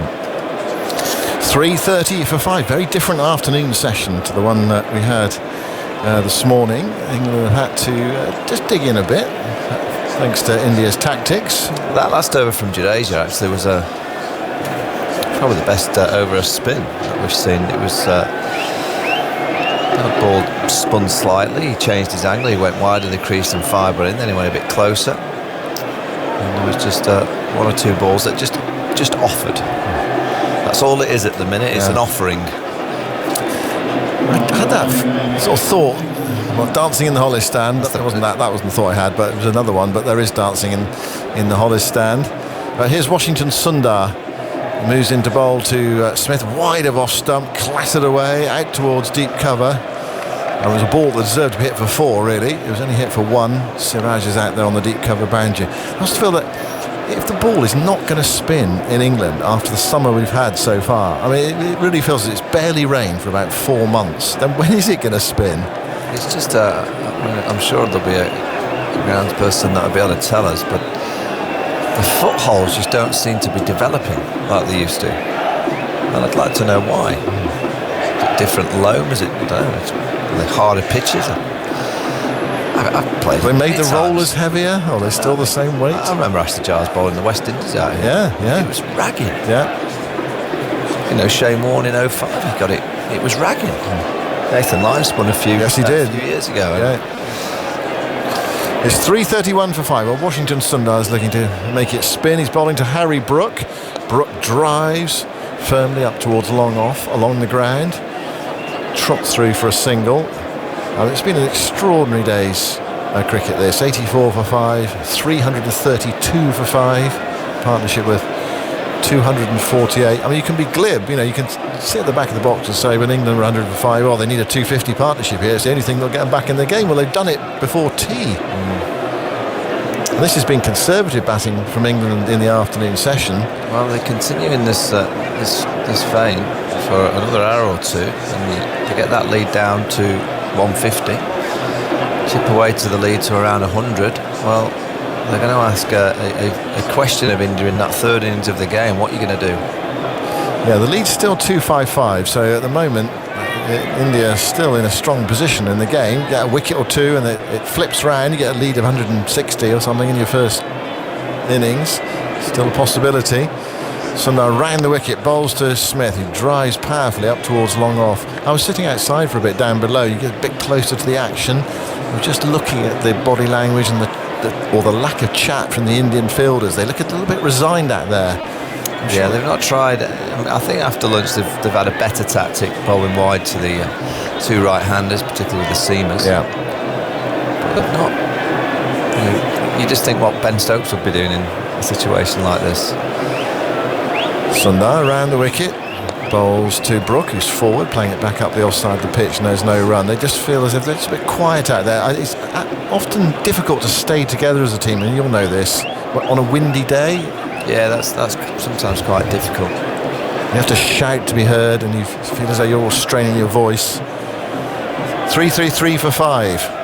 Sundar bowls. Brook is forward, squeezing a defensive shot. Well, squeezing the ball back down after a defensive shot, back down the pitch to Sundar, who bends down to pick up. Sun still shining.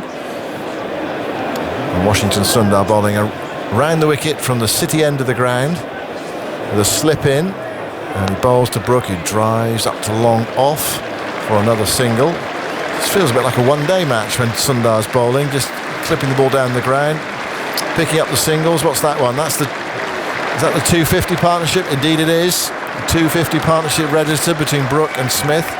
334 for 5. It's come in 48.2 overs, so 5.1 an over now. It's come down quite a lot from the early stages of the partnership. Yeah, I reckon it's come down because the ball's got softer. I don't think they've not continued to show that intent that we saw in the morning. It's just that the ball's a bit softer, it's harder to time, and they're probably... I mean, India are waiting for the second new ball, and I guess these two are waiting for that second new ball because it'll be easy to strike. The second new ball is 10 overs away. Well, it's available in 10 overs. It doesn't mean to say it's going to be taken, but you imagine India will want to take it. Jadeja's bowled 12 overs. He's gone for 49. And we'll look around the field, just checking his long ons in the right position. Siraj, so long on, deep square, deep cover, long off. 4 on the boundary. It is like a one-day field, really. Slip in and 4 others inside the circle. Jadeja bowls, and Brook is forward, playing it defensively back down the pitch. Jadeja walks forward, bends down and picks it up.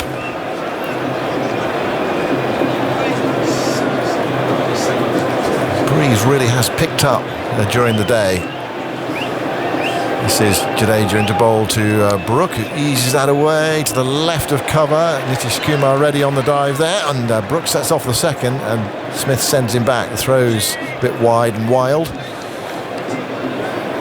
have to see Brook do that, actually. He's looking for that extra run. I think sometimes if you don't run with him very much, it'd be easy for him to put you off with that, and you go when you don't need to or don't mean to.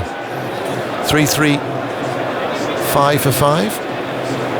Brook to 124, and they've just brought a man over now into the offside at short cover from fine leg, short fine leg. Forward goes Smith. Yeah, that's that way into the offside, no run. Yeah, Smith's not, hasn't yet fine swept. Harry Brook is a sweeper, so you need a short fine leg for Harry Brook. 6-3 offside field for Jadeja, bowling short outside the off stump, guided away by Smith off the back foot towards deep backward point.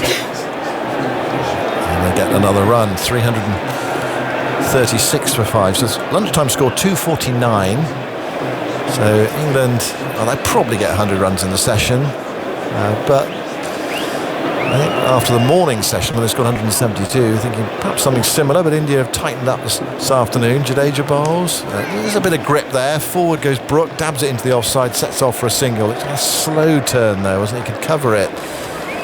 Pushing out at it. Yeah, it's not threatening, is it? It's not spitting at the batter. 3-3-7 for 5. That field change again. A different field for Brook and Smith. Smith forward, playing it defensively back to Jadeja. Quiet over, England ticking along. 337 for 5. Brook is 125, Smith is 154. And England are 250 runs behind.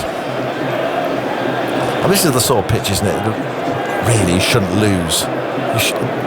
It should be a draw, isn't it, on a pitch like this? Yeah, it should be, but I remember this England side play a different brand. They play a different style of cricket that if England can just get to something reasonable. You look at that game that they won here in 22 against India.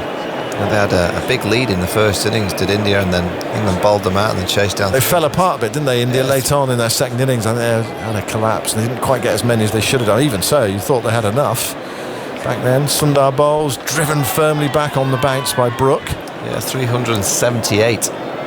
England chased down, 3 wickets down, Bairstow and Root. They won that game well inside the distance as well. I don't think they needed a huge amount of the 5th day to win the match. Not from memory. Perhaps just into the afternoon, something like that. Washington Sundar round the wicket to bowl to Harry Brook. Brook gets the ball down the leg side. He tries to glance. It's dropped by Pant. No damage done.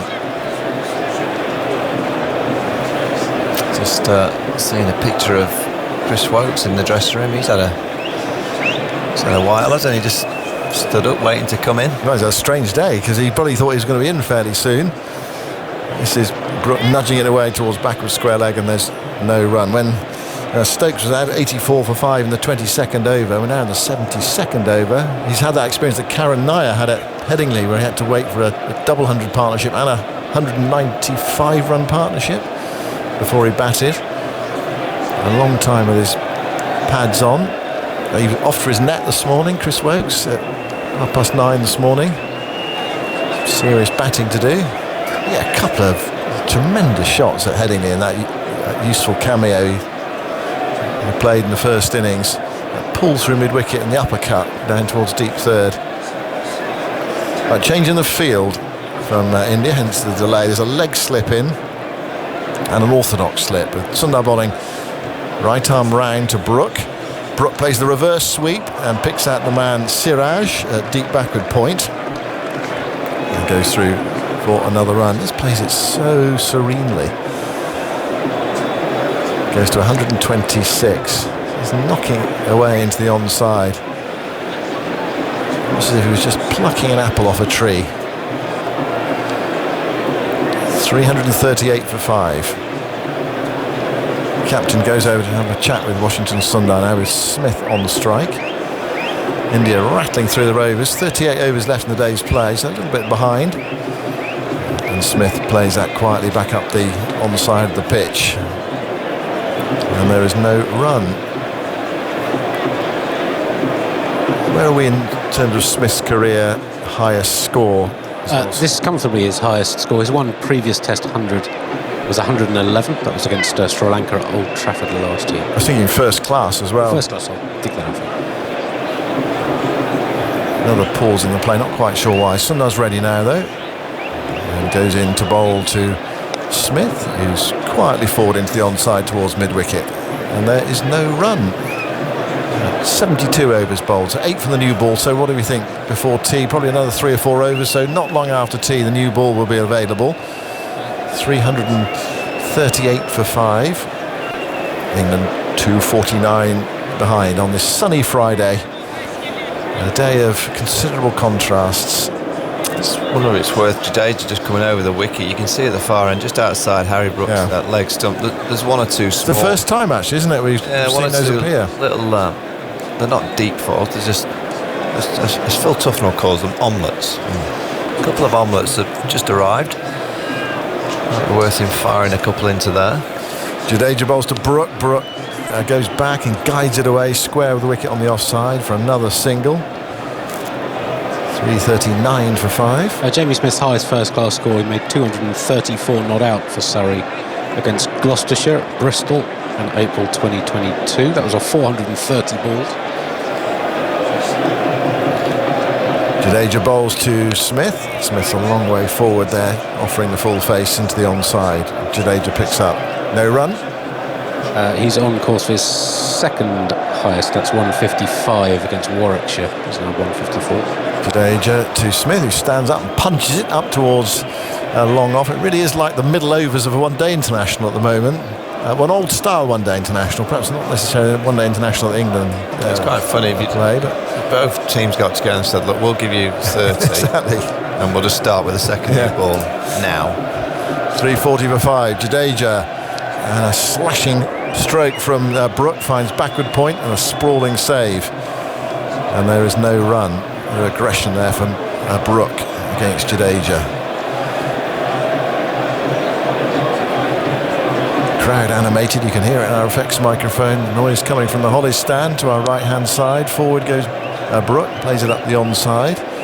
Just feel as if we're in a kind of holding pattern at the moment, just waiting India to get through and get to that new ball. Of course, sometimes teams attack during this session because they fear the new ball.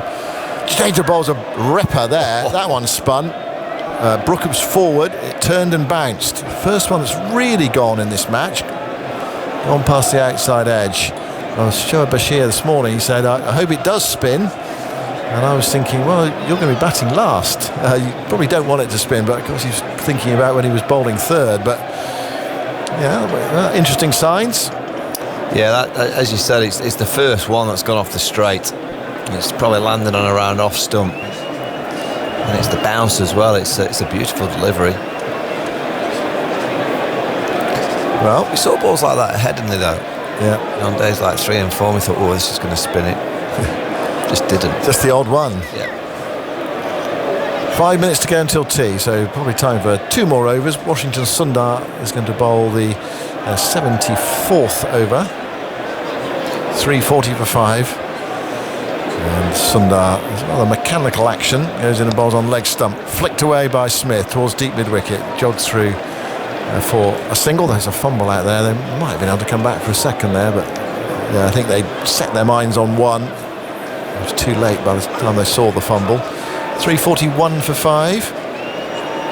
So England have scored 92 in this afternoon session, which is conservative by their standards and by the standards of these two. Brook on 127 reverse sweep, dragging it from outside the off stump. Well, that wasn't conservative. He set that for 4 through what started as point and ended up as square leg. Siraj is on the deep backward point boundary, no chance at all. That was prime Ben Duckett reverse sweeping, that was, from Harry Brook. Yeah, the Teletubbies like that in the Hollies stand in front of square. It's just the balance. Ball's pitching outside a leg stump. Wonderful shot. Brook to 131 and England to 345 for 5. 242 behind. Washington bowls another reverse sweep, this time a reverse dab. It's coming down fine. This might be 4 as well. Siraj, what have we got?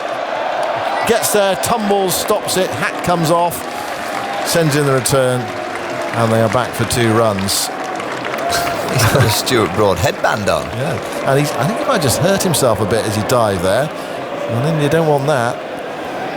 He's on his feet, just bending over, just feeling his right side.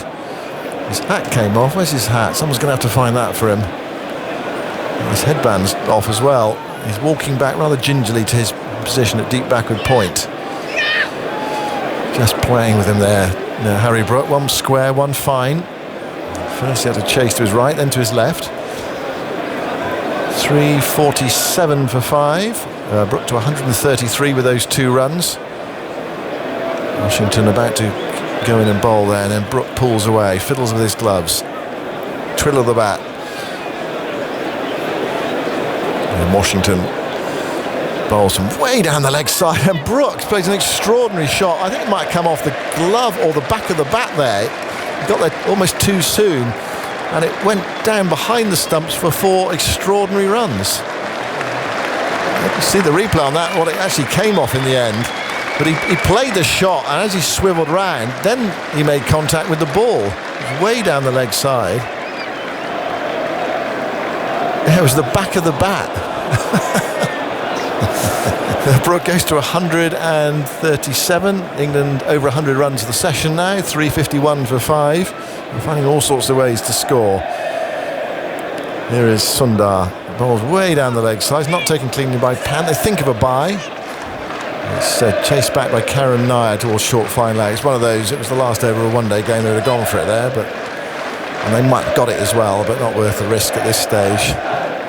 So back of the bat boundary from Harry Brook as he swung round. The ball's almost past the stumps by the time he made contact. Washington bowls, reverse sweep from Brook, good contact. Siraj more in the game this time, a bit closer to him. Bends down, hurls it in, he's found his sun hat now. Throw comes in on the bounce, and that is the end of the over. 3:52 for 5. Plenty of action to catch up on today then. Best of the action on BBC Sport website and the app now. Today at the Test, BBC 4 and the BBC iPlayer from 7. And there's another England team in action today. England's women playing their 3rd T20 tonight at the Oval against India. We'll have commentary from 6:30 tonight when we finish here. David Gower coming up in the tea interval, talking about 1985. I've got a question for David. I'm sure Jonathan's going to ask him this. That catch was never out, was it, David? Wayne Phillips? It was never out on the last day. Well, David took the catch and claimed it. Here's Jadeja bowling. It's guided away by Brook off the back foot, square with the wicket, out towards deep cover. That's close enough, wasn't it? Well, it was smacked away, hit Alan Lamb's boot, and it went up in the end. David caught it and appealed. The umpires consulted and gave it out, but I think... Well, it's out then, if the umpires give it out. Yeah, but did it bounce? That's the question. Not so many cameras in those days. Jadeja bowls outside the off stump. You're trying to claim that David Gower's a cheat. No, I'm not. Smith leans forward. David's absolutely right to appeal. I would have appealed as well. Absolutely. I'd been screaming and shouting for that. Jadeja again bowls. That's eased up towards long off by Smith for his 157th run. England moved to 354 for 5. This has been a really good session because they've had to go down in the gears, England, because India have produced a few better tactics. Yeah, was it a bump ball? That's the thing. Did it just bounce before it hit the boot of Alan Lamb?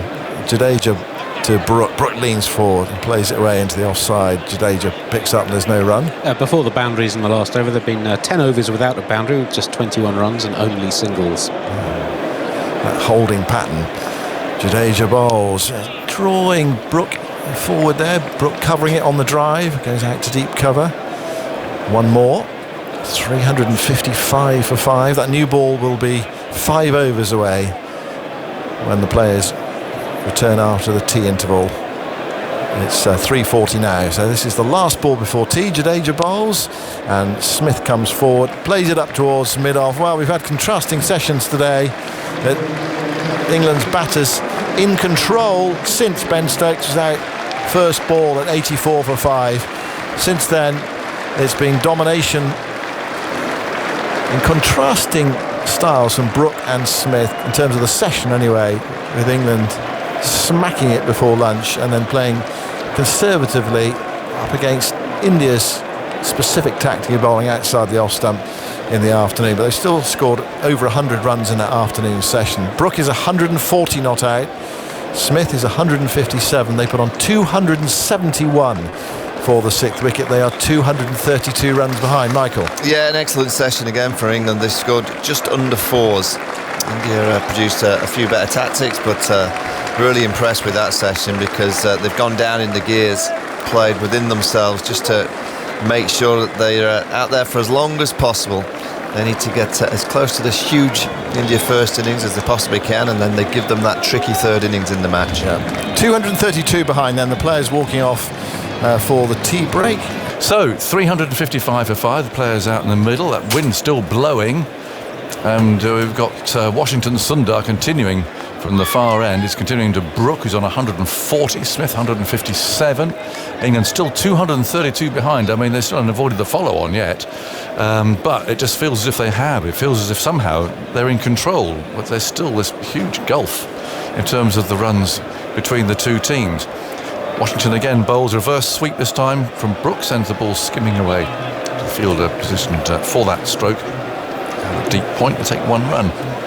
356 for 5. But what an innings from Smith in particular.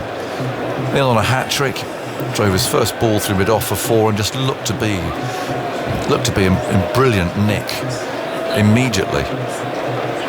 Washington round the wicket, bowls his off-spin on leg stump, and Smith picks the gap and rolls away for a single out to deep mid-wicket. One more. 357 for 5. A twiddle of the bat from Brook. Wind really getting up, it's blowing the dust there from the pitch. Now he's ready. Sundar again bowls another reverse sweep. Sam sends the ball away a little squarer, a bit of a chase there for the fielder this time. So 2 runs are able to be taken. 359 for 5. Brook to 143 now. Bit of gardening as Pant returns behind the stumps. Brook fiddles with his gloves. 143 not out. Got a battle really, because it was a difficult start for him last night, to put it mildly, but he's got his head down, played really well. Washington bowls way down the leg side. Pant can't stop it. In fact, the ball goes to leg slip. And there's no run. 359 for 5. Over to go in the 76th. There's a new ball, of course, available at 80, but I suppose they'll have to take it, but it might disappear. There's another reverse sweep. Hits him on the pad. Washington likes this. The appeal towards the umpire has given nothing out all match, and he's not giving that either. 359 for 5. It's about the first time the ball's gone past the bat in 2 hours. They're having a conference. The ticker's timing away. I don't know what you thought about that, Steve Finn. Well, Gill's gone for it. I think he just felt he had to do something. So we shall see what the replay tells us. It was a reverse sweep from round the wicket. TV umpire director, we have a player review for LBW. Original decisions not out. Check the feed, fair delivery. Front on first, please. Right, so Paul Rifles in charge of all of this. Let's see where it pitches first of all. Does it pitch in line with the stumps? I'd say it does. Yeah, ball goes across the bat there. We'll confirm no bat with Aldridge, please. Is it going to hit the stumps? That's the next question. Clipping off stump at best, I'm saying. Just good drift on it. Washington Sundar, and there wasn't much turn back into the right-hander, so from round the wicket you'd think the angle and the drift is going to take it wide of that off stump. Yes, I'm with you. Not enough turn. Ultra edge now. Ultra edge. Keep running through. Nothing there. The bat there. Keep running through. Through the pad. Yes, looks like missed the gloves. Got no bat involved there. On the pad. Ball tracking when ready. Well, we're expecting to dismiss the off stump. Original decision's not out. Red. Pitching in line. Red. That's this next one. Line. Missing. There we go. Missing off stump. Go back on field. Psych out. You can stick your original decision not out. Signal now. It's having a good game, you know. They think. Yeah. It really is. He's a good umpire. To be fair, Chris Wokes didn't think so on the first morning. Well, no, but so umpires calls. I haven't got a problem with umpires. No. Just clipping a fraction leg stump or something. I don't mind umpires giving that not out, but that's again another good decision. He's read that well. 359 for 5. Certainly the Barmy Army are delighted down there in the Hollies. They're regrouping now after a tea break. 359 for 5. What an extraordinary day we've watched. Well, the last time I saw you, it was 70 for 5. We were on together at 11:30. Yes. A fair amount has unfolded since. It really has. Now Jadeja round the wicket, starts a new over, and Smith picks up a single there, tapping it away down to long on. Lovely catch up with David earlier. Only ever batted with him once, all really? Years. Yeah, only ever batted. How with did him he marshal you being part of the tail? Well, I think I was not. I must admit, yes, I was night watchman. So I'd gone in overnight, and then the next day regrouped, and I walked out to bat with David Gower. PA announcement, David Gower, Jonathan Wagner. I thought, wow. I thought this is quite something. Yesterday, Joe Bowles pulled high and hard and far enough for 4. Poor ball. Brook goes on to 147. And as halfway out, I realised the actual potential horror of the situation. We were playing Hampshire, which meant obviously one bowler, Malcolm Marshall. I saw him pull his sweater off, and I went straight for that end, determined not to move. But you talk about batsmen who've got extra bit of time. Yes. To see David playing him, and the ball going down, almost like at the non-striker's end. I mean, it just goes so fast, doesn't it? And he's on the front foot playing him and nodding and winking at him, saying, well bowled. There's Brook turning out to mid-wicket. This is just a different game. Elegant. Yeah, they're just playing their own game, because Marshall was very competitive bowler, tearing in, bowling at him. How did it feel when you faced him? Well, it didn't last very long. In goes Jadeja, bowls, and that's steered away off the back foot for a single. As I walked off, it was the most amazing 10 minutes I ever had at the crease. And I said to myself, never forget this. When I walked off, never forget those 10 minutes of watching those two. No, full straight balls are generally enough in those. 365 for 5, pushed away. And Jadeja able to field. Smith on strike on 159. But it's made it look so easy. That's it. It's like the foot movement, the smoothness of the foot movement, isn't it? Everything's there in time. There's the next one, played off the front foot. Jadeja fields. Well, even before that, it's actually seeing it. Well, yes, that helps. That's the first step. That helps. I remember travelling with him in the car, which was ridiculous. I was his navigator. It was pointless. He never listened. With a map, obviously. Well, we had a map. I said, turn left here, David. Oh, no, we're going straight on. Okay. So it was pointless. But I wanted to learn about batting, fast bowling. He said it's terribly easy. Look at the bowler's hand. Look where he lets it go. And if he lets go of it there, and you show me, that's a full ball. It'd be pitching around about your feet. Get on the front foot. But if he lets go of it there, and he moved his hand by about 2 inches, bouncer, duck. And I said, David, I can't see the difference from 20 yards away. He said, I can't help you then, he said. That was it. I'm hoping David Gower drove a convertible car as well. David had the poshest. He had the best car to be in. Because he was kind of a superstar compared to us. We had Morris Marinas. Yep. There's Sundar bowling, tucked away by Brook to square leg. He always had the very smart sort of Audi Quattros. That sort of thing that, different league. Understandable. How big was Morris? Not very big. No, knees around your ears sort of stuff. Yeah, rattled a bit. Mustard coloured, I remember what mine was. There's the next one, little reverse sweep, finds Rahul fielding at short third man. Brook on 148. Fiddles with his gloves. Twiddles his bat. Where's he going to get these two? There's a massive gap in the offside. Sundar bowls on leg stump, which he has to do with his field. Go for a quick single. Got to be quick. The throw misses the stumps. Ooh, you take on Jadeja at your peril. He's there in that key position, but didn't hit the stumps direct. He only really had one to aim at. And we'll just see from the replay whether he was home. Yes, he was in. Great flick. Terrific throw. So Brook goes to 149. Sundar again. Bowls, and Smith just taps that back again. But, there is no run. Leg slip crouching there. Brook, of course, has a triple century to his name. Smith goes back, plays that to the bowler once more. 366 for 5. It's pretty expensive, Washington. About to finish his 13th over. He's gone for 70. Hasn't bowled a maiden yet. Here he comes again. Leg slip crouching there optimistically as Smith plays that firmly back to the bowler. And there's no run. I guess they're just trying to get it up to 80 overs here with the two spinners.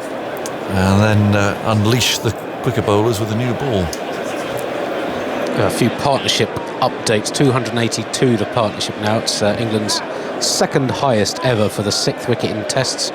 Just overtaken Flintoff and Thorpe in Christchurch, March 2002. Behind now Stokes and Bairstow's 399 in Cape Town in January 2016, in a game that I'm sure Finney will fondly remember bowling in. Pretty flat pitch on that occasion when Stokes made that famous 258 in terms of England's highest against India for any wicket. Jadeja starting a new over. And not the single there for Brook, he just taps it back to the bowler. It's currently England's third highest against India for any wicket. Brook, 149, there he goes. Bit of a gift from Jadeja, short and wide of the off stump. And Brook cuts it for a single to deep point. And now raises his bat. To the crowd first of all, then to the England dressing rooms, a little bit of a flourish there. To the Hollies stand, all of whom are on their feet. And another second wave to the Hollies, who are now singing the Harry Brook song, which the lyrics simply are Harry Brook. Jadeja again bowls, and that's forced off the back foot. That to cover. Not quite as imaginative, the Barmy Army's songs these days, is it? The lyrics of them. Not quite, yeah. I had a couple when I played. Yeah. Jadeja bowls, single scored here down to long off. Do they have a few lyrics in there? Yeah. There were. Yeah. One was to the tune of the Mighty Quinn. Oh, of course. Come steaming in. No, he swings it out. Come steaming in. He's gonna knock you over, it's Steve. Right, that's not bad. There's a lovely shot from Brook to celebrate 150. Eased him through the covers. 4 more, tap of the gloves. These two are just playing unbelievably. It's remarkable, isn't it? They're playing so well. What they mustn't do is get out before that new ball. They've got to be there. Got to be there. You don't want to expose a new batsman. They're still 215 behind. You know, they've done an amazing job. It's tucked away for a single. Yes, their priority now is to be there at the end of 80 overs, which is 1 over time, and then see what Shubman Gill does. Has to take it. It's the only time the ball has done anything is the game with the new ball in each innings, and then when the second new ball's being taken, I was actually just down doing an explainer for social media on the state of the balls, and I had England's ball from the first innings. Oh, yes. And it must be similar to what India are bowling with now. Soft, you could almost squeeze it in. Really? It was horribly out of shape. It was like an egg. It would not budge when it was put into the umpire's rings. It was a horrible piece of rubbish. Yeah. So once the ball goes like that, the nicks don't carry it, doesn't have the same zip off the pitch. So you have to make the most of the new ball, and India will have to do that here, otherwise they're up against it. Yeah, they could be expensive though. Sundar bowls the 80th over, and the first ball is driven by Brook to long off, 373 for 5, so 213 runs behind. And with my maths failing me, what were they behind when they came together? 503. I'll give you the details of Brook's 150 after this. Sundar bowls, and that's another single for Smith, down to long on. 222 balls, 1 6 and 16 fours, his 5th 150 score, comfortably the slowest of the 5. The previous 4 reached in 186 balls or fewer. Well, it was a battle for him, wasn't it? And he was quite careful, circumspect this morning compared to Smith. Oh, that's gone for a big swipe. I didn't like that at all. After what we were saying about the new ball, he's had a real heave there. It's been a real sign of his game today, hasn't it? How he did tighten it up after he was really frenetic last night, running down the pitch. He just played within himself, and actually it really helped him when Jamie Smith came to the crease and scored that quickly. He could just go in his slipstream. 3 balls left in this over, and he defends that one. Just taps it back to the bowler again. 2 balls to go. You can see who's loosening up out there. Mohammad Siraj doesn't appear to be doing anything particularly extravagant. Pig's back off for some repairs, I think. There's Brook playing out to mid-wicket this time. And there's no run. Malfunctioned, did he? Well, he was being attended to by a steward, sort of like being stitched up. He's done well though, he's been in it all day. Must be hot. 375 for 5. Here's the last ball of the 80th over. There's a new ball available after this delivery, which is bowled by Washington Sundar, sliced away out to deep point. Mohammad Siraj has got the ball, throws it in, and let's see what's going to happen here now. And yep, I think he's called up one of his quick men there. So they're going to take the new ball straight away by the look of it. Umpire Saggers goes trotting out with the ball that India will have chosen. This will be their choice of a new ball. And that will then be handed over. So if you take a new ball on a very flat pitch, offering you very little, to a batsman on 157 and the other on 161, they've batted virtually all day together, and they are shot players. It can fly around. It's definitely a worry and a concern when you're in this kind of situation as a fielding team. You look at it and think, could we keep it tight for 10 overs and try and make them play a rash shot through them going nowhere and scoring and not scoring? But they're still scoring quick enough off the spinners, manipulating the strike. There was no pressure in those 4 overs after the tea interval. And the only time that the ball has done something in this game has been when it's been absolutely brand new. So it's an opportunity here for India. I was always the sort of bowler who would want to bowl a couple with the old ball before you took the new ball, so as to not waste it. We're going to unleash the new ball up here in the commentary box too, with Prakash is coming on. You wouldn't miss the stumps very frequently if you took the new ball, Prak. That trajectory was very rarely bounce over the top. Yes, if it ever reached the stumps.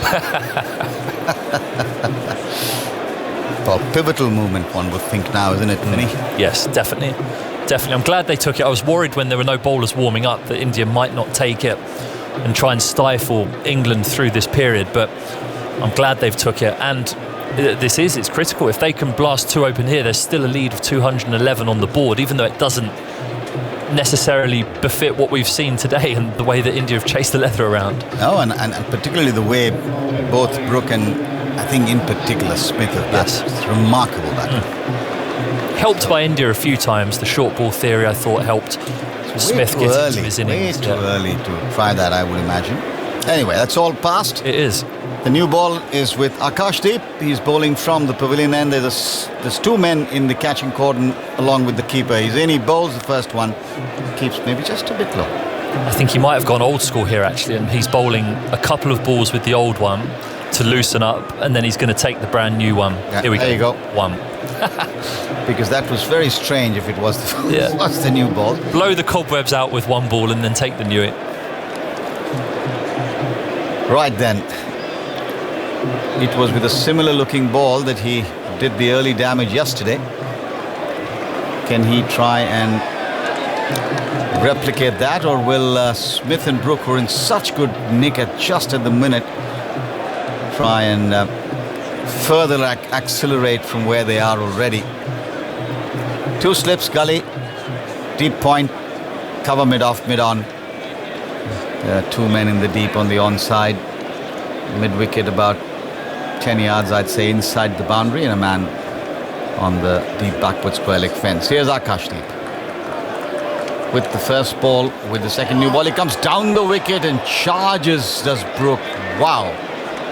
Finney, where did that come from? I don't know, but I really didn't like it. He's done something, has he? Yeah, it was a no ball look as well. So had he hoyed it up in the air, then he would have been not out. But he's come charging down the pitch and tried to flay this through the offside. The extra bounce means it's gone over the top edge of the bat. That looks as though it's cramp. He straightened his leg immediately as he tried to play the shot. So a hamstring cramp for Harry Brook out there. Just stretching. I hope the fact that that's ballooned over the top edge just reminds him that this is a critical passage of play for the game. Still 210 runs behind. Well, he's in some discomfort, clearly. Stretching that hamstring, making sure that the effect of cramp is gone. He's got to be comfortable. He's played such a brilliant knock, 157 of 231 balls, and then settles now with the bat raised. Akashdeep in bowls and he works it away. Bottom hand coming off the bat, hobbles across for a single. 377 now for 5. Well, he's smiling. He hobbled there like he's pulled a calf or something, but he's smiling at the non-striker's end. So suggests to me that it definitely is cramp. And currently his best friend Siraj and he having another chat. I'd imagine there'll be pickle juice run out to him at the end of this over. I would think so. It must taste horrible. Well, I think that's the idea. It shocks your body into... Akashdeep into Smith. That comes back just a bit. Smith caught on the hop almost. So defends. Yeah, it's not the nutritional value of the pickle that you're taking it for. I think you're taking it because it tastes so bad it shocks your body's nervous system into forgetting about the fact that you've got cramp. So technically you still have cramp, your body just doesn't. Yeah, but your body's had the power of the mind through pickle juice. Like a mystery spinner. Yeah. It's a mystery. Akashdeep turns again away from us into bowl. To the crouching stance of Smith. There's an appeal. Was that a slower ball, was it? Just came back in a bit. They're all very excited. Can't really pick up enough in Hindi on the mic to tell you what they're saying, but I don't think they're going to try and push their luck here. They've already lost one review. Yeah, that would have been a poor review. Definitely nip back in though. You can see none of these balls have been timed or middled by the batters. Nips in quite sharply and hits Jamie Smith on the top of the flap of the pad. Judging by the flags, the wind seems to have picked up. It's strong. There were a couple of spits of rain when I was downstairs at tea, so the atmosphere is a touch heavier. The clouds look a bit greyer. Akashdeep again passes them by Gaffney's up he bowls and driven the outer part of the bat out towards point for a single. 378 for 5 now. He does have this knack, Akashdeep, of picking up wickets early with the new ball. Bowls that nice length. He's quite a skiddy bowler. He catches players on the crease. It's that zip off the pitch with a brand new ball. Yeah, and catch batters out. Economical action, isn't it? Yeah, nice action, nice run up. We've got good energy through the crease.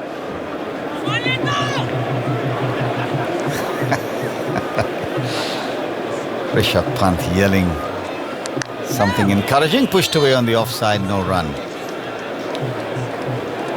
I dare not translate that. 379 for 5, 81 overs gone.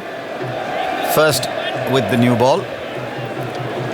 And Sai Sudarshan, who was I think on the field for Washington Sundar, is now leaving the field. And as you had predicted, the physio is out with just pickle. Well, maybe times have moved on. This is 10 years ago that we'd have been offered pickle juice. Maybe sports medicine has caught up with modern life and there's something else that a player can take. But there will be electrolytes, sugary drink, maybe pickle juice, and just take a little bit of time to try and allow that cramp to settle down. Well, this is going to give Siraj a little bit of time to reflect on what he might try and do. Has a practice run up to this pitch just to get his body warmed up, if that's the right phrase. Play held up at the moment. Nothing too serious, one hopes. It's just a question of getting the circulation back going, I suppose. A reminder to all our listeners then, the live cricket continues after we finish here at 6:30. Commentary on the third Women's T20 at the Oval. India there are 2-0 up. England led by Tammy Beaumont tonight, and with Nat Sivabrunt out injured. That's a big blow for the team there, isn't it? When they're 2-0 down, yeah, you want your best player, your captain there at the helm.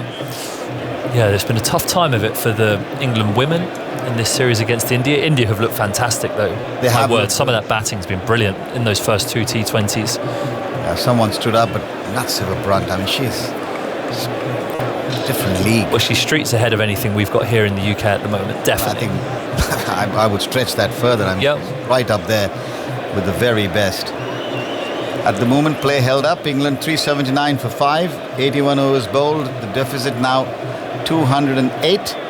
Brooke is 158, Smith is 162. And I think we may be moments away from resumption of play, with the physio and the support staff running off the field. Brook getting his gloves on, and we should see play start momentarily.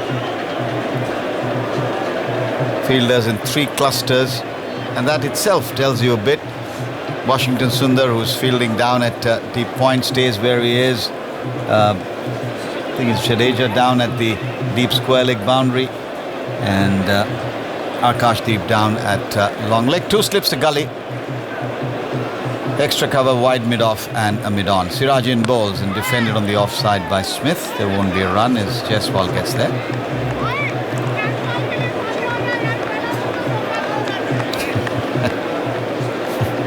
82nd over in progress, 379 for 5. I sense you're picking up some things on the stuff, Mike. Yeah, well, this was fine. This was Gill just yelling to tell Rahul that he probably needs to move up a little bit in that slip cordon. Get ready for the catch is what he said.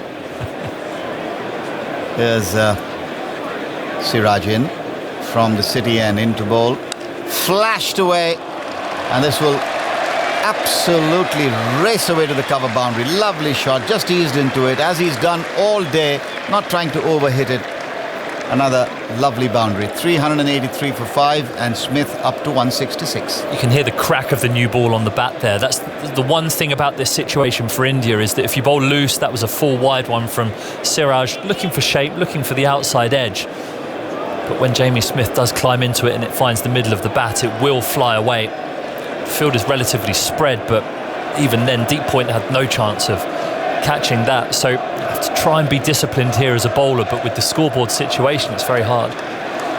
Siraj, bustling run up close to the stumps, bowls, pushed away on the offside, and a lovely sound fielded by the captain, who has a few worries now. Can be very different. When he was batting out there, it looked like he had the world at his feet. At the moment, he's got to put his thinking hat on and then some. I think he's just got to hang in there. That is very... I mean, we're sat here, clearly we've not been out there experiencing this almost 300-run partnership between these two, but you just have to hang in there. He's still 204 runs ahead. You've got to remind yourself. You have to keep reminding yourself and telling yourself that 2 quick wickets with this new ball, you're still miles ahead of the game. Siraj in again. Bowls to Smith, who's playing that very nicely. And he'll get a couple, I think, before Washington can get around and field. It's not the fleetest of feet in terms of Washington, and that will bring up the 300-run partnership for the 6th wicket, and there will be undoubtedly some telling stats coming from Andy Zaltzman. Well, that's 301 runs in exactly 60 overs. The first 200 came in 31.4 overs, so much slower since then. I'll just get a full list of England's... Well, interesting stat earlier on about 6th wicket partnerships that have begun with the score under 100. It's only the 3rd 300 stand for the 6th wicket by any team that has begun with fewer than 100 runs on the board. Not just a fantastic partnership, but a counter-attacking one. Siraj in, and he squares him up a little bit there. He manages to push it away into cover. Siraj hands on head. It's England 5 for 5. Sorry, England's 19th stand of 300 or more in Test cricket. Harry Brook has been involved in 3 of them. The other 2 with Joe Root, one in Wellington in early 2023, and the 454th is England's record partnership in Multan last October. Thank you, Andy. 385 for 5. Brook and Smith just bringing up the 300 of their partnership as Siraj runs in with the sun breaking through now. Comes in and bowls. Oh, and that one came back in sharply, inside edge between him and the stump. Squeezes down to fine leg. Siraj holding his head again, wondering what more he needs to do, but the result is a single. 386 for 5 at the end of that over. 169 to Smith as Alex Hartley joins me replacing Finney. Good afternoon. Good afternoon. Well, after the first, let's say, 5 minutes of the day, this is probably not what England fans were expecting to see. The 300-run partnership between Brook and Smith. It's been a wonderful innings from both of them. It has, not just because of what the amount of runs they've scored, it's also the manner in which they've scored them. And I think India missing a trick or two as well, probably going to that bumper theory a bit too early. But that's all easy for us to say. Wonder what the captain was thinking. He's just got to look ahead now. Here's Akashdeep bowls, and it's worked away comfortably for a single by Smith. So Yashasvi Jaiswal doing the fielding. The deficit now 200. What is looking like a mountain now. Not quite a molehill, but thereabouts. A large hill. 2 slips to gully, deep point. Man at in the covers, and a man at mid-off, mid-on. 10 yards inside his deep mid-wicket in front of square.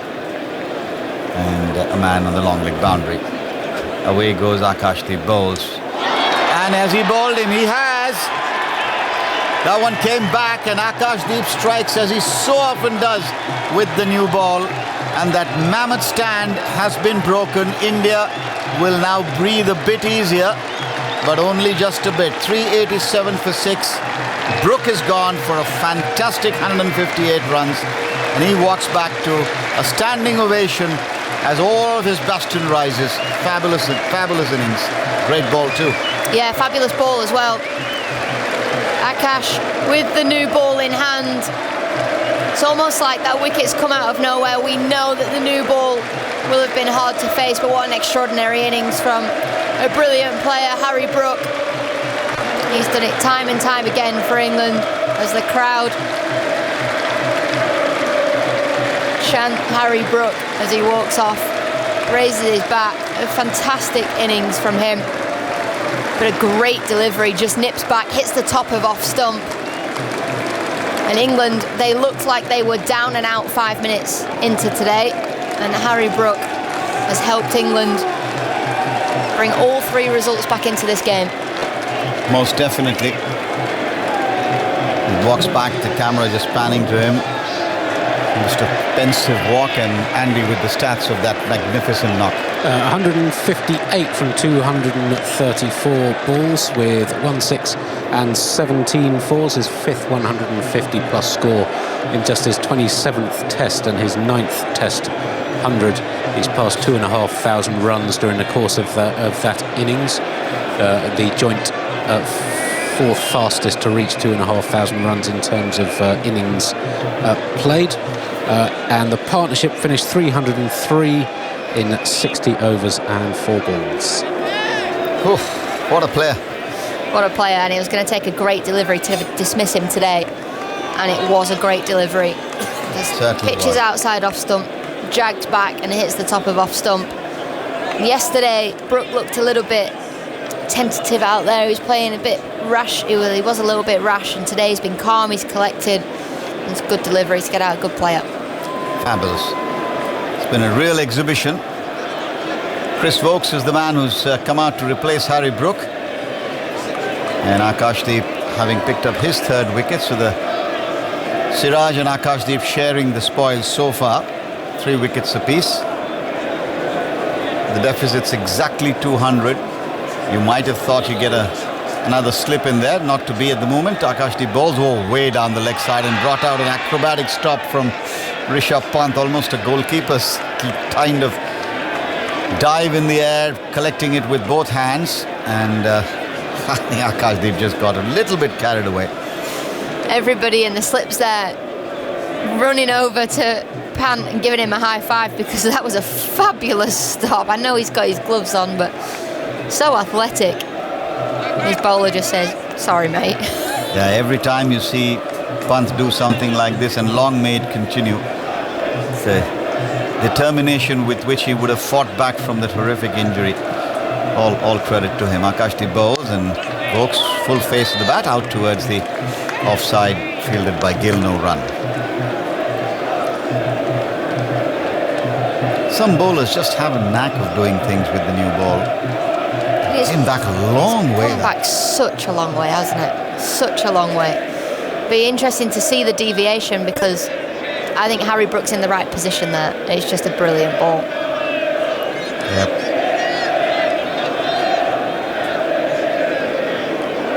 Akashdeep again. Into bowl to the new man, Chris Vokes. He bowls and Vokes gets one that comes back in sharply, but he's equal to the task, pushes it away on the onside. There is no run. It stays 387 for 6. Jamie Smith, mind you, still there on an absolutely brilliant 170. And he'll be eyeing up the double 100. And then beyond, because England still, mind you, trail by 200. 2 slips a gully. Wait as Stokes settles over his bat and waits for Akashdeep, who's up bowls short down the leg side. Another time, a little later in the innings, he might have gone for the stroke. He lets it go through. That'll be the end of the over. 83 now. 3 overs with the new ball, and India have struck with the breakthrough coming in the form of Akashdeep bowling Harry Brook, and now Jamie Smith and Vokes having a long conversation at mid-pitch as the 2 substitute fielders who were on, Abhimanyu Ishwaran and Sai Sudarshan, go back into the pavilion, and Nitish Reddy and whoever else had left, I think might have been Yashasvi, are back on the field. Siraj from the city, and he's the one who brought all the excitement to the game in a way early morning in the second over of the day when he got Joe Root down the leg side, caught by Pant, and then surprised Stokes with a rising delivery to be out to get a first ball duck. He's in now to bowl to Smith, and Smith defends to a ball that's coming back in. On to mid-on, no run. Yeah, we know the new ball's tough. England obviously lost those 3 early wickets. What seems like forever ago, but it was only yesterday evening. But the ball does go quite soft quite quickly. It does. It's been happening quite a bit, isn't it? Even sitting back in India, reading and watching and hearing about it. They keep saying it's got to do with a batch of balls or something like that, but it looks like more than one batch. A few batches. Siraj in.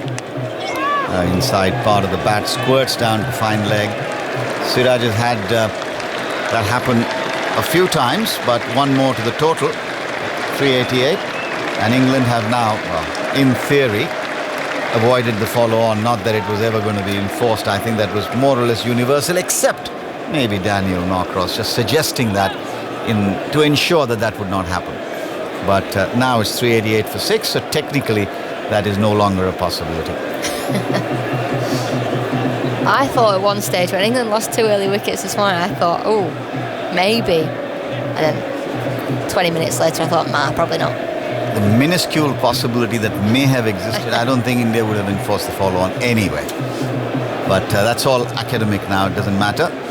The deficit 199. Vokes on strike to Siraj bowls, and Siraj watches as this driven away by Vokes. It will race away to the cover boundary. Get 4 runs to get off the mark. Firm stroke from Vokes. He's clearly signalled intent. If it's there, it's going to go. 392 for 6 now. Yeah, lovely shot from Vokes to get off the mark. Just leans into this one, slightly over pitched from Siraj, and he punches it through the covers. Gets into a great position. He's a very good batsman. I think he's not maybe sometimes not enough credit is given. He's often played vital innings for England with the bat, and he's been absolutely superb with the ball in that first innings as well. Here's Siraj into Vokes, who's defending. He bowled just a little bit of movement back in.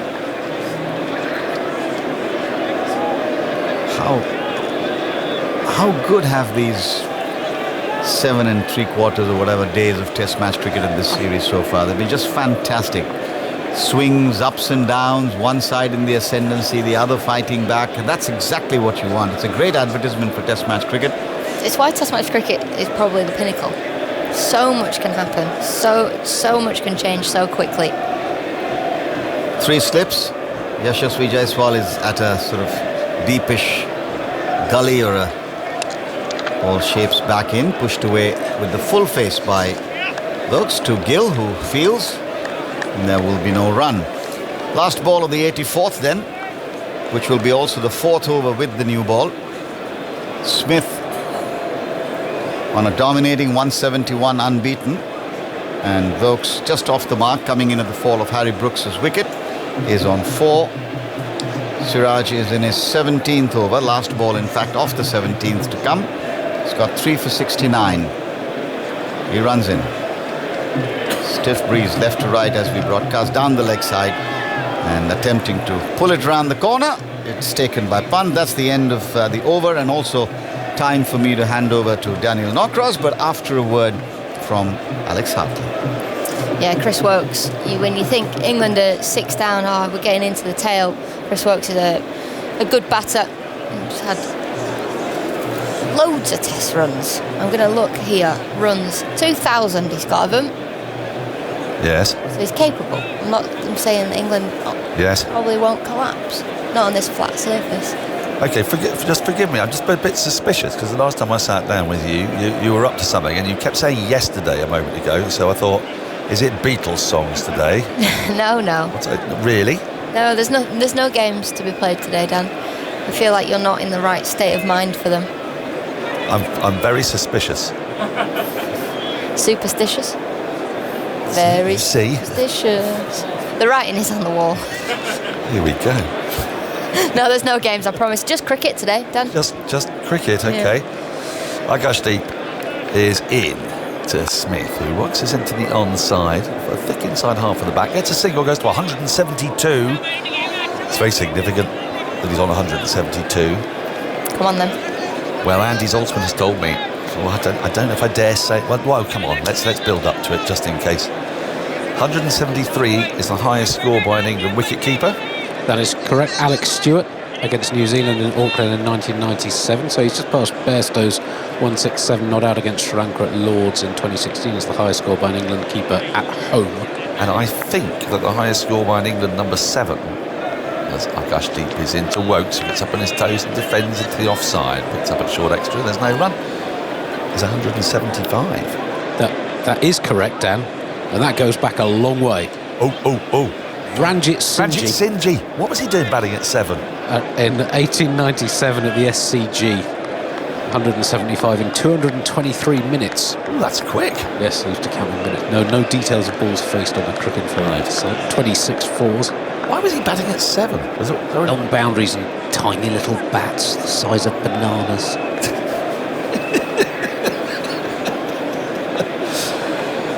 He went a bit strange then. Agashdeep did reaching for this is Woakes, and he manages to pick out backward point Jadeja with a nice fluid drive. Just a reminder, you can contact us on WhatsApp 0330 231 826, and Theo has done exactly that. He says the whole concept of partnerships in cricket is one of the great things about the game for me. Batting in cricket is often portrayed as an aspect of the game where individual skill takes over, but in reality, this is basically never the case. It's two batters working together, supporting each other to get the team over the line. Even if one player is doing the majority of the scoring, the other player absolutely does their bit to keep things going as Agashdeep runs away from us. Into Woakes, who defends one. Keeps a little low on the front foot up to mid-off. There's no run. What a great way, he says, he continues, what a great way to form links within the team too. Whatever happens from here in the match, Brooke and Smith will have this bonding moment in their careers where they stood their ground together and kept England in the game when it looked totally lost. What was the biggest partnership you were involved in, Hartles? Oh, I had a record for a long time. Did you? Yeah, for the last wicket. It would be the 10th wicket. Yeah, obviously I was number 11. I think it was 46. 46, that's very good. Agashdeep into Woakes, who pulls in a controlled fashion down to deep backward square leg. And they'll pick up a single, 394 for 6, Woakes to 5. In India, me and Nat Sivabrunt, I was getting behind the ball really nicely. We were ticking the scoreboard along, 46, perfect. Good partnership it was. And she got out. She got out and I got... You never did get out except the once. But yeah, good contribution from Hartley in that 46-run partnership. 0. Good. Solid. You were the Nahid Rana of women's cricket. I'd have been such a good night watcher. You would, actually? Yeah, you ain't getting me out and I ain't scoring any runs. No. Agashdeep into Smith, who feels for this and pushes into the offside square of the wicket and gets a single. he will keep strike. He has 173, so he's now level with the highest score by a wicket-keeper, Alex Stewart. 2 more to get up to the great KS Ranjit Singh. Yeah, you must have really enjoyed that. They must be really good fun. Yeah, really good fun. I was always left stranded of my maiden 50. Yeah, 50 short. And your maiden 50. Everyone always asks me, you know, they don't care about my bowling. What was your highest score in cricket? What was your highest score for England? And when I say 3, everyone always sounds so surprised, like, is that it? I'm like, yeah, but if 12 batters could have batted in their starting lineup, I'd have been 12. I had to be 11. You know? Now I recall watching you bat. Yeah. It was an entirely justified position. I played a game at Derby during the World Cup against New Zealand, and someone in the crowd shouted, "You are the worst batter I've ever seen." That's nice. Was that your coach? Yeah, cheers, Robbo. Start of a new over. Siraj is in. This is guided into the gully region by Smith, but he can't get a run there. Well, it's only consolation. After I did my first men's one-day international, I received a message on Twitter saying that I was the worst commentator ever to have been on Test Match Special, and would I please retire immediately? And it was obviously from Adam Mountford, the producer. I was going to say, that won't be a first, and it's definitely not the last, because we get them daily. We do, yeah. Can you send me your schedule so I know when to turn the radio off? Sure. Yes. Well, I did take to doing exactly that for a few. So did I. For a few unhappy listeners. 395 for 6. As Siraj runs in from the city end. It's up on his toes, does Jamie Smith, and pushes the ball back down the wicket, back to the bowler. There's a bit more nip. There's stuff happening. We've seen it. The new ball has done stuff. Throughout the series, actually, there's been a bit with the new ball. Doesn't last awfully long. I should point out, that's men's Test cricket we're talking about, the highest score by an England keeper, which Jamie Smith has now tied at 173. In women's cricket, Betty Snowball, 189 in Christchurch in 1935. They'll never take my snowball away from me. I know Tammy Beaumont went past her, and I was gutted at the time. She got the first double 100, didn't she, by an English woman? But she's still the highest scoring wicketkeeper. Tammy has taken the gloves for England, though. Yeah, but it's all about doing it in the games. Runs. Yeah, she didn't get those ones while she was keeping it. I'm not having that. Okay, Yeah. I've just... As the difficulty is, you know, he's been doing all them squats up and down. He's on strike now, and he defends a full straight ball that again just shapes back into him a little bit. Testing conditions at the moment. The ball 5.5 overs old, and let's be very clear. I mean, although the day has all been about Harry Brook and Jamie Smith, England, Alex, is still way behind in this game. Yeah, absolutely, and it's been a really peculiar day, because if you've watched any part of the game, or you've just walked in, for quite a long period of time today, you'd have thought England were on top until you've seen the score. Yes. The way the field's been set, the way England have dominated, the way they've scored freely, and then you see the score and go, hang on a minute, what's going on? Doesn't make a lot of sense, does it? Siraj in. This is again defended, one that keeps a little bit lower. Siraj puts his hand to his face. Smith just getting the bat down in time. Then wishing to engage in some kind of conversation, which Smith is not really willing to indulge in. He's just giving him the...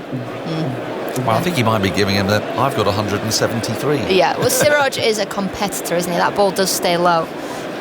Jamie Smith manages to jam his bat down at the very last minute, gets behind the ball, and Siraj, he thinks everything's out. Every LBW, everything is out for Siraj. I mean, that has come off the middle of the bat, hasn't it?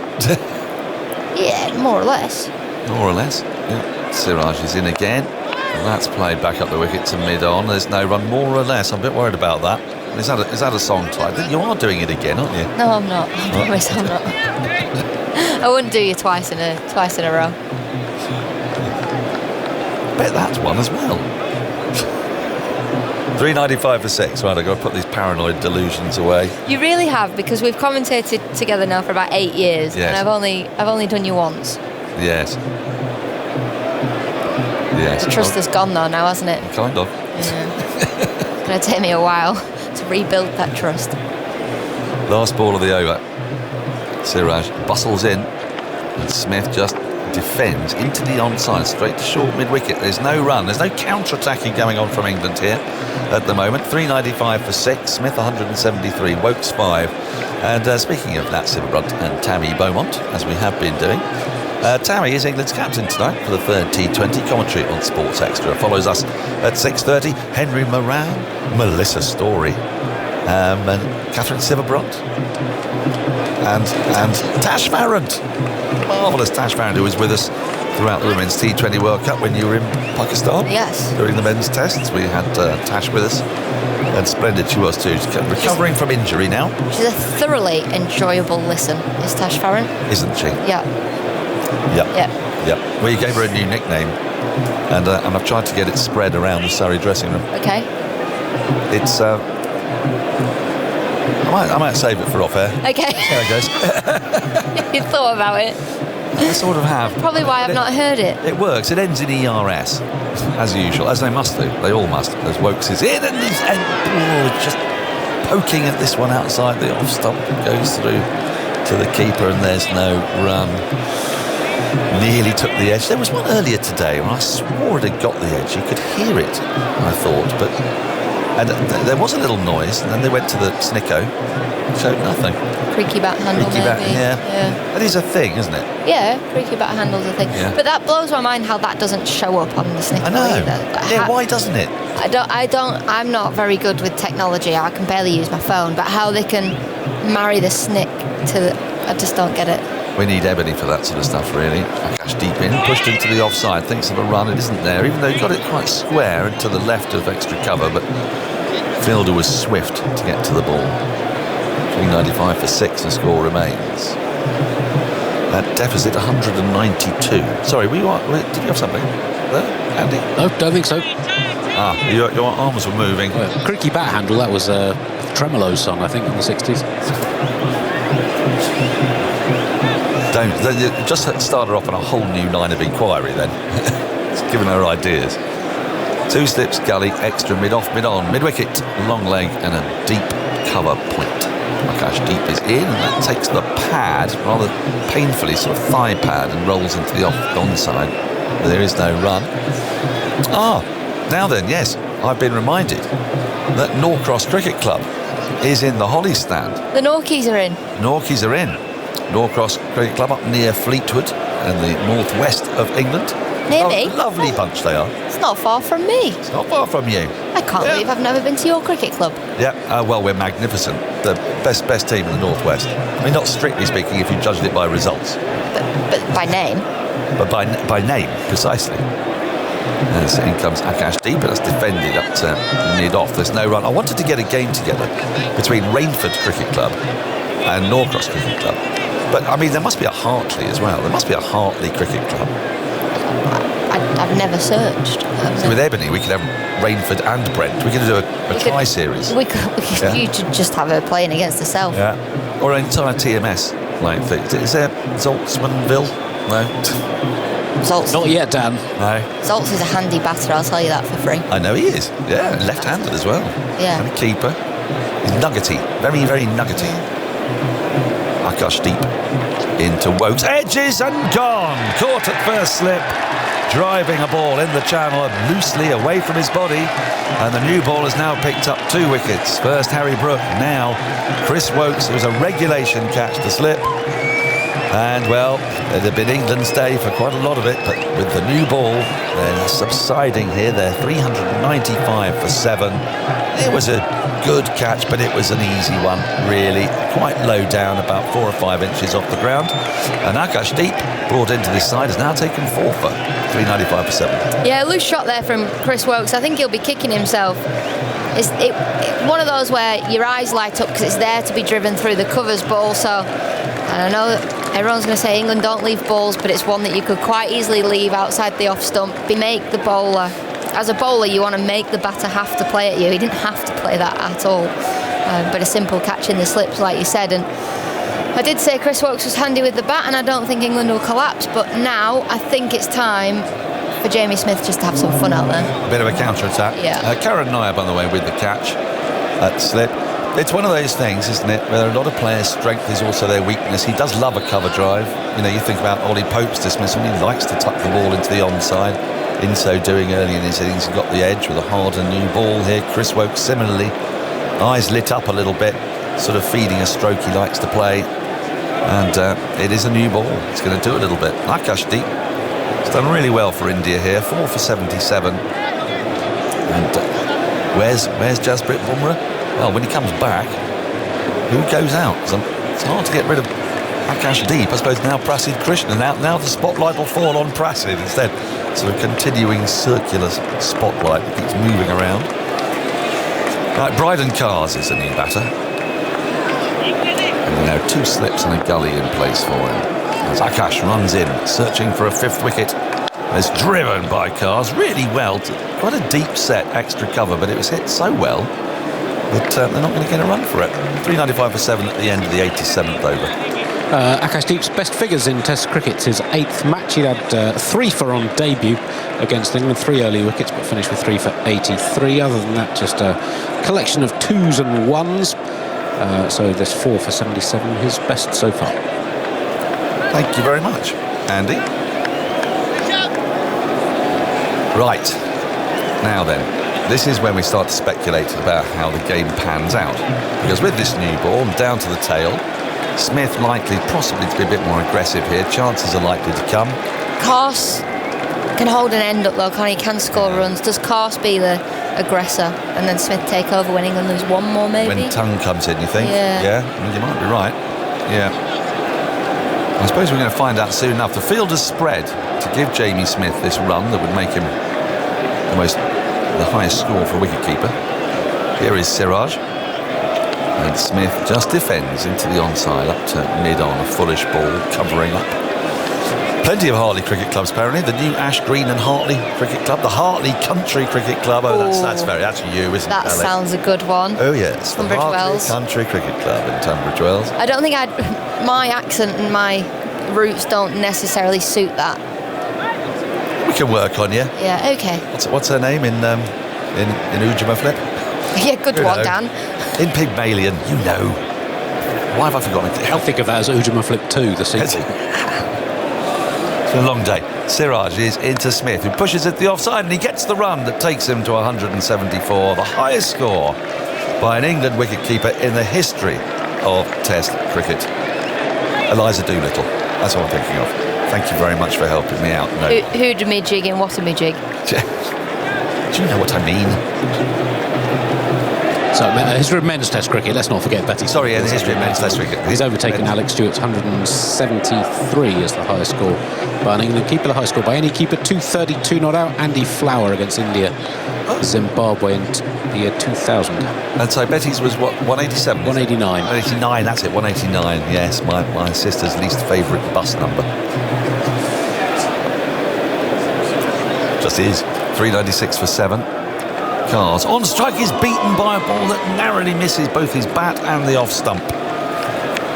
Well, after sort of 50 overs of very placid cricket, suddenly this new ball is doing stuff. The new balls are wont to do stuff, but this one really is quite a lot. Yeah, it's doing enough, isn't it? It really is doing enough. Just can Jamie Smith stay out there long enough until it starts to become a little bit softer, and then he can capitalise again when the spinners come back into the attack. Well, sort of needs Cars to stay with him. Yeah. 2 slips, gully, extra, mid-off, mid-on, mid-wicket. Deep point, deep backward square. Siraj is in, and Cars gets one down the leg side, which is really well taken by a punt, diving away to his left, just off the ground.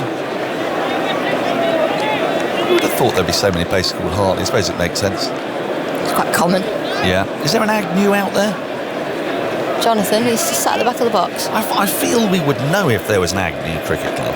Yeah, because we know that there's that Agnew monument in Multan. Yeah. The amount of times we had to... He's Well, made had to go us and pay visit it. respects. Pay the respect. I refused. Did you? Absolutely. Would force me to go and see your monument on my day off. Wow. Touched a nerve. Siraj runs it to Cars, who defends. Now, was it pad first? Umpire is not interested. I think they may look at this. Siraj is furious. He thinks it was pad first. There was definitely a woody noise, wasn't there? Of course he thinks it's pad first. I think it's bat first, to be completely honest. They've gone upstairs. Well, upstairs. actually, no, Pant went upstairs. Upstairs. Yes. Shubman must be off the field. Shubman's off the field, yes. So they are going to take a look at this. Right. TV umpire to director. We have a player review for LBW. Original decisions not out. Check the feet, and it's a fair delivery. Front on the first place. Well, I heard noise of bat, but I don't know whether it's pad first because the bowling was coming towards us. Oh, I think that's pad first. Yeah, I think you're right there, Dan. Looks like first. I'll just check with Aldridge, please. It's definitely pad first. It is pad first. It's pad first. And it's on the knee roll. Tracking and ready. This feels like it could be out to me, not just... Good decisions not out. Here we go. Impacts in line. It's hitting the wickets. Go back on field. So Carroll get to change your decision. Well, for once, umpire Shafadullah hasn't quite got it right. So Cars has to go for a duck. It's another duck in this innings. 4 ducks, 2 150 plus scores. Very, very unusual, but very good bowling, that, by Siraj. He's got it full enough to be hitting the stumps. I think what the umpire thought was that it was bat first. That was the reason why, because it wasn't a very woody noise, but it was pad onto bat, playing a forward defence, sitting in front of off stump, and it was going to hit the top and middle stump. So, England lose their 8th, and they've lost 3 in double quick time. Brooke, Woakes, and now Bryden Cars. Michael Vaughan has come to replace Alex Harley, and I'm getting out of the way in a double change for Simon Mann. Yeah, good afternoon, everyone. The second new ball has worked for India. They've bowled nicely with it. It's just started to nip, as you would expect with a new ball. We saw that last night when England went out to bat. We saw it on the first morning when Chris Woakes could easily have had 2 or 3 in that first spell, that first hour. So it's certainly a new ball pitch. And India have struck at the right time. They had to win this new ball battle, didn't they, the second new ball? And so far they've done so. Well, they've got a great opportunity here, India. They're still 191 runs ahead. So if they were to knock the last 2 over quickly, still 2 days left in the game, there's every prospect of England looking at 500 on the final day, something like that. Not impossible. Unless England are able to bowl India out. They still go for it. Well, calamity lies in that. Here is Siraj bowling to Tung, who plays that way into the onside. They don't take a run because it's the last ball of the over. And so Smith will be on strike. I presume Smith's going to start to play some shots now, although I also presume the field is going to be set back.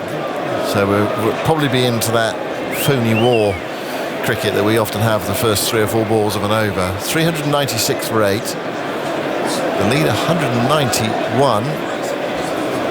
Despite India's toil today in that 300 partnership, I mean, it's been bookended by Indian domination of the ball. 84 for 5 at one end, and then what are they taking? 3 for not very many at the other end of it. So they're in a tremendous position in this game. Akashdeep has been excellent. Yeah, he has. He's got the ball nipping around. I'm just looking at the field now. There's 2 slips, and then all the rest of the field is for Jamie Smith. They're on the boundary. And he's such a powerful player. It was against the West Indies here, wasn't it? He took down... he hit one onto the roof. Yeah, the Holly stand. Here is Deep looking for his 5th wicket. Bowls to Smith, who's in behind that, playing defensively away into the offside, where it looks as if Smith is going to bide his time here and wait to the latter part of the over to take it on. So I mean, it's not the most enthralling cricket when it gets like this, when you're just trying to get one player out. They've got the new ball, but they're going to play the long game here. India looks as if Smith, he's going to play it as well. It's a remarkable score. It is, yeah. Got 4 noughts. 4 noughts and 2 hundreds, 2 big hundreds. Deep bowls, and Smith clatters that on the drive up towards long off, and they gave him the charge there. And it's picked up by Shubman Gill, and there's no run. Well, perhaps Smith isn't going to play the long game. He's going to try to take it on. I mean, they just need to be a bit careful here, otherwise they're going to find themselves a long way behind in this game. You said they'll still try and take on 500. I mean, surely, that's why India will try and score 500, isn't it? Because they think England will take it on, and that's a great opportunity for them. Well, India, if they bowl well now, get the last 2, they're going to have an hour's batting. There's a long time left in this game. Smith tries to heave that away. It goes down towards deep third on the bounce. How did he get it down there? He was looking to hit that away into the onside, and he hit it down to deep third. Interesting tactics from Smith, but he's kept England in the game today. I mean, they felt like they were out of it. 84 for 5. 396 for 8. With 2 slips, everyone else on the boundary. Akash Deep looking for a 5-fer. And he might hole out here, Smith, the way he's playing. This is the 4th ball of the over. Does he take a single here? Push a single? Akash Deep bowls to him.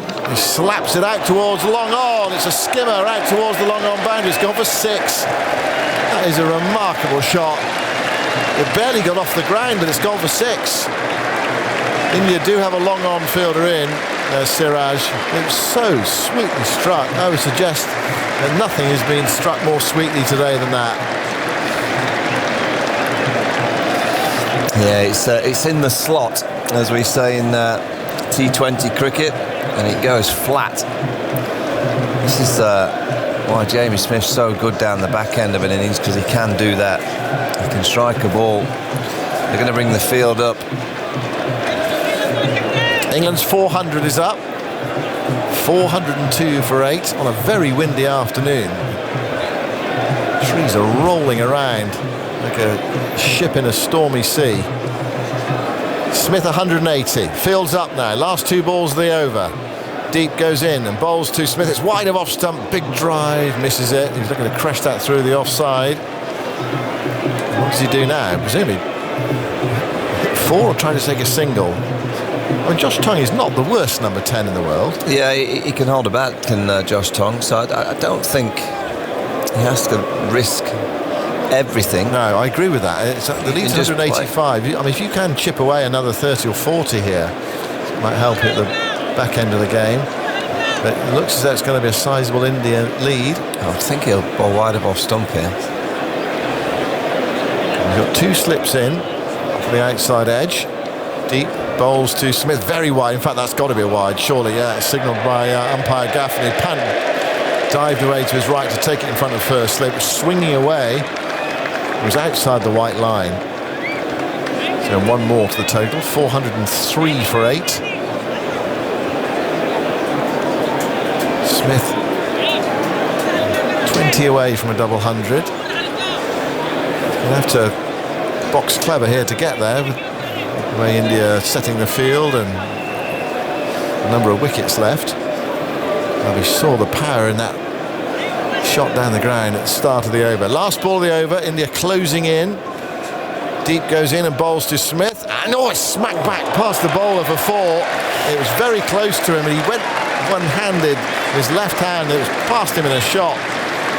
Tremendous power from Jamie Smith. So 10 runs off the bat in that over. England 180 behind, 407 for 8. And now it's over to Josh Tongue, just trying to support Jamie Smith, because I mean, if he do get 3/4 an hour of this from Smith, he can really eat into that India lead. It might be vital at the back end of the game. I always look at bowlers when a player like Jamie Smith is whacking it like that. I think it was on this venue that Luke Fletcher from Nottingham got one hit back at him. He got his fingertips to that. Just as well he didn't get more to it, because it was hit so hard. They'd been right at him. I just wonder whether he'd been able to stop it. How'd you get out of the way when someone else hits so powerfully like that? Smith's on 184. Now where's the single option here for Josh Tongue? Just quickly, that extraordinary scorecard of 2 150s and 4 ducks. Only the second time in Test history there's been 4 ducks and 2 150s in the same innings. Here's Mohammad Siraj. 3 slips in, 3 saving 1 on the off, 2 on the on. Siraj bowls to Tongue. It's a big shout for LBW. This is close. It's given out. It's another LBW. Tongue reviews it. I think more in hope than expectation. Unless he's got an inside edge on it, in which case he'd have reviewed it straight away. That was full from Siraj, and this looks pretty close. Well, his finger has been staying down, so I reckon this check the feet. He's a not-outer in my book, this umpire. I reckon this is dead. It looked so out. Siraj was off celebrating. Let's have a look. Has he got anything on it? I don't think so. This looks out to me. Use ultra edge. It's close to the bat. Coming through. Yeah, clear gap between bat and ball there. Flat line onto the pad. Ball tracking when ready. Original decision's out. Impacts in line. It's hitting the wickets. Go back on field. Side cat sticking to original decision. Out. Well, 5 for Siraj, 5 for 70 on a flat pitch, and India working their way through England's lower order. 407 for 9. Jamie Smith at the non-strikers end on 184, and only now Shoaib Bashir for support. Yeah, it's been a tremendous hour for India. And Siraj has been fantastic. He was a little bit off, wasn't he, in that first Test match? I just remember that spell he bowled at England at Lords on the last tour. And here this week without Jasprit Bumrah, he's really stepped up and has led this attack nicely. This is a bookend day, isn't it? It's extraordinary, and we've had now 5 ducks in the England innings. 5 ducks, the first time ever. There's been 5 ducks and 2 150 scores in the same Test innings. What a day! So England have had. You get really excited, Andy, when these kind of things happen. Well, here's the thing: Shoaib Bashir's in at number 11. Has any team ever had 6 ducks in an innings? Yes, there's one team had 6 ducks and 2 centuries, but they weren't both 150 plus. Oh right, okay. 6 ducks. Well, there's 5 so far. They've all been quick ones as well. No, the fact there's been another Test match where there've been 6 ducks in an innings, I mean. Well, you've got to fancy that it could happen because there is a bit of nip there, and Siraj is charging in. 2 slips in the gully, a short leg, mid-wicket, mid-on, wide mid-off, cover point. Bashir waits, Siraj bowls, and he gets a short ball, and he turns his head, and he somehow manages to survive, but it might have hit him on the helmet there, is it? Yeah, it's hit him straight on the helmet. And Bashir saying, I'm fine. But if it has hit him on the helmet, then obviously the physio stroke doctor will have to come out and just assess him. Well, what a day of cricket we've had here today. I think there was some who came yesterday, England supporters mainly, felt it was a bit of a flat day, even though Gill played magnificently. It wasn't much of a contest, but today the contest has been right on. And India on top, despite that 300 partnership. England are 180 runs behind. There's sometimes, Simon, when people get hit on the helmet, it's like a glance. You know, it just clips the grill or it glances the top of the head. That was flush. Well, the thing that made me hesitate about whether it had hit him on the helmet is that it went back up the pitch. So normally you think that's got to be the bat or something, or the bat handle that's hit it back up the pitch. But you don't often see that. It goes into Bashir, then comes back out straight up the pitch. Plonked him. He kind of turns his head away and it hits the kind of the back left-hand corner of the helmet. I remember going on a pre-season tour to South Africa in the 90s, and we were in Port Elizabeth. And do you remember a bowler called Nanty Hayward? Yeah. So I went out to open the batting against Nanty Hayward, and we didn't know him, not heard of him, and someone said, oh, he's quite sharp. First ball of the game, he's bounced me, it hit me straight on the rose of my Yorkshire helmet, and the exact same, just trickled. And I was like, stood there shaking. And presumably in those days, no concussion test. Are you all right, Michael? Yeah, I'm fine. Oh, Martin Mogson at the other end was just laughing. Oh, that's nice, isn't it? Yeah, it was a quick ball, but he's all right. Shoaib will go through the concussion protocol with the doc, asking him a few questions, making sure that he knows what his name is and his date of birth. I think they're the kind of questions you get asked. There have been 8 occasions in Test history where 6 players have scored ducks in the same innings. For England, the 5 ducks they've scored here equals the national record for one Test innings. It's the 5th time England have had 5 ducks in an innings, most recently in Auckland on the day when they were bowled out for 58. About the day-night test? Yeah, March 2018 against West Indies at Leeds in 1976, and in a couple of instances in the 50s. But yeah, 5 ducks and 2 centuries is... You love it, don't you, Andy? So that match, very rare. that match That's in Leeds. third time in Test history there's been 5 ducks and 2 centuries, but both of those centuries have been over 100. Andy, when these kind of moments happen in your stat live, so say, you know, if I got a nice century, I'd have a nice glass of red and just celebrate. Do you celebrate back in the hotel room? Well, a great stats day. Yeah, just an incredible day for stats. Well, the stats are a celebration in themselves, Michael, but well, it's nice to see something so unusual that it's never happened before in nearly 150 years of Test cricket, over 2,500 games. So that 1976 game at Headingley, you said there were 5 ducks and 2 centuries. That was Greg and Knott, wasn't it? With the... No, that was just 5 ducks. No, there were no centuries in that one. That's 76 at Leeds. Yeah, that was the 4th innings. So hang on, I'll just get the the 4th innings, right. In the second innings of that match, the Greg and Knott made hundreds in that game. Just getting the scorecard up for you. Yeah, the 5 ducks. 5 ducks were in England, second innings. Right, the second innings, 5 ducks. I've got some second new ball news. Okay. So the first new ball, there was 0.4 degrees of seam. The second new ball has been 0.8 degrees of seam. So it's seaming a bit more. Yeah. Well, the collapse, England lost 4 for 20 in 7 overs. Full credit to India because they had to win the second new ball because England had such a great day. And it was that first one for Harry Brook, the one that nipped back through the gate. That was a beauty. With the concussion test, the Indian players have taken drinks, or the umpires have called drinks. So we've had 2 balls in the over. And Shoaib Bashir, so he's had a bit of time to gather his thoughts. And he's got a job to do here with Jamie Smith at the other end on 184.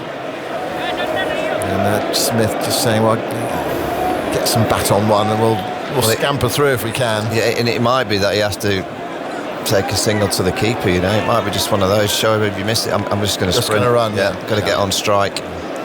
My feeling, my hunch, is that Shoaib Bashir has improved his batting. Well, you said Josh Tongue was pretty good. That next ball. Yeah, but that can happen. You've been out, Michael, as well. You know, everyone can get out. Of course they can. No, he's not too bad. It's just improved a bit, but Bashir. This is the challenge this time. When it is. Just been hit on the head by a brutal delivery. And the ball's only, 9 overs old as well. Siraj's got 5 for 70, looking to finish it off, goes in and bowls to Bashir. Oh, he's bowled him. He's left it and he's bowled him. It's all over. England have been bowled out for 407. Jamie Smith rushes off, can't take the applause from the crowd for a magnificent innings. He's 184 not out, but Siraj has burst through England, 6 for 70. And India have a lead of 180 on first innings with more than 2 days to go. What a day of cricket we've had. Well, incredible. I mean, this has been a tremendous spell. Mohammad Siraj is a hustler. He gets his 6 foot, he just charges in, and he's got the ball in the right zone, and he's got a bit of movement. What a day we've had. I mean, when you think England lost those 2 wickets in the morning, straight away Joe Root and Ben Stokes. And then we've witnessed what is one of the great partnerships in Test history. And an innings from Jamie Smith that we'll be talking about for many years. And then the second new ball's taken. Then within, 40 minutes? England have been bowled out. Siraj walks off, holding the ball up. Jamie Smith, I feel a bit sorry for him actually. He just had to rush off and get his keeping pads on. So the 7 wickets, so England lost 2 at the start there and those 5 quickly. What was that, 7 for what? I mean... Well, they were 77 for 3 at the start and then lost... So 7 for 2, weren't they? 7 for 2 and then 5 for... 5 for 20 at the end. So we've got 7 for 27. Yes. Ending a 300 partnership. Yeah, and then something in the middle. Yes. Well, it's 303 partnership. 6 ducks. 6 ducks. The first time England have ever had 6 ducks in a Test innings, and the second time a team's had 6 ducks and 2 centuries. Only the 9th time there's been 6 ducks in the same Test innings. And yeah, I'll see in terms of lowest team scores to involve a 300 partnership. I'd be quite surprised if that's not a record, but I'll get back to you with that one very shortly. Siraj finished with 6 for 70, his 4th 5-wicket haul in Tests, his 2nd 6. Well, 6 England players. Jonathan's coming in, Mike. Yeah, they'll be sleeping over the course of the next day or so, and there's 6 on them. 6 on a pair. That's extraordinary, isn't it? It's been an amazing day. I know we keep saying it, but yeah, what a day of Test cricket. this has been, you see, Root and Stokes dismiss consecutive balls in the second over of the morning. England 5 down, still 503 runs behind. We're talking of follow-ons and innings defeats and all of that sort of stuff. And England will be thinking now, you know, how positive they are. They'll think, bowl India out for 200 and 380, we'll chase it. Yeah, that is how they'll think. Yeah, they will, and particularly now they've got, an hour of play to try and get 2 or 3 wickets. We've just seen a ball that's seamed around.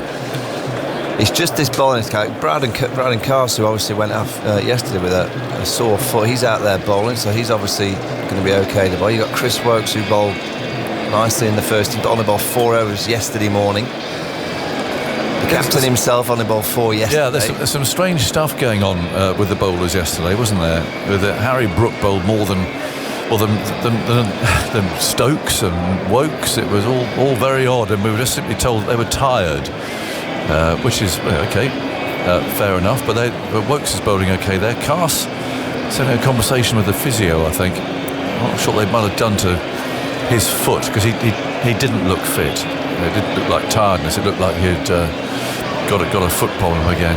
But we'll see. This will test them, won't it? But we've got a game on. England obviously coming up from behind, but they could do it, and India know they could do it. Yeah, and it's just that psychology that India have been in a similar situation before. They were in a very good situation at Leeds a week ago and lost that game 2 years ago, or 3 years ago in 22. Again, very similar. But India have to capitalise on this. Yeah, this is their big chance to go 1-1 in the series with Bumrah to come back in for Lords. India have got to be as positive as Ben Stokes and England will be. India have got to be equally as positive with a bat in hand. Still 2 days to go, and whatever play there is left of today, which will be about an hour's play. The weather is changing. It's going to be a much cloudier day tomorrow, and you can see it actually starting now to drift across. And then rain Sunday, forecast? Well, a little bit on Sunday maybe. I mean, it's a bit hit and miss, the whole thing. But we might get some interruptions tomorrow. Worth bringing a brolly if you're coming. It doesn't look like it's not sort of cataclysmic. It's not sort of washing the day out or anything. They can add time on at the end, of course. Watching Carse, just talk about the emotions of someone like Shubman Gill, a young captain. I mean, he's had an incredible game with the bat, and then in the field they get 2 wickets this morning, 84 for 5, and he's probably thinking, this is easy. We're bowling it out for 150. 200, and then we're batting in the afternoon, and then this incredible partnership, and then the second new ball's taken, and 40 minutes later he's back in the sheds. He's padding up again. It's been a remarkable day. Not sure who's going to fetch that cricket ball that Ben Stokes has just thrown way over Marcus Trescothick's head, but it's gone all the way down. It's down in the boundary at the far end of the ground, so someone had to go and get that. I noticed that Ben isn't, presumably a steward. We'll go and throw that back again, but it's not far away from floodlight territory now as we get towards the end of this. We've spoken about this England side, and they play such an expansive, entertaining way with the bat. But when you look at how many overs they've batted 89, so they've given the bowlers 89 overs rest. Yes. No wonder they're tired. No, India batted for 151 overs. Bowling wise, I haven't given you these. Deep 4 for 88. Came back well, actually. He took a couple of wickets last night, set things up. Siraj, well, he came pounding in like he always does. He sort of stepped up to lead the attack in Bumrah's absence. 19.3 overs, 3 maidens, 6 for 70. And their wicketless Krishna, no wicket for 72. I won't thank his captain very much for that spell of 5 overs for 50 when he ran in and tried to bowl bouncers. Reddy 6 overs for 29. Jadeja 17 overs for 70. Sundar Washington, he's not really done his job so far. 14 overs for 73 for the off-spinner. Some catching practice going on. See Bashir doing some catching, running backwards and forwards. Heavy rollers trundling up and down the pitch. People are waiting. I'm just looking at Ben Stokes having a good chat with Chris Woakes, whether they're discussing ends, which end Chris Woakes should come from.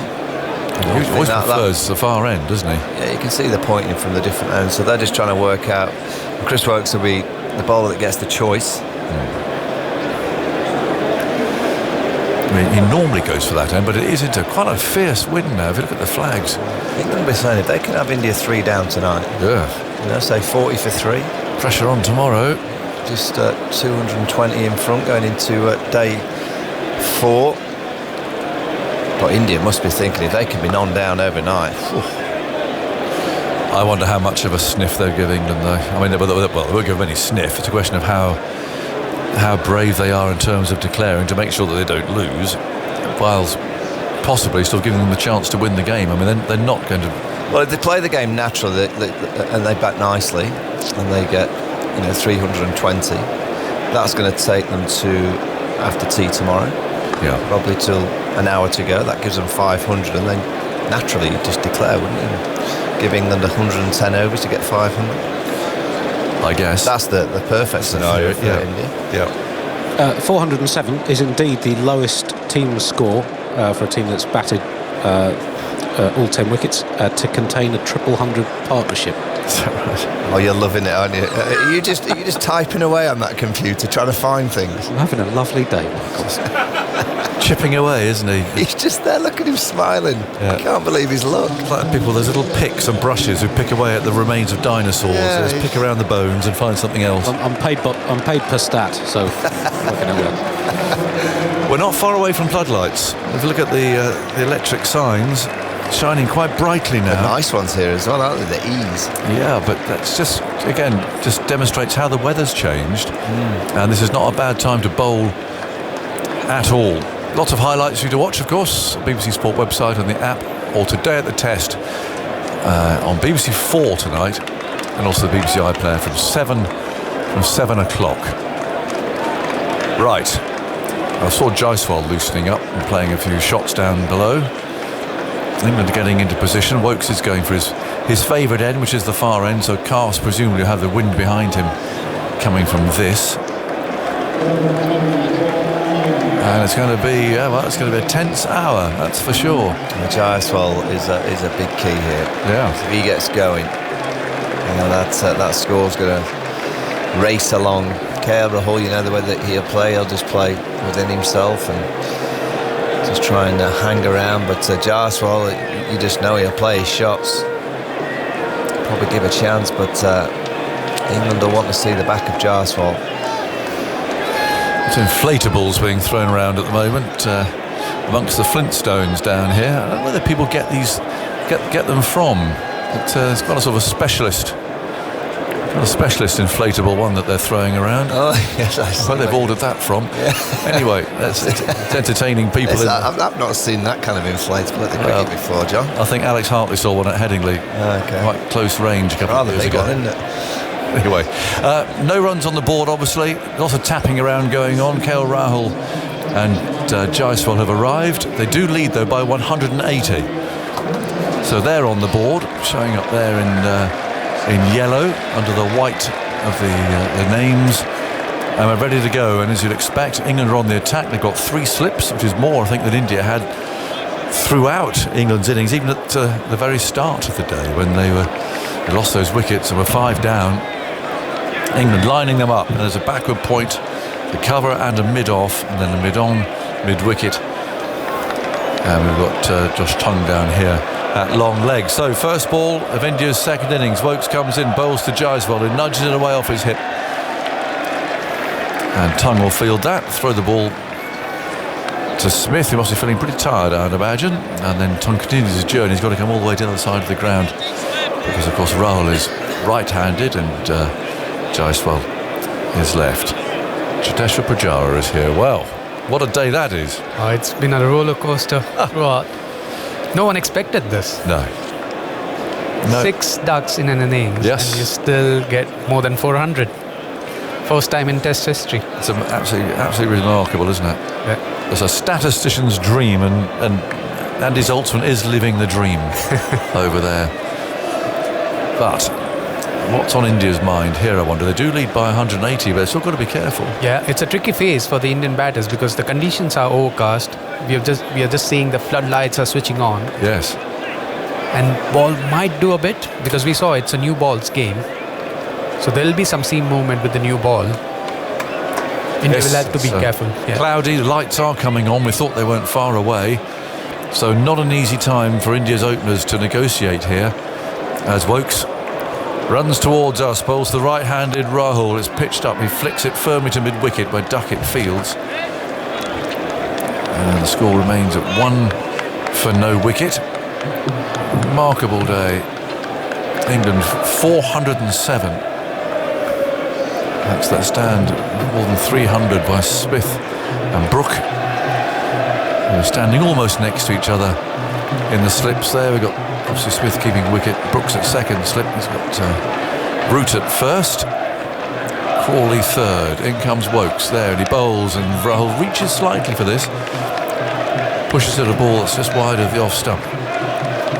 Fielded in the gully by Ollie Pope. Lights now almost fully illuminated. They take a bit of time to warm up these ones. But, slowly but surely, you can see them starting to take effect. The wind really blowing around the trousers of the slip fielders there. And Wokes is running into that. Here he comes and bowls to Rahul. He plays off the back foot down to mid-off. And Stokes fields and throws the ball back into Smith. Great effort by Siraj. Yeah, it was indeed. Yeah. The way he bowled today, he was bowling his heart out, especially with the second new ball. He looked like a different bowler altogether. Sort of stepped up, didn't he? With Bumrah not being around, he's stepped up to be the main man, really. Yeah, and we were discussing the stats. We are yet to receive the stats, but I think without Jasprit being in the side, his stats are much better. That's interesting. Yeah. Here's Wokes, and it's tucked away into the leg side by KL Rahul, so he's off the mark as well. And yes, a potentially difficult hour this, because India really can only make a mess of it. They might get another 30 runs or something, 40 runs. Yeah. But they could lose 2 or 3 wickets. And that'll be disappointing if they do. It would certainly put some pressure on, wouldn't it? So that makes it interesting. 3 slips. Wokes is going to come round the wicket to Jaiswal. He's there now, bowls. Jaiswal comes neatly forward. Plays the ball carefully up to mid-off.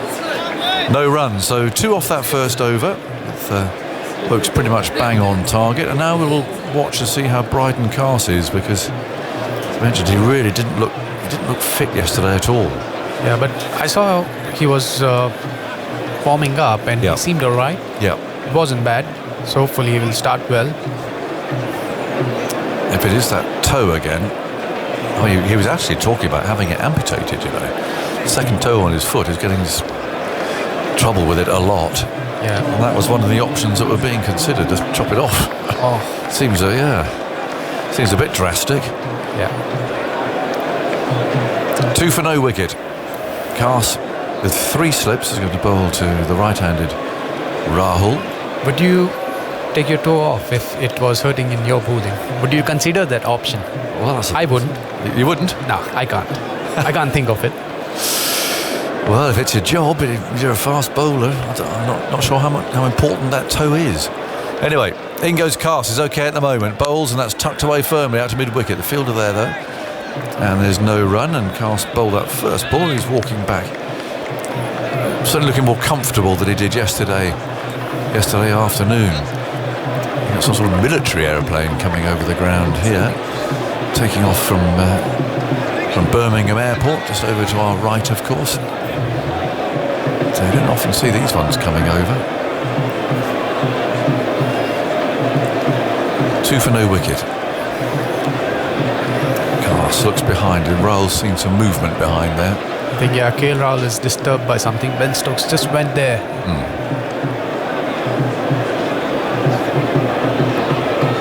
Right, we're ready again. 3 slips poised as Carse goes in with a big leap and bowls, and Rahul's on the front foot. So there's a good-looking defensive stroke that's fielded at point.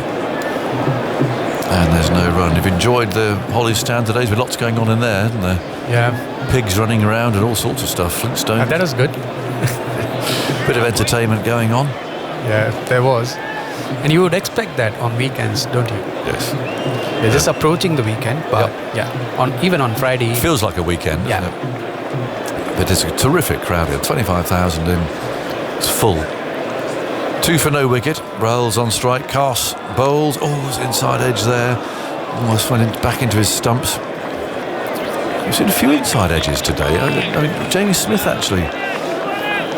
His inside edge was found quite a few times today. But I think the bounce off the pitch is staying a little lower today. And even the pace of the pitch has changed. It's slightly on the slower side. So as a batter, when you try and play square of the pitch, you are just waiting for the ball. The balls are coming a little slowly. And we have got a couple of LBWs today. Yes, indeed. There's Carse again. Bowls. Oh, a really good ball. That lifted and it left Rahul from, well, a length, really. Yeah, there was a good length. Yeah. As a batter, you can't do anything about it. Just try and play close to the body because this was a perfect ball. Rahul actually tried following it. He was lucky not to nick that one. Almost like the Stokes one. Stokes was a bit shorter. Lifted a bit more, yeah. And it was lengthwise, it was a bit shorter. This was a good length. Certainly climbed. 2 for no wicket. Rahul on 1. Carse is there now. He bowls full. Oh, lovely shot. Beautiful drive. We have seen some quality batting today. And that was, it was in the slot. It was a half volley, but just gracefully driven past Stokes at mid-off. KL Rahul, when he plays that cover drive, he looks so elegant. The way he times that ball. Yeah, it makes it look it's very perfect. easy. Yeah, look at his footwork. He's quite close to the pitch of the ball. Full face of the bat. Right knee almost touching the ground. It's so low and into the shot. Beautiful stroke.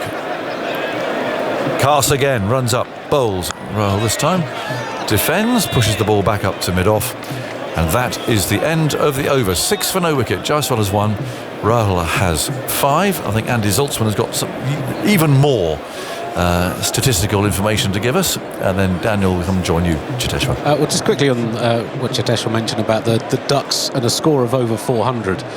It's the 9th time there have been 6 ducks in a test innings. The previous highest team score, Bangladesh, is 365, and the other 7 were all teams being bowled out for under 160. So to have 6 ducks and 400 is unique in test history. In terms of Siraj with and without Bumrah, when he's played with Bumrah, he's taken 69 wickets at 33.8. Woke starts a new over from the city end. Jaiswal gets one down the leg side, a tumbling take by Smith, half hoping there might have been a little nick on that. There wasn't. In 23 tests with 1 fifer. Without Bumrah, he now has 39 wickets at 25.2 in 15 tests and 3 5-wicket innings. So it's quite a significant difference between those two. Why do you think that might be the case? Is it just that he feels he needs to step up into that void? Yeah, I would say so, because he thinks that he's the leading bowler in the team. He has to step up, he has to pick wickets. And when you get that responsibility as a bowler, you start pulling your socks up. You need to do that.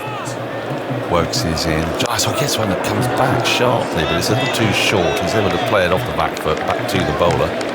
There's no run. So you think he sort of relishes that? Yeah, he does, because he likes that responsibility, and you're given that role because he's a bowler who needs a lot of confidence, and when the team management goes and tells him that you are the man, you need to do the job, and he does that. So I'm surprised, because his stat actually better when he's bowling with Bumrah, because you have a proper bowler at the other end. Works into Jaiswal, pulls this through mid-wicket. It's gone out towards the boundary. I've lost sight of it for the moment, but it's going to be signalled as 4. Latched onto it very quickly, short, dug in.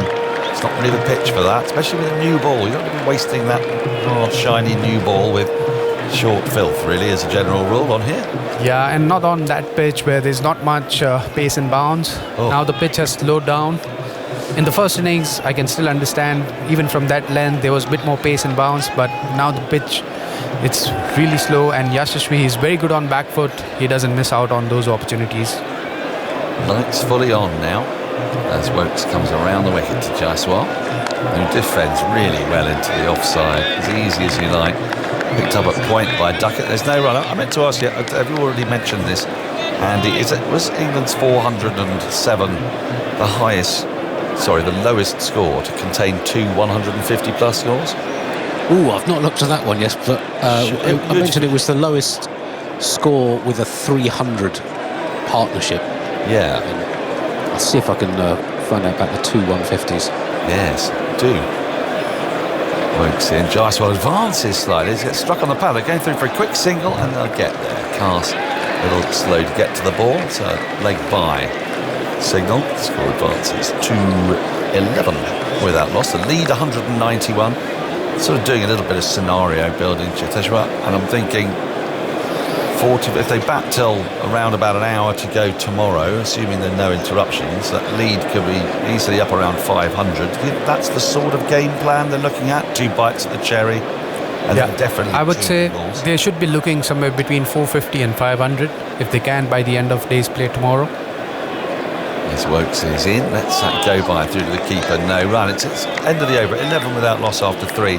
It's sort of a hard one to judge in a way, isn't it? Because they kind of know that England are going to go for it. Yeah. So in a way, if you just bat the whole of tomorrow, set 550, you kind of know that England's ego is going to demand that they give that a go, and that'll be surely impossible. And in the giving of it a go, they'll probably get out. Yeah, and that's why you get an opportunity to win a game, because if you're giving 500 or 550 90 overs, when you know that opposition is trying to go for it, that's when you create opportunities to pick 10 wickets.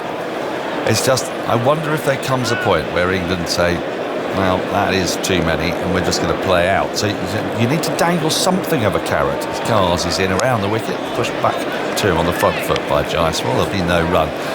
You know, I mean, for some teams, you need to dangle a bigger carrot, don't you?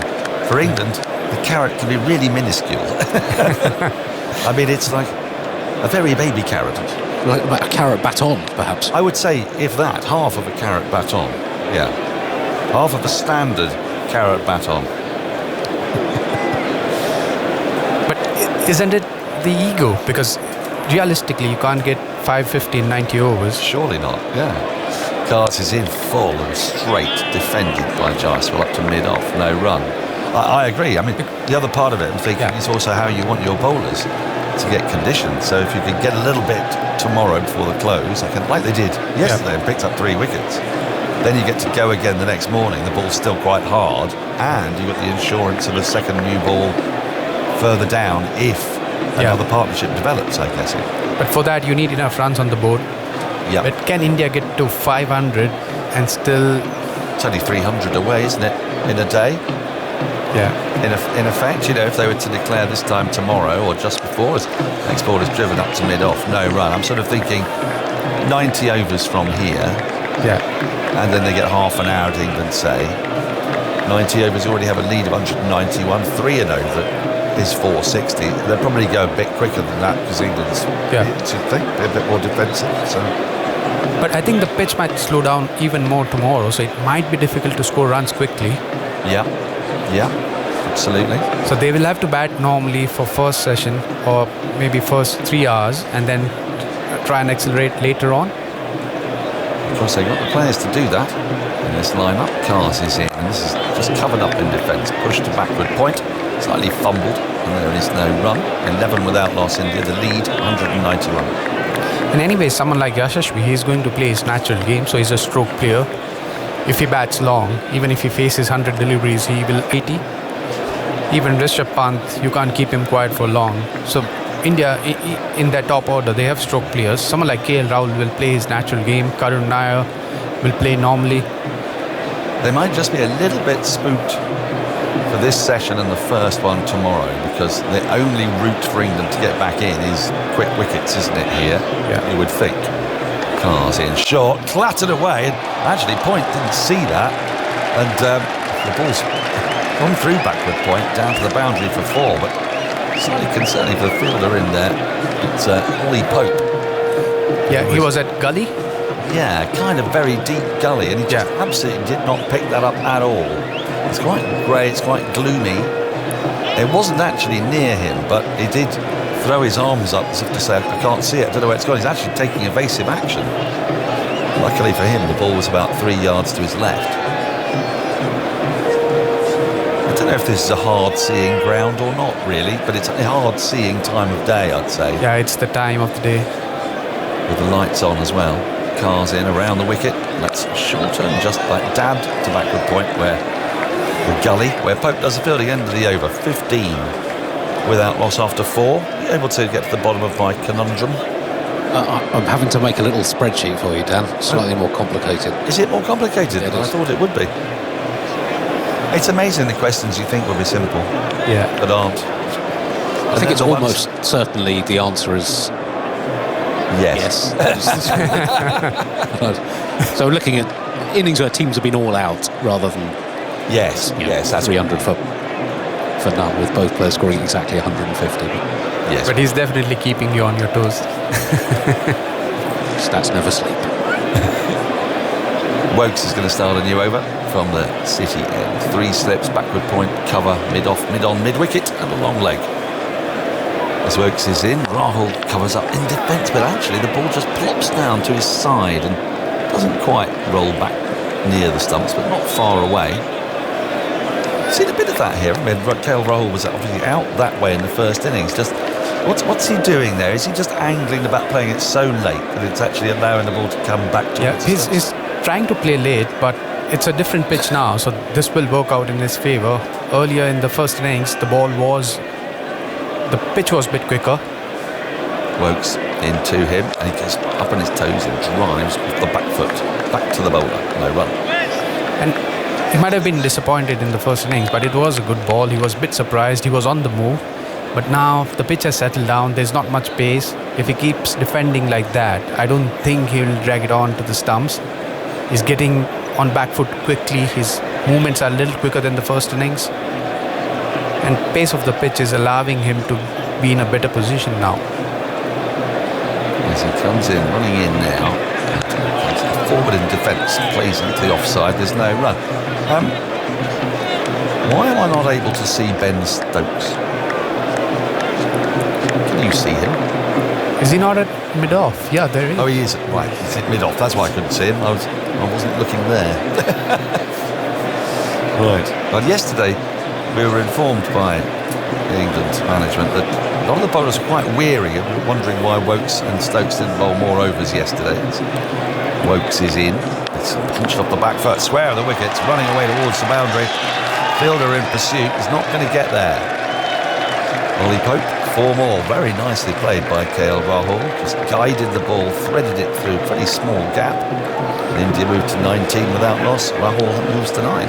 And he's moving his feet really well in this innings. On that one, it was a bit short, but he was right up there with his back foot. He was as if he was waiting for that delivery. He's got it just to the right of the backward point. There's also a cover who's pretty square, so it wasn't a big gap to find. Wokes in again. He just advances slightly as Rahul and then leaves the ball through to the keeper. And there is no run. Lead 199.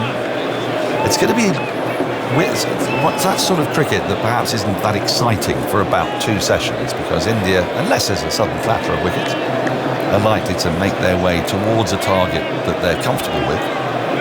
That's going to happen in Test cricket, so we'll have a sort of phony war, really, for about the next 80 odd overs of cricket. Wokes in on the pads, worked up to mid-on. Is fielded by Bashir. There's no run. 19 without loss after 5. Jaiswal 9. Rahul has 9. But after looking at the day's play today, I wouldn't make any predictions. Well, true. Yeah. Yes. It's very hard to predict. We said that to ourselves, didn't we, earlier? Yeah. I mean, what is going on out there? If you are just joining us, England scored 407 and yet still had a partnership of 303 amidst that with 6 ducks. Harry Brook 150 on, and Jamie Smith 184 not out. The highest score by an England wicketkeeper in their history, and the highest score by number 7. Sorry, men's. The highest score by a men's wicketkeeper. It is nice to think that Betty Snowball still sits atop that pile, gazing down beneficently upon those below. Oh, there's a painting I'd like to have above my fireplace. Do you imagine her sort of resting on a cloud as Cars is in, but Jaiswal has seen something and moves out of the way. Or just on a sort of mountain top, covered in snow. I think that's how we're imagining it, isn't it? Yeah. Sorry, I was a bit distracted by that meeting because I saw Ben Stokes, who was it? Harry Brook and Ben Duckett. They were having a meeting. There was someone else as well. I don't know what were they discussing there. There was a meeting there. Yeah, they chatted for about a couple of minutes. Do you know what I think it might be? Yeah. And call me cynical, but I think they might be chatting about how they can slow down the over rate tonight. Bowl as few overs as possible. It's not really in England's interest to bowl terribly quickly here. Cars in full, takes a thick edge and flies down to the deep third boundary for 4. There's a third slip in place. It wasn't far from third slip. It went pretty low. A fast delivery, 88 miles an hour. A genuine edge. Just slightly beaten for pace, but he got enough bat on it. Moves into double figures. India 23 without loss. It was pitched up.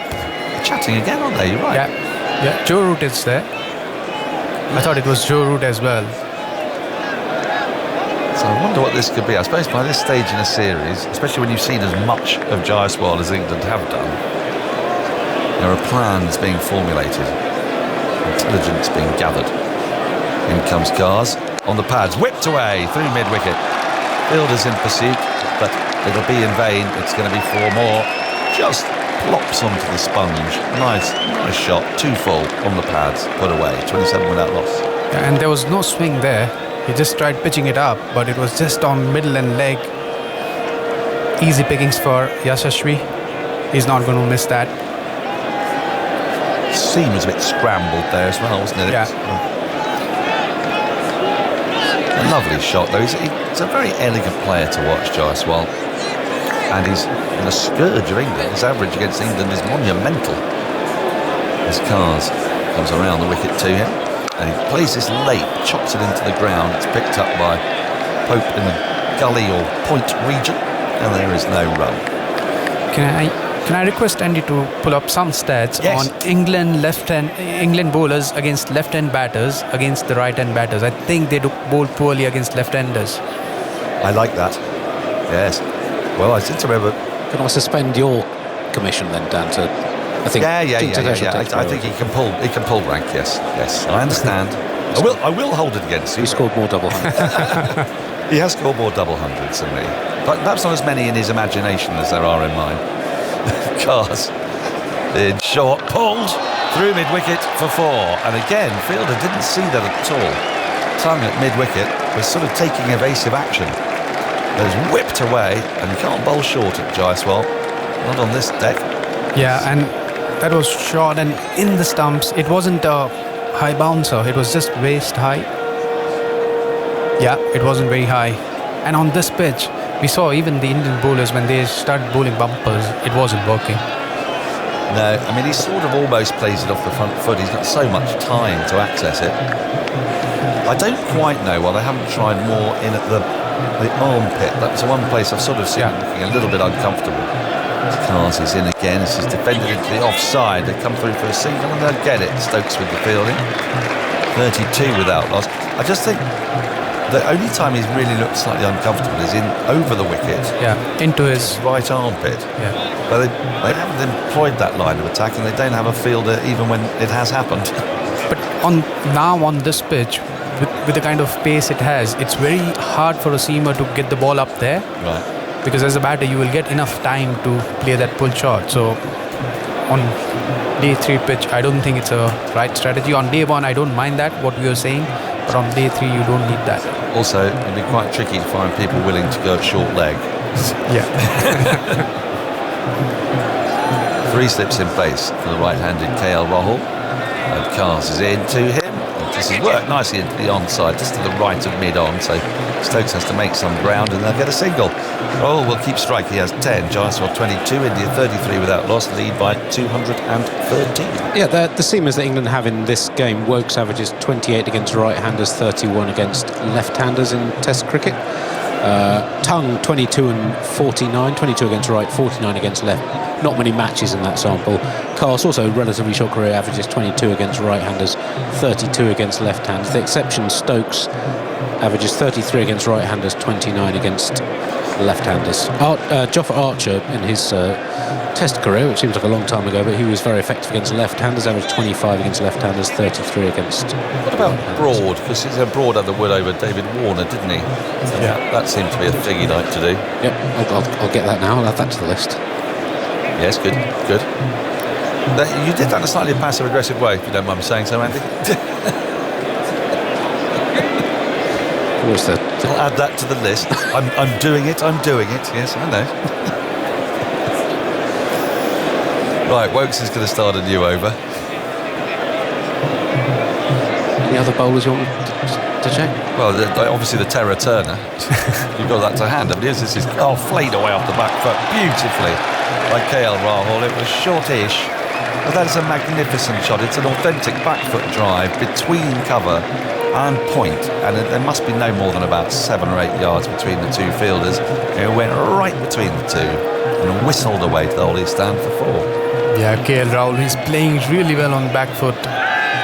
Chris Woakes, he's just trying to bowl that back off length on that pitch. It's not working. He has to go a little fuller against KL Rahul, but KL Rahul is batting brilliantly. Much more defensive field now as Woakes is in. He plays his lead, it keeps a bit low, and he manages to guide it to backward point. So already Stokes has got a sort of catching mid-wicket that's quite straight, and duck it in front of square at square leg, mid on, mid off. Only 2 slips, they're very widely spaced, and England have gone almost to the sort of field you go to when the ball's a bit softer. Actually, we've just seen that again. It really did die in the pitch. Yeah, and that one capped low. Yeah. Woakes turns and runs in towards us. India 37 1 out loss. KL Rahul leaves this. Slightly like Stephen Smith there, through to the keeper. Stuart Broad averaged 26 against right-handers, 30 against left-handers. Anderson 25 against right, 26 against left. Charles the Terror Turner, for the matches in which we have ball-by-ball data in the late 19th century, averaged 11 against left-handers and 17 against right-handers. So he was the only one really to master it. I mean, what is it about left-handers? Is it just a massive advantage to be a left-hander? Do you think you should probably have batted left-handed? I think so. Woakes is into Rahul, drives through mid off the 4. The big gap left open, very full, trying to correct the length. He's overpitched on this occasion, and another beautiful shot. 41 without loss. India Rahul to 18. Yeah, things are getting easier for Indian batters. This was pitched up, asking to be hit. This was way pitched up. It was a half volley, and Rahul is not missing that one. Yeah. He's moving his feet well, so he's forcing Chris Woakes to either pitch it up, or the moment he's pitching it up, he's driving well. So Chris Woakes, he has to be very accurate with his length. In comes Woakes again. And Rahul cuts at this and gets 4 more. Too short and wide. It's been 2 lengths this over so far from Woakes, and neither length is very productive except for India. 4 more, 45 without loss, cut away. Both batters have 22. There was only one good length ball in this over, which KL Rahul let it go. But apart from that, either it's short or pitched up. 10 falls already this innings in the first 41 balls. Yes, India, very dominant position they're in now. 225 the lead. Woakes in, and Rahul just defends the last ball. The over to short mid-wicket. Charles 122, Rahul 22, the lead 225. Time for a double change. Emily Brent's going to come in, and will be joined by Prakash Wakankar. Thank you, Dan. So 45 without loss. 7 overs in India's second innings have been bowled by the English opening bowlers. Jaiswal is on 22, and so is KL Rahul. And they seem to have gotten off to a reasonably steady start. As Ebony Rainford Brent joins me. Hey Prakash, well, look, England bowlers are definitely going to be feeling a little bit tired. They haven't had a huge amount of rest, and they'll be wanting to make inroads with a new ball, and we know if you don't, then it becomes much easier to bat. So they need to find a way in this last session to get a breakthrough, maybe 2. India look like they have other ideas. Well, at the moment it certainly looks like the The two of them look comfortable, but isn't it true also that this Duke's ball takes the first 5 or 6 overs and then it sort of helps? Yeah, but that lacquer off the sort of out, and then you'll get some movement. Well, change in bowling. Josh Tongue being introduced into the attack from the pavilion end. Jaiswal on strike, 2 slips in place, and round the wicket is Tongue. Bowls, full toss down the leg side. Jaiswal might be a bit cross with himself for missing that. Yeah, a bit of a gift. A real loosener there from Josh Tongue. The lights are on here. I was interested with this win fizz. It's got India at 67% win now, 30% for the draw. Statistics. What do you think? Just statistics. They don't really mean much to me personally. Here's Josh Tongue bowls again down the leg side, whipped away this time. Might just be cut off inside the boundary. Desperate dive from Bashir. Didn't quite do it. Did all the hard work. 4 more runs to Jaiswal. He's up to 26 and India moved to 49 without loss. They're really nicely played. Frustration for Josh Tongue here because it's really not where he's set his field for, and he's just bowled 2 down that leg side. First one Jaiswal missed out, this time not to be. Ben Stokes, who's fielding at mid-off, has a... No, it's actually Cast, isn't it? Bowler's chat saying put more protection out. And a man does go out now, Ben Duckett, from mid-wicket down to deep mid-wicket. And Tongue is in again to Jaiswal. Bowls full. Jaiswal whips it in front of square. It will be cut off this time by Duckett, but not before the 2 batsmen come through for a brace. So that's the 50 up for India as well. 51 without loss. And again, in quick time, both batters are really enjoying this surface. Jaiswal, 28 of 21. Well, that could also be, in part at least, the effect of the heavy roller, wouldn't it? Settled everything down. In innings, just settling the pitch down. And Sudhir Gautam, who we've talked about, the die-hard Indian fan with the big tricolour right opposite us. Tongue bowls, and Jaiswal's struck on the pad. There's a huge appeal, and now umpire Saikat raises the finger. It looked very out, didn't it, Abhinay? That looked very good. I mean, that tailed in. After bowling a few down the leg side, he got this one just right. And unless he got bat on it, I don't think he should be reviewing. That looked very good. Well, times... Oh, he's gone up just on the 0 on the big screen. The crowd don't like it. And Stokes is now, I think, telling the umpire that the timer was down, so he can't review. And what's umpire going to do here? A little bit of controversy here. He's gone upstairs. He has gone upstairs. He got it just on the timer. But, well, I mean, it depends. We saw the 0 on the screen as he went up. Now, whether that's before or after. I thought it was 1 as he did it, but maybe... Stokes is not impressed. And I think he's got justifiable grounds to have a conversation with the umpire. He's just got to be careful how he does it. Yeah. Can Stokes call for a review for whether the review Can you review? Review the review. Well, what are they going to do? Well, I think it should now... I don't know, I'm not sure exactly what happens. It's got to go to the third umpire. I would imagine he's got a clock. The third umpire should be able to... from my eye, I might be wrong. I thought the hand went when I saw 1 on the screen. Okay. But I might be wrong. But that is... Front on first, please. Well, they're running the DRS. It looked very out. On the back legs. Yeah, it looks like it's gone past the bat. Just confirm with ultra edge, please. I think so. And through. I don't think there's any bat in gap this. there between the bat and ball. Through to the pad. Yep. Ball tracking ready. You know what? This might be umpire's call and out. He's got so many umpire's calls. He's been really good, actually, Saikat. You have to give it to him.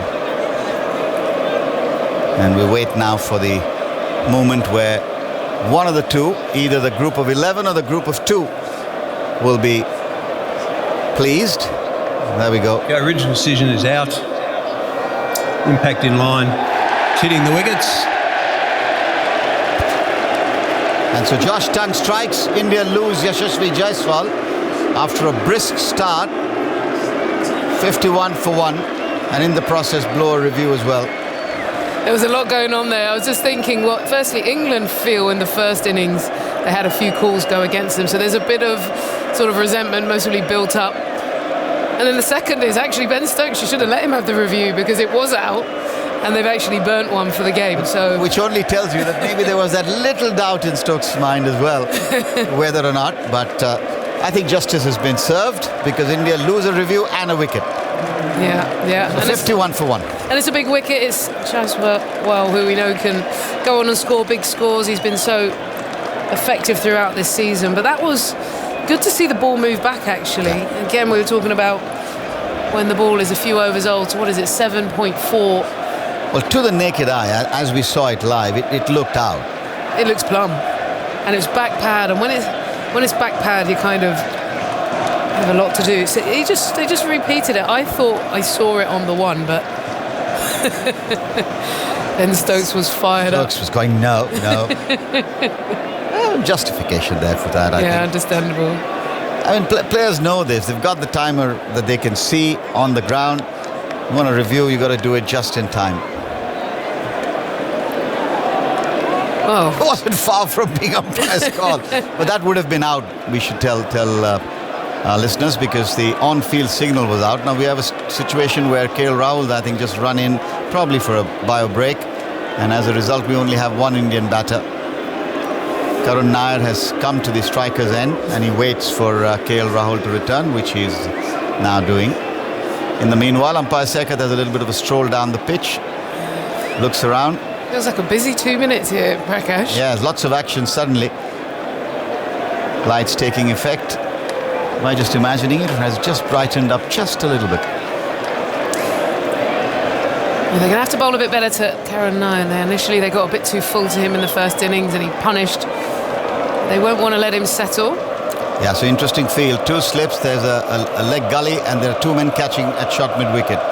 Tongue into Nair. Nair drives on the offside, a bit of a fumble, and they will run for the misfield. He might have been ducked there.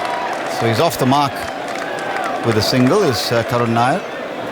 His 4th innings on his return after 8 years in Test wilderness, in spite of having had, memory serves me right, the 3rd highest score by an Indian batsman in Test match cricket. Only the 2nd triple centurion. Now KL Rahul, slip cordon in place, more conventional. 3 slips, a backward point, cover and mid-off on the offside.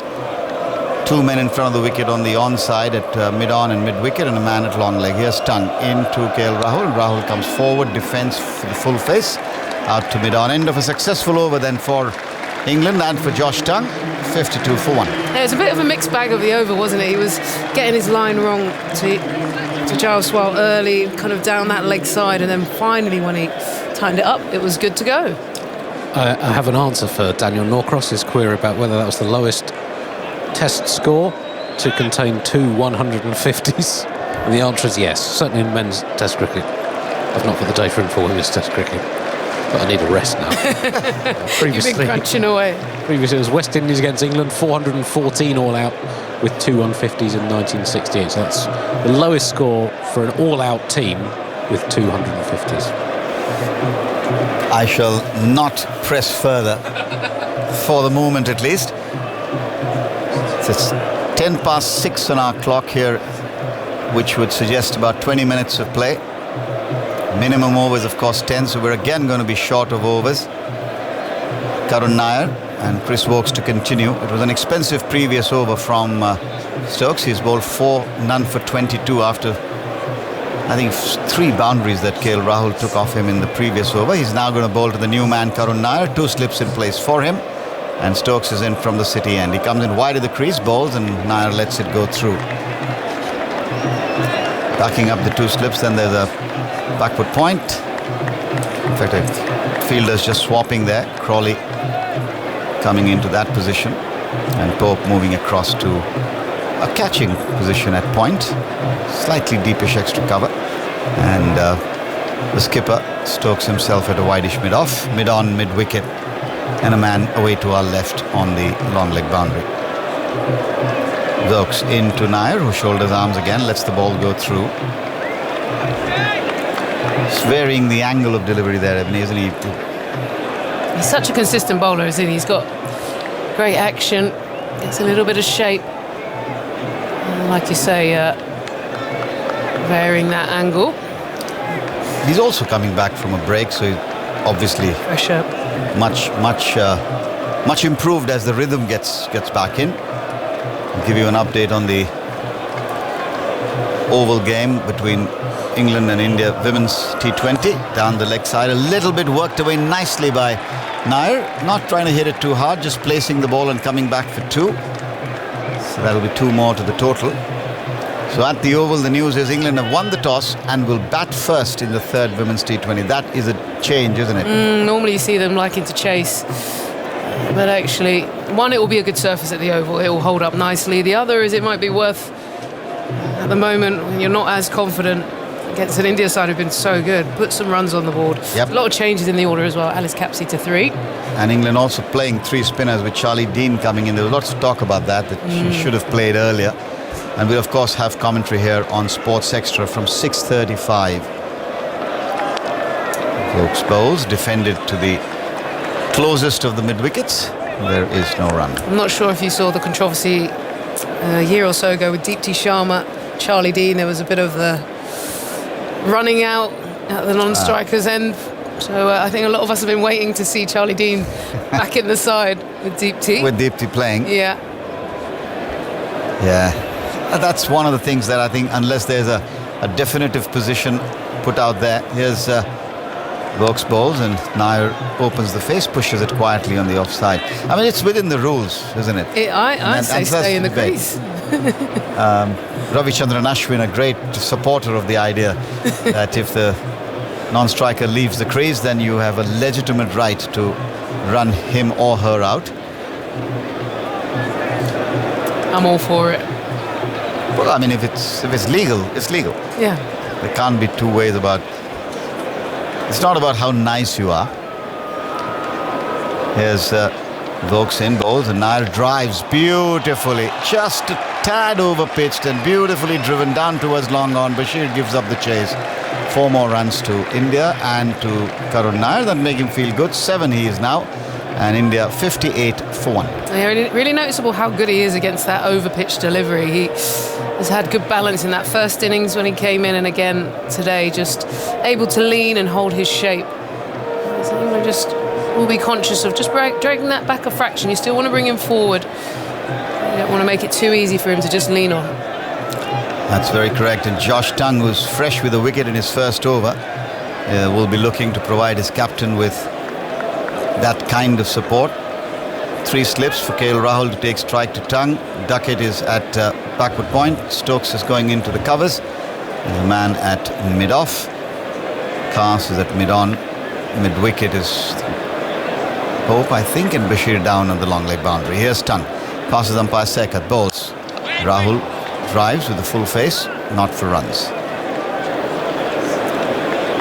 58 for 1 in the 10th over.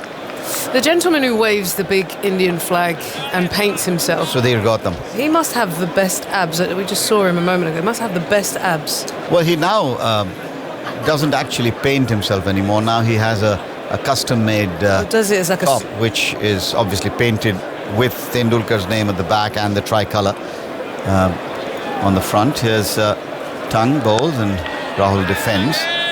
Maybe he uses it when he comes to England because of the weather. Maybe that's one of the reasons. It would be pretty cold if he was to do that. But his story is amazing. He was trained as a teacher. He comes from a small town in Bihar called Muzaffarpur. And in the early days, he used to take trains or even cycle down. There's a story which I can't necessarily vouch for, but it's been documented, that he once went to Bangladesh on his bicycle to watch India play. Wow. Cycled all the way down. Josh Tongue in bowls and left alone by KL Rahul. I'm noticing a slightly different way of KL Rahul leaving the ball.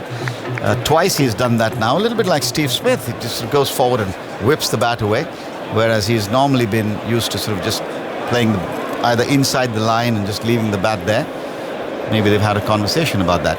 Change in the field or change in personnel, I think. No, change in the field. In fact, the third slip comes out to one of the 2 catching mid-wickets for the ball that might just be played off the pads, and if the batter doesn't keep it down, both in catching positions.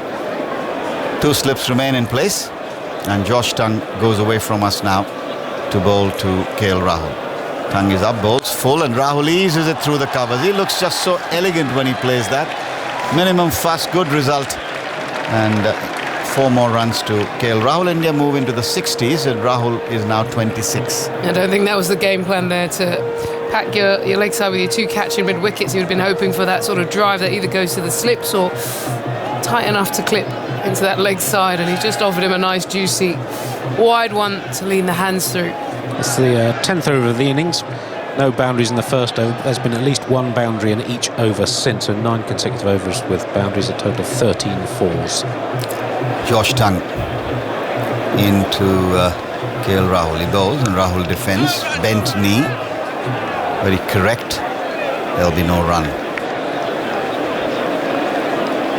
So those who might be statistically minded, India's effective lead is now 242. They're 62 for 1. 2 full days to go. And if there are no interruptions from the weather, this match is very, very nicely poised. Over the wicket, Tongue to the right-handed Rahul. Away he goes. Balls, and Rahul whips it off his hip, nicely down towards long leg. He'll pick up a run, and that will be the end of the 10th over. 62 for 1. Nair on 7. Rahul will keep the strike. He is on 27. And there's a change in bowling at the far end as well. And Cast being brought into the attack now, just giving Vokes a break after that initial spell. Are you getting excited? Oh, you see Mel Jones on the screen. Melanie Jones, the Australian legend, just hyping up the India-England women game. I mean, that is massive, by the way, today. England are already 2-0 down. Yeah, England need to win that to stay in the series. England need to win. And also, I think it shifts the dynamic after a tough Ashes. And then to lose at home to India will be pretty tough going. So tonight will be vital. I'll definitely be tuned in following this match. Farin Kaas starts another over. First time from the City end. And I think there's a little bit of a hold-up in play. It gives me a chance to hand over to Simon Mann after a quick word from you, Ebony. Yeah, Brydon Cast now starting to head in. Here's Cast then, bowling to Rahul. Rahul plays away into the offside towards cover. And there is no run. The last knockings of an extraordinary day. All sorts going on, but at the end of it, India start ending the day as they started it, which is in control of this game. They're 243 runs ahead. The weather forecast tomorrow is okay. I think early in the week we thought there might be some rain on Saturday, but we think we might be okay tomorrow. Showers around on Sunday. Whether that influences the way India play and what sort of decision they make in terms of a potential declaration remains to be seen. But here's Cast going in to bowl to Rahul. He's up on his toes, guiding it away. Square with the wicket on the offside, picked up by Ben Duckett, and there's no run. It is overcast, the lights are on. Edgbaston the crowd is thinned out now, quite a lot of empty seats. They've seen their action for the day, which is, from an England perspective, that 300 partnership. Actually, the morning session, wasn't it? Extraordinary morning session, 172 for 2 in the morning. And then after that, things settled down a bit. India taking a firm grip on the game with the second new ball. 63 for 1. Cast bowls. Rahul is on the front foot defending towards cover. And there's no run. Again, Ben Duckett in action. It's been a very breezy day, though. I think it's going to be quite a breezy weekend. Yeah. I just noticed, talking about the breeze, I just saw, just at the start of the over, a gust of wind came across and there was a bit of dust coming up from the surface, and that one of those wickets from Siraj towards the end where he bowled the cutter just gripped and held. I'm just wondering if we need to pay attention that in the next couple of days, it has been warm, that starts to come into play. Definitely. Cast bowls, and Rahul on the front foot defending, back to the bowler who picks up, and there's no run. I mean, England were hustled out, weren't they? They lost the last 5 wickets to 21, and that wasn't about lots of casual shots, was it? It was India bowled them out. They took out the last 5. Okay, Chris Wokes got one that was pitched up and his eyes lit up and he nicked it to slip on the drive, but for the most part, they were looking to survive, but they were bowled out. Well, of those last 5 wickets, Woakes was caught. There were 2 bowls and 2 LBW, so targeting the stumps very effectively. Yeah. Cars turns, charging in from the City end, and bowls to Rahul. Is in behind that one, nudging it away towards a gully where it's picked up by Zach Crawley, and there is no run. And Siraj finished with 6 for 73 for naught in his last 5 balls. Say that again, that last bit. 3 for naught in his last 5 balls. Yeah, he bowled a lively bounce to the show. Bashir struck him on the helmet, and then Bashir shouldered arms. Then Nitish Kumar ready. So we have had 8 wickets today. We had 8 wickets yesterday. People saying, "Oh, this pitch is terrible. It's awful." I've heard some comment about that. It's a terrible pitch. It's all about the new ball, though, isn't it? Cass bowls, and Rahul pushes it away back up the pitch, and there is no run. What do you mean, the new ball that's produced? Well, it's either 63 runs in 11 overs. No, I mean, across the game, we've either seen when the ball change happens, or so there's been a couple of times when they changed the ball and there were a couple of wickets came, or early on. You look at Chris Woakes, who had a number that could have been 3 down early on. The new ball has noticeably made it easier for bowlers to try and get that break. Yeah, that second new ball for India was decisive, wasn't it? Yeah. Although England haven't really been able to make something happen, whether that's scoreboard pressure, whether that's sometimes you've got the momentum behind you in a game. You can go in a bit harder, but England went out there 180 behind, and this has felt like India's mini session rather than England's. Under the lights with the new ball, you think they might be able to make some inroads. Not really happened for them. Tung's got 1, looking for 2. That's clipped firmly by Karan Nair to mid-wicket. But you just wonder whether that is kind of that state of the game. It's so weird, isn't it, cricket? Is it psychological? Yeah. You're a long way behind, and India come out confident rather than feeling under pressure. And they've taken it on in the hours cricket that we've had. They've scored it close on 6 runs and over. So it's been an excellent post-tea session for them. Didn't actually write down the tea score, but India really done well in the final session. Tung bowls, Nair drops into the offside towards cover. They were 355 for 5 at tea off 75 overs, then lost after tea 52 for 5 in 14.3. Yeah. The last 5 wickets went for 20. So what a session they've had. I mean, tea. I mean, it's those two, Smith and thought they were Brook, booked in for today, tomorrow, and the next day.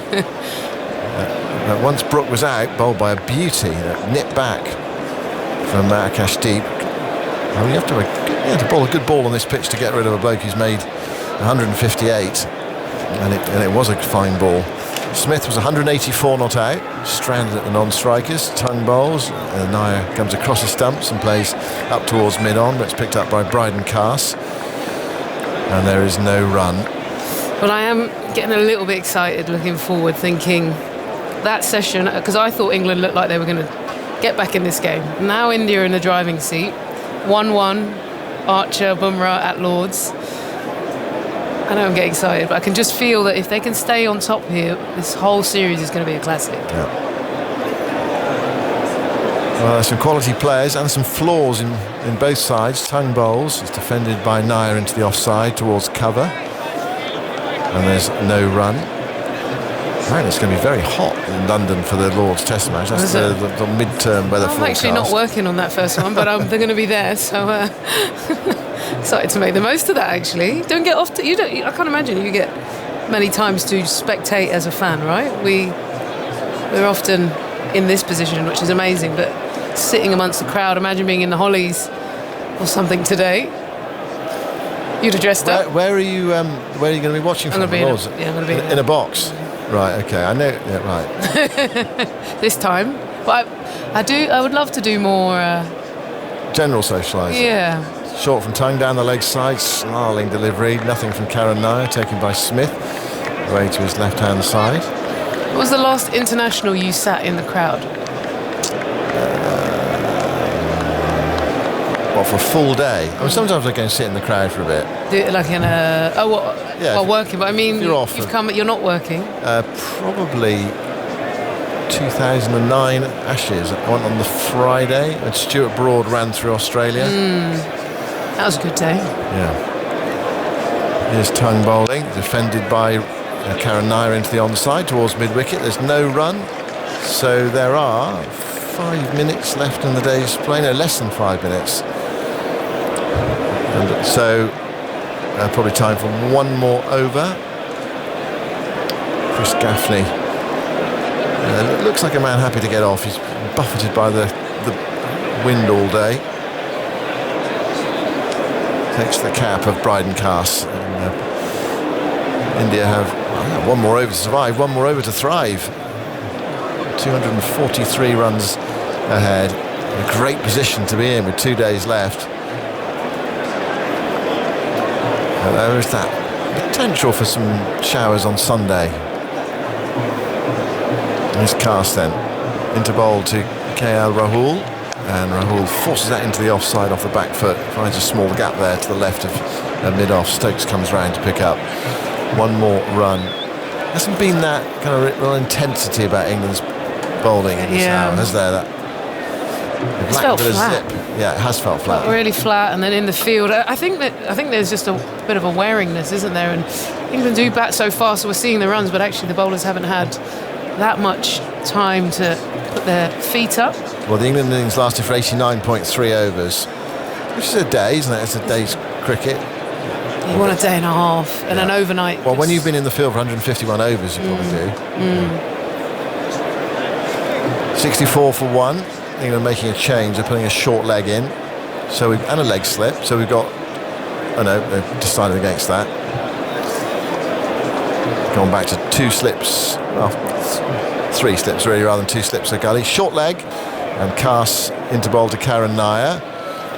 And Nair gets a full ball, which he drills up towards mid-on, where it's picked up by Bashir, and there's no run. Imagine Bashir will get quite a long bowl tomorrow. Well, he's 45 overs in that first, and then I think he's done a fabulous job for being so young, and bowling so many overs, and having to get used to how bowling in that first innings. He's really stepped up. Hopefully he'll be getting some spin tomorrow. Carse bowls short, and he plays a waft at that one. Karen Nair, ball outside the off stump, misses it completely, and it goes through low to Smith. One of those he could have got an under edge on, did not. An update from the second West Indies-Australia test. Australia won the first test, which was very close in the first innings before Australia ended up with a comfortable 159-run win. In the second test, Australia yesterday bowled out for 286, more struggles for their top order, but Carey and Webster got them up to a reasonable score. West Indies in reply 139 for 4. Carse, 3 balls left in the day's play, bowls to Karen Nair outside the off stump, no stroke. Craig Brathwaite got a duck in his 100th test. At some point today, we have seen the 10,000th duck in the history of men's test cricket. There's a slight discrepancy between... Do we know who's made it there? That's the point. The thing, there's a slight discrepancy between Cricinfo and Cricviz, but...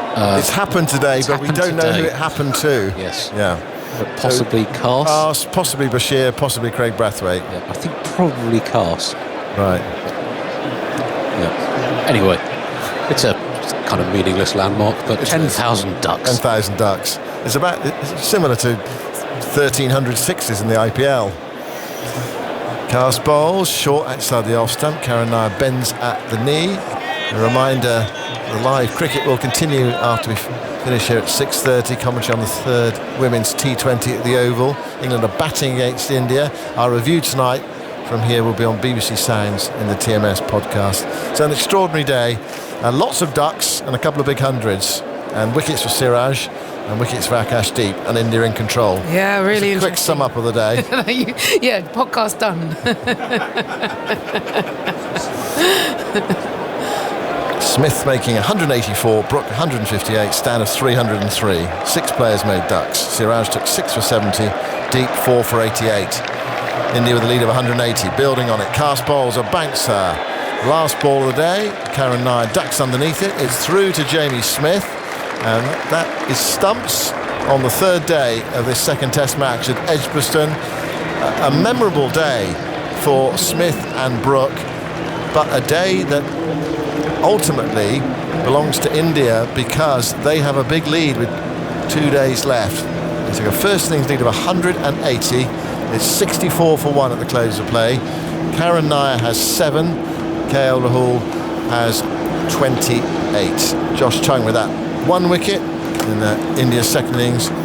Jaiswal LBW for 28 when the score was 51. But opportunity for India to really build tomorrow and set England somewhere in the region of 500 in a day and a bit. That will be roughly their goal. We'll see how it pans out.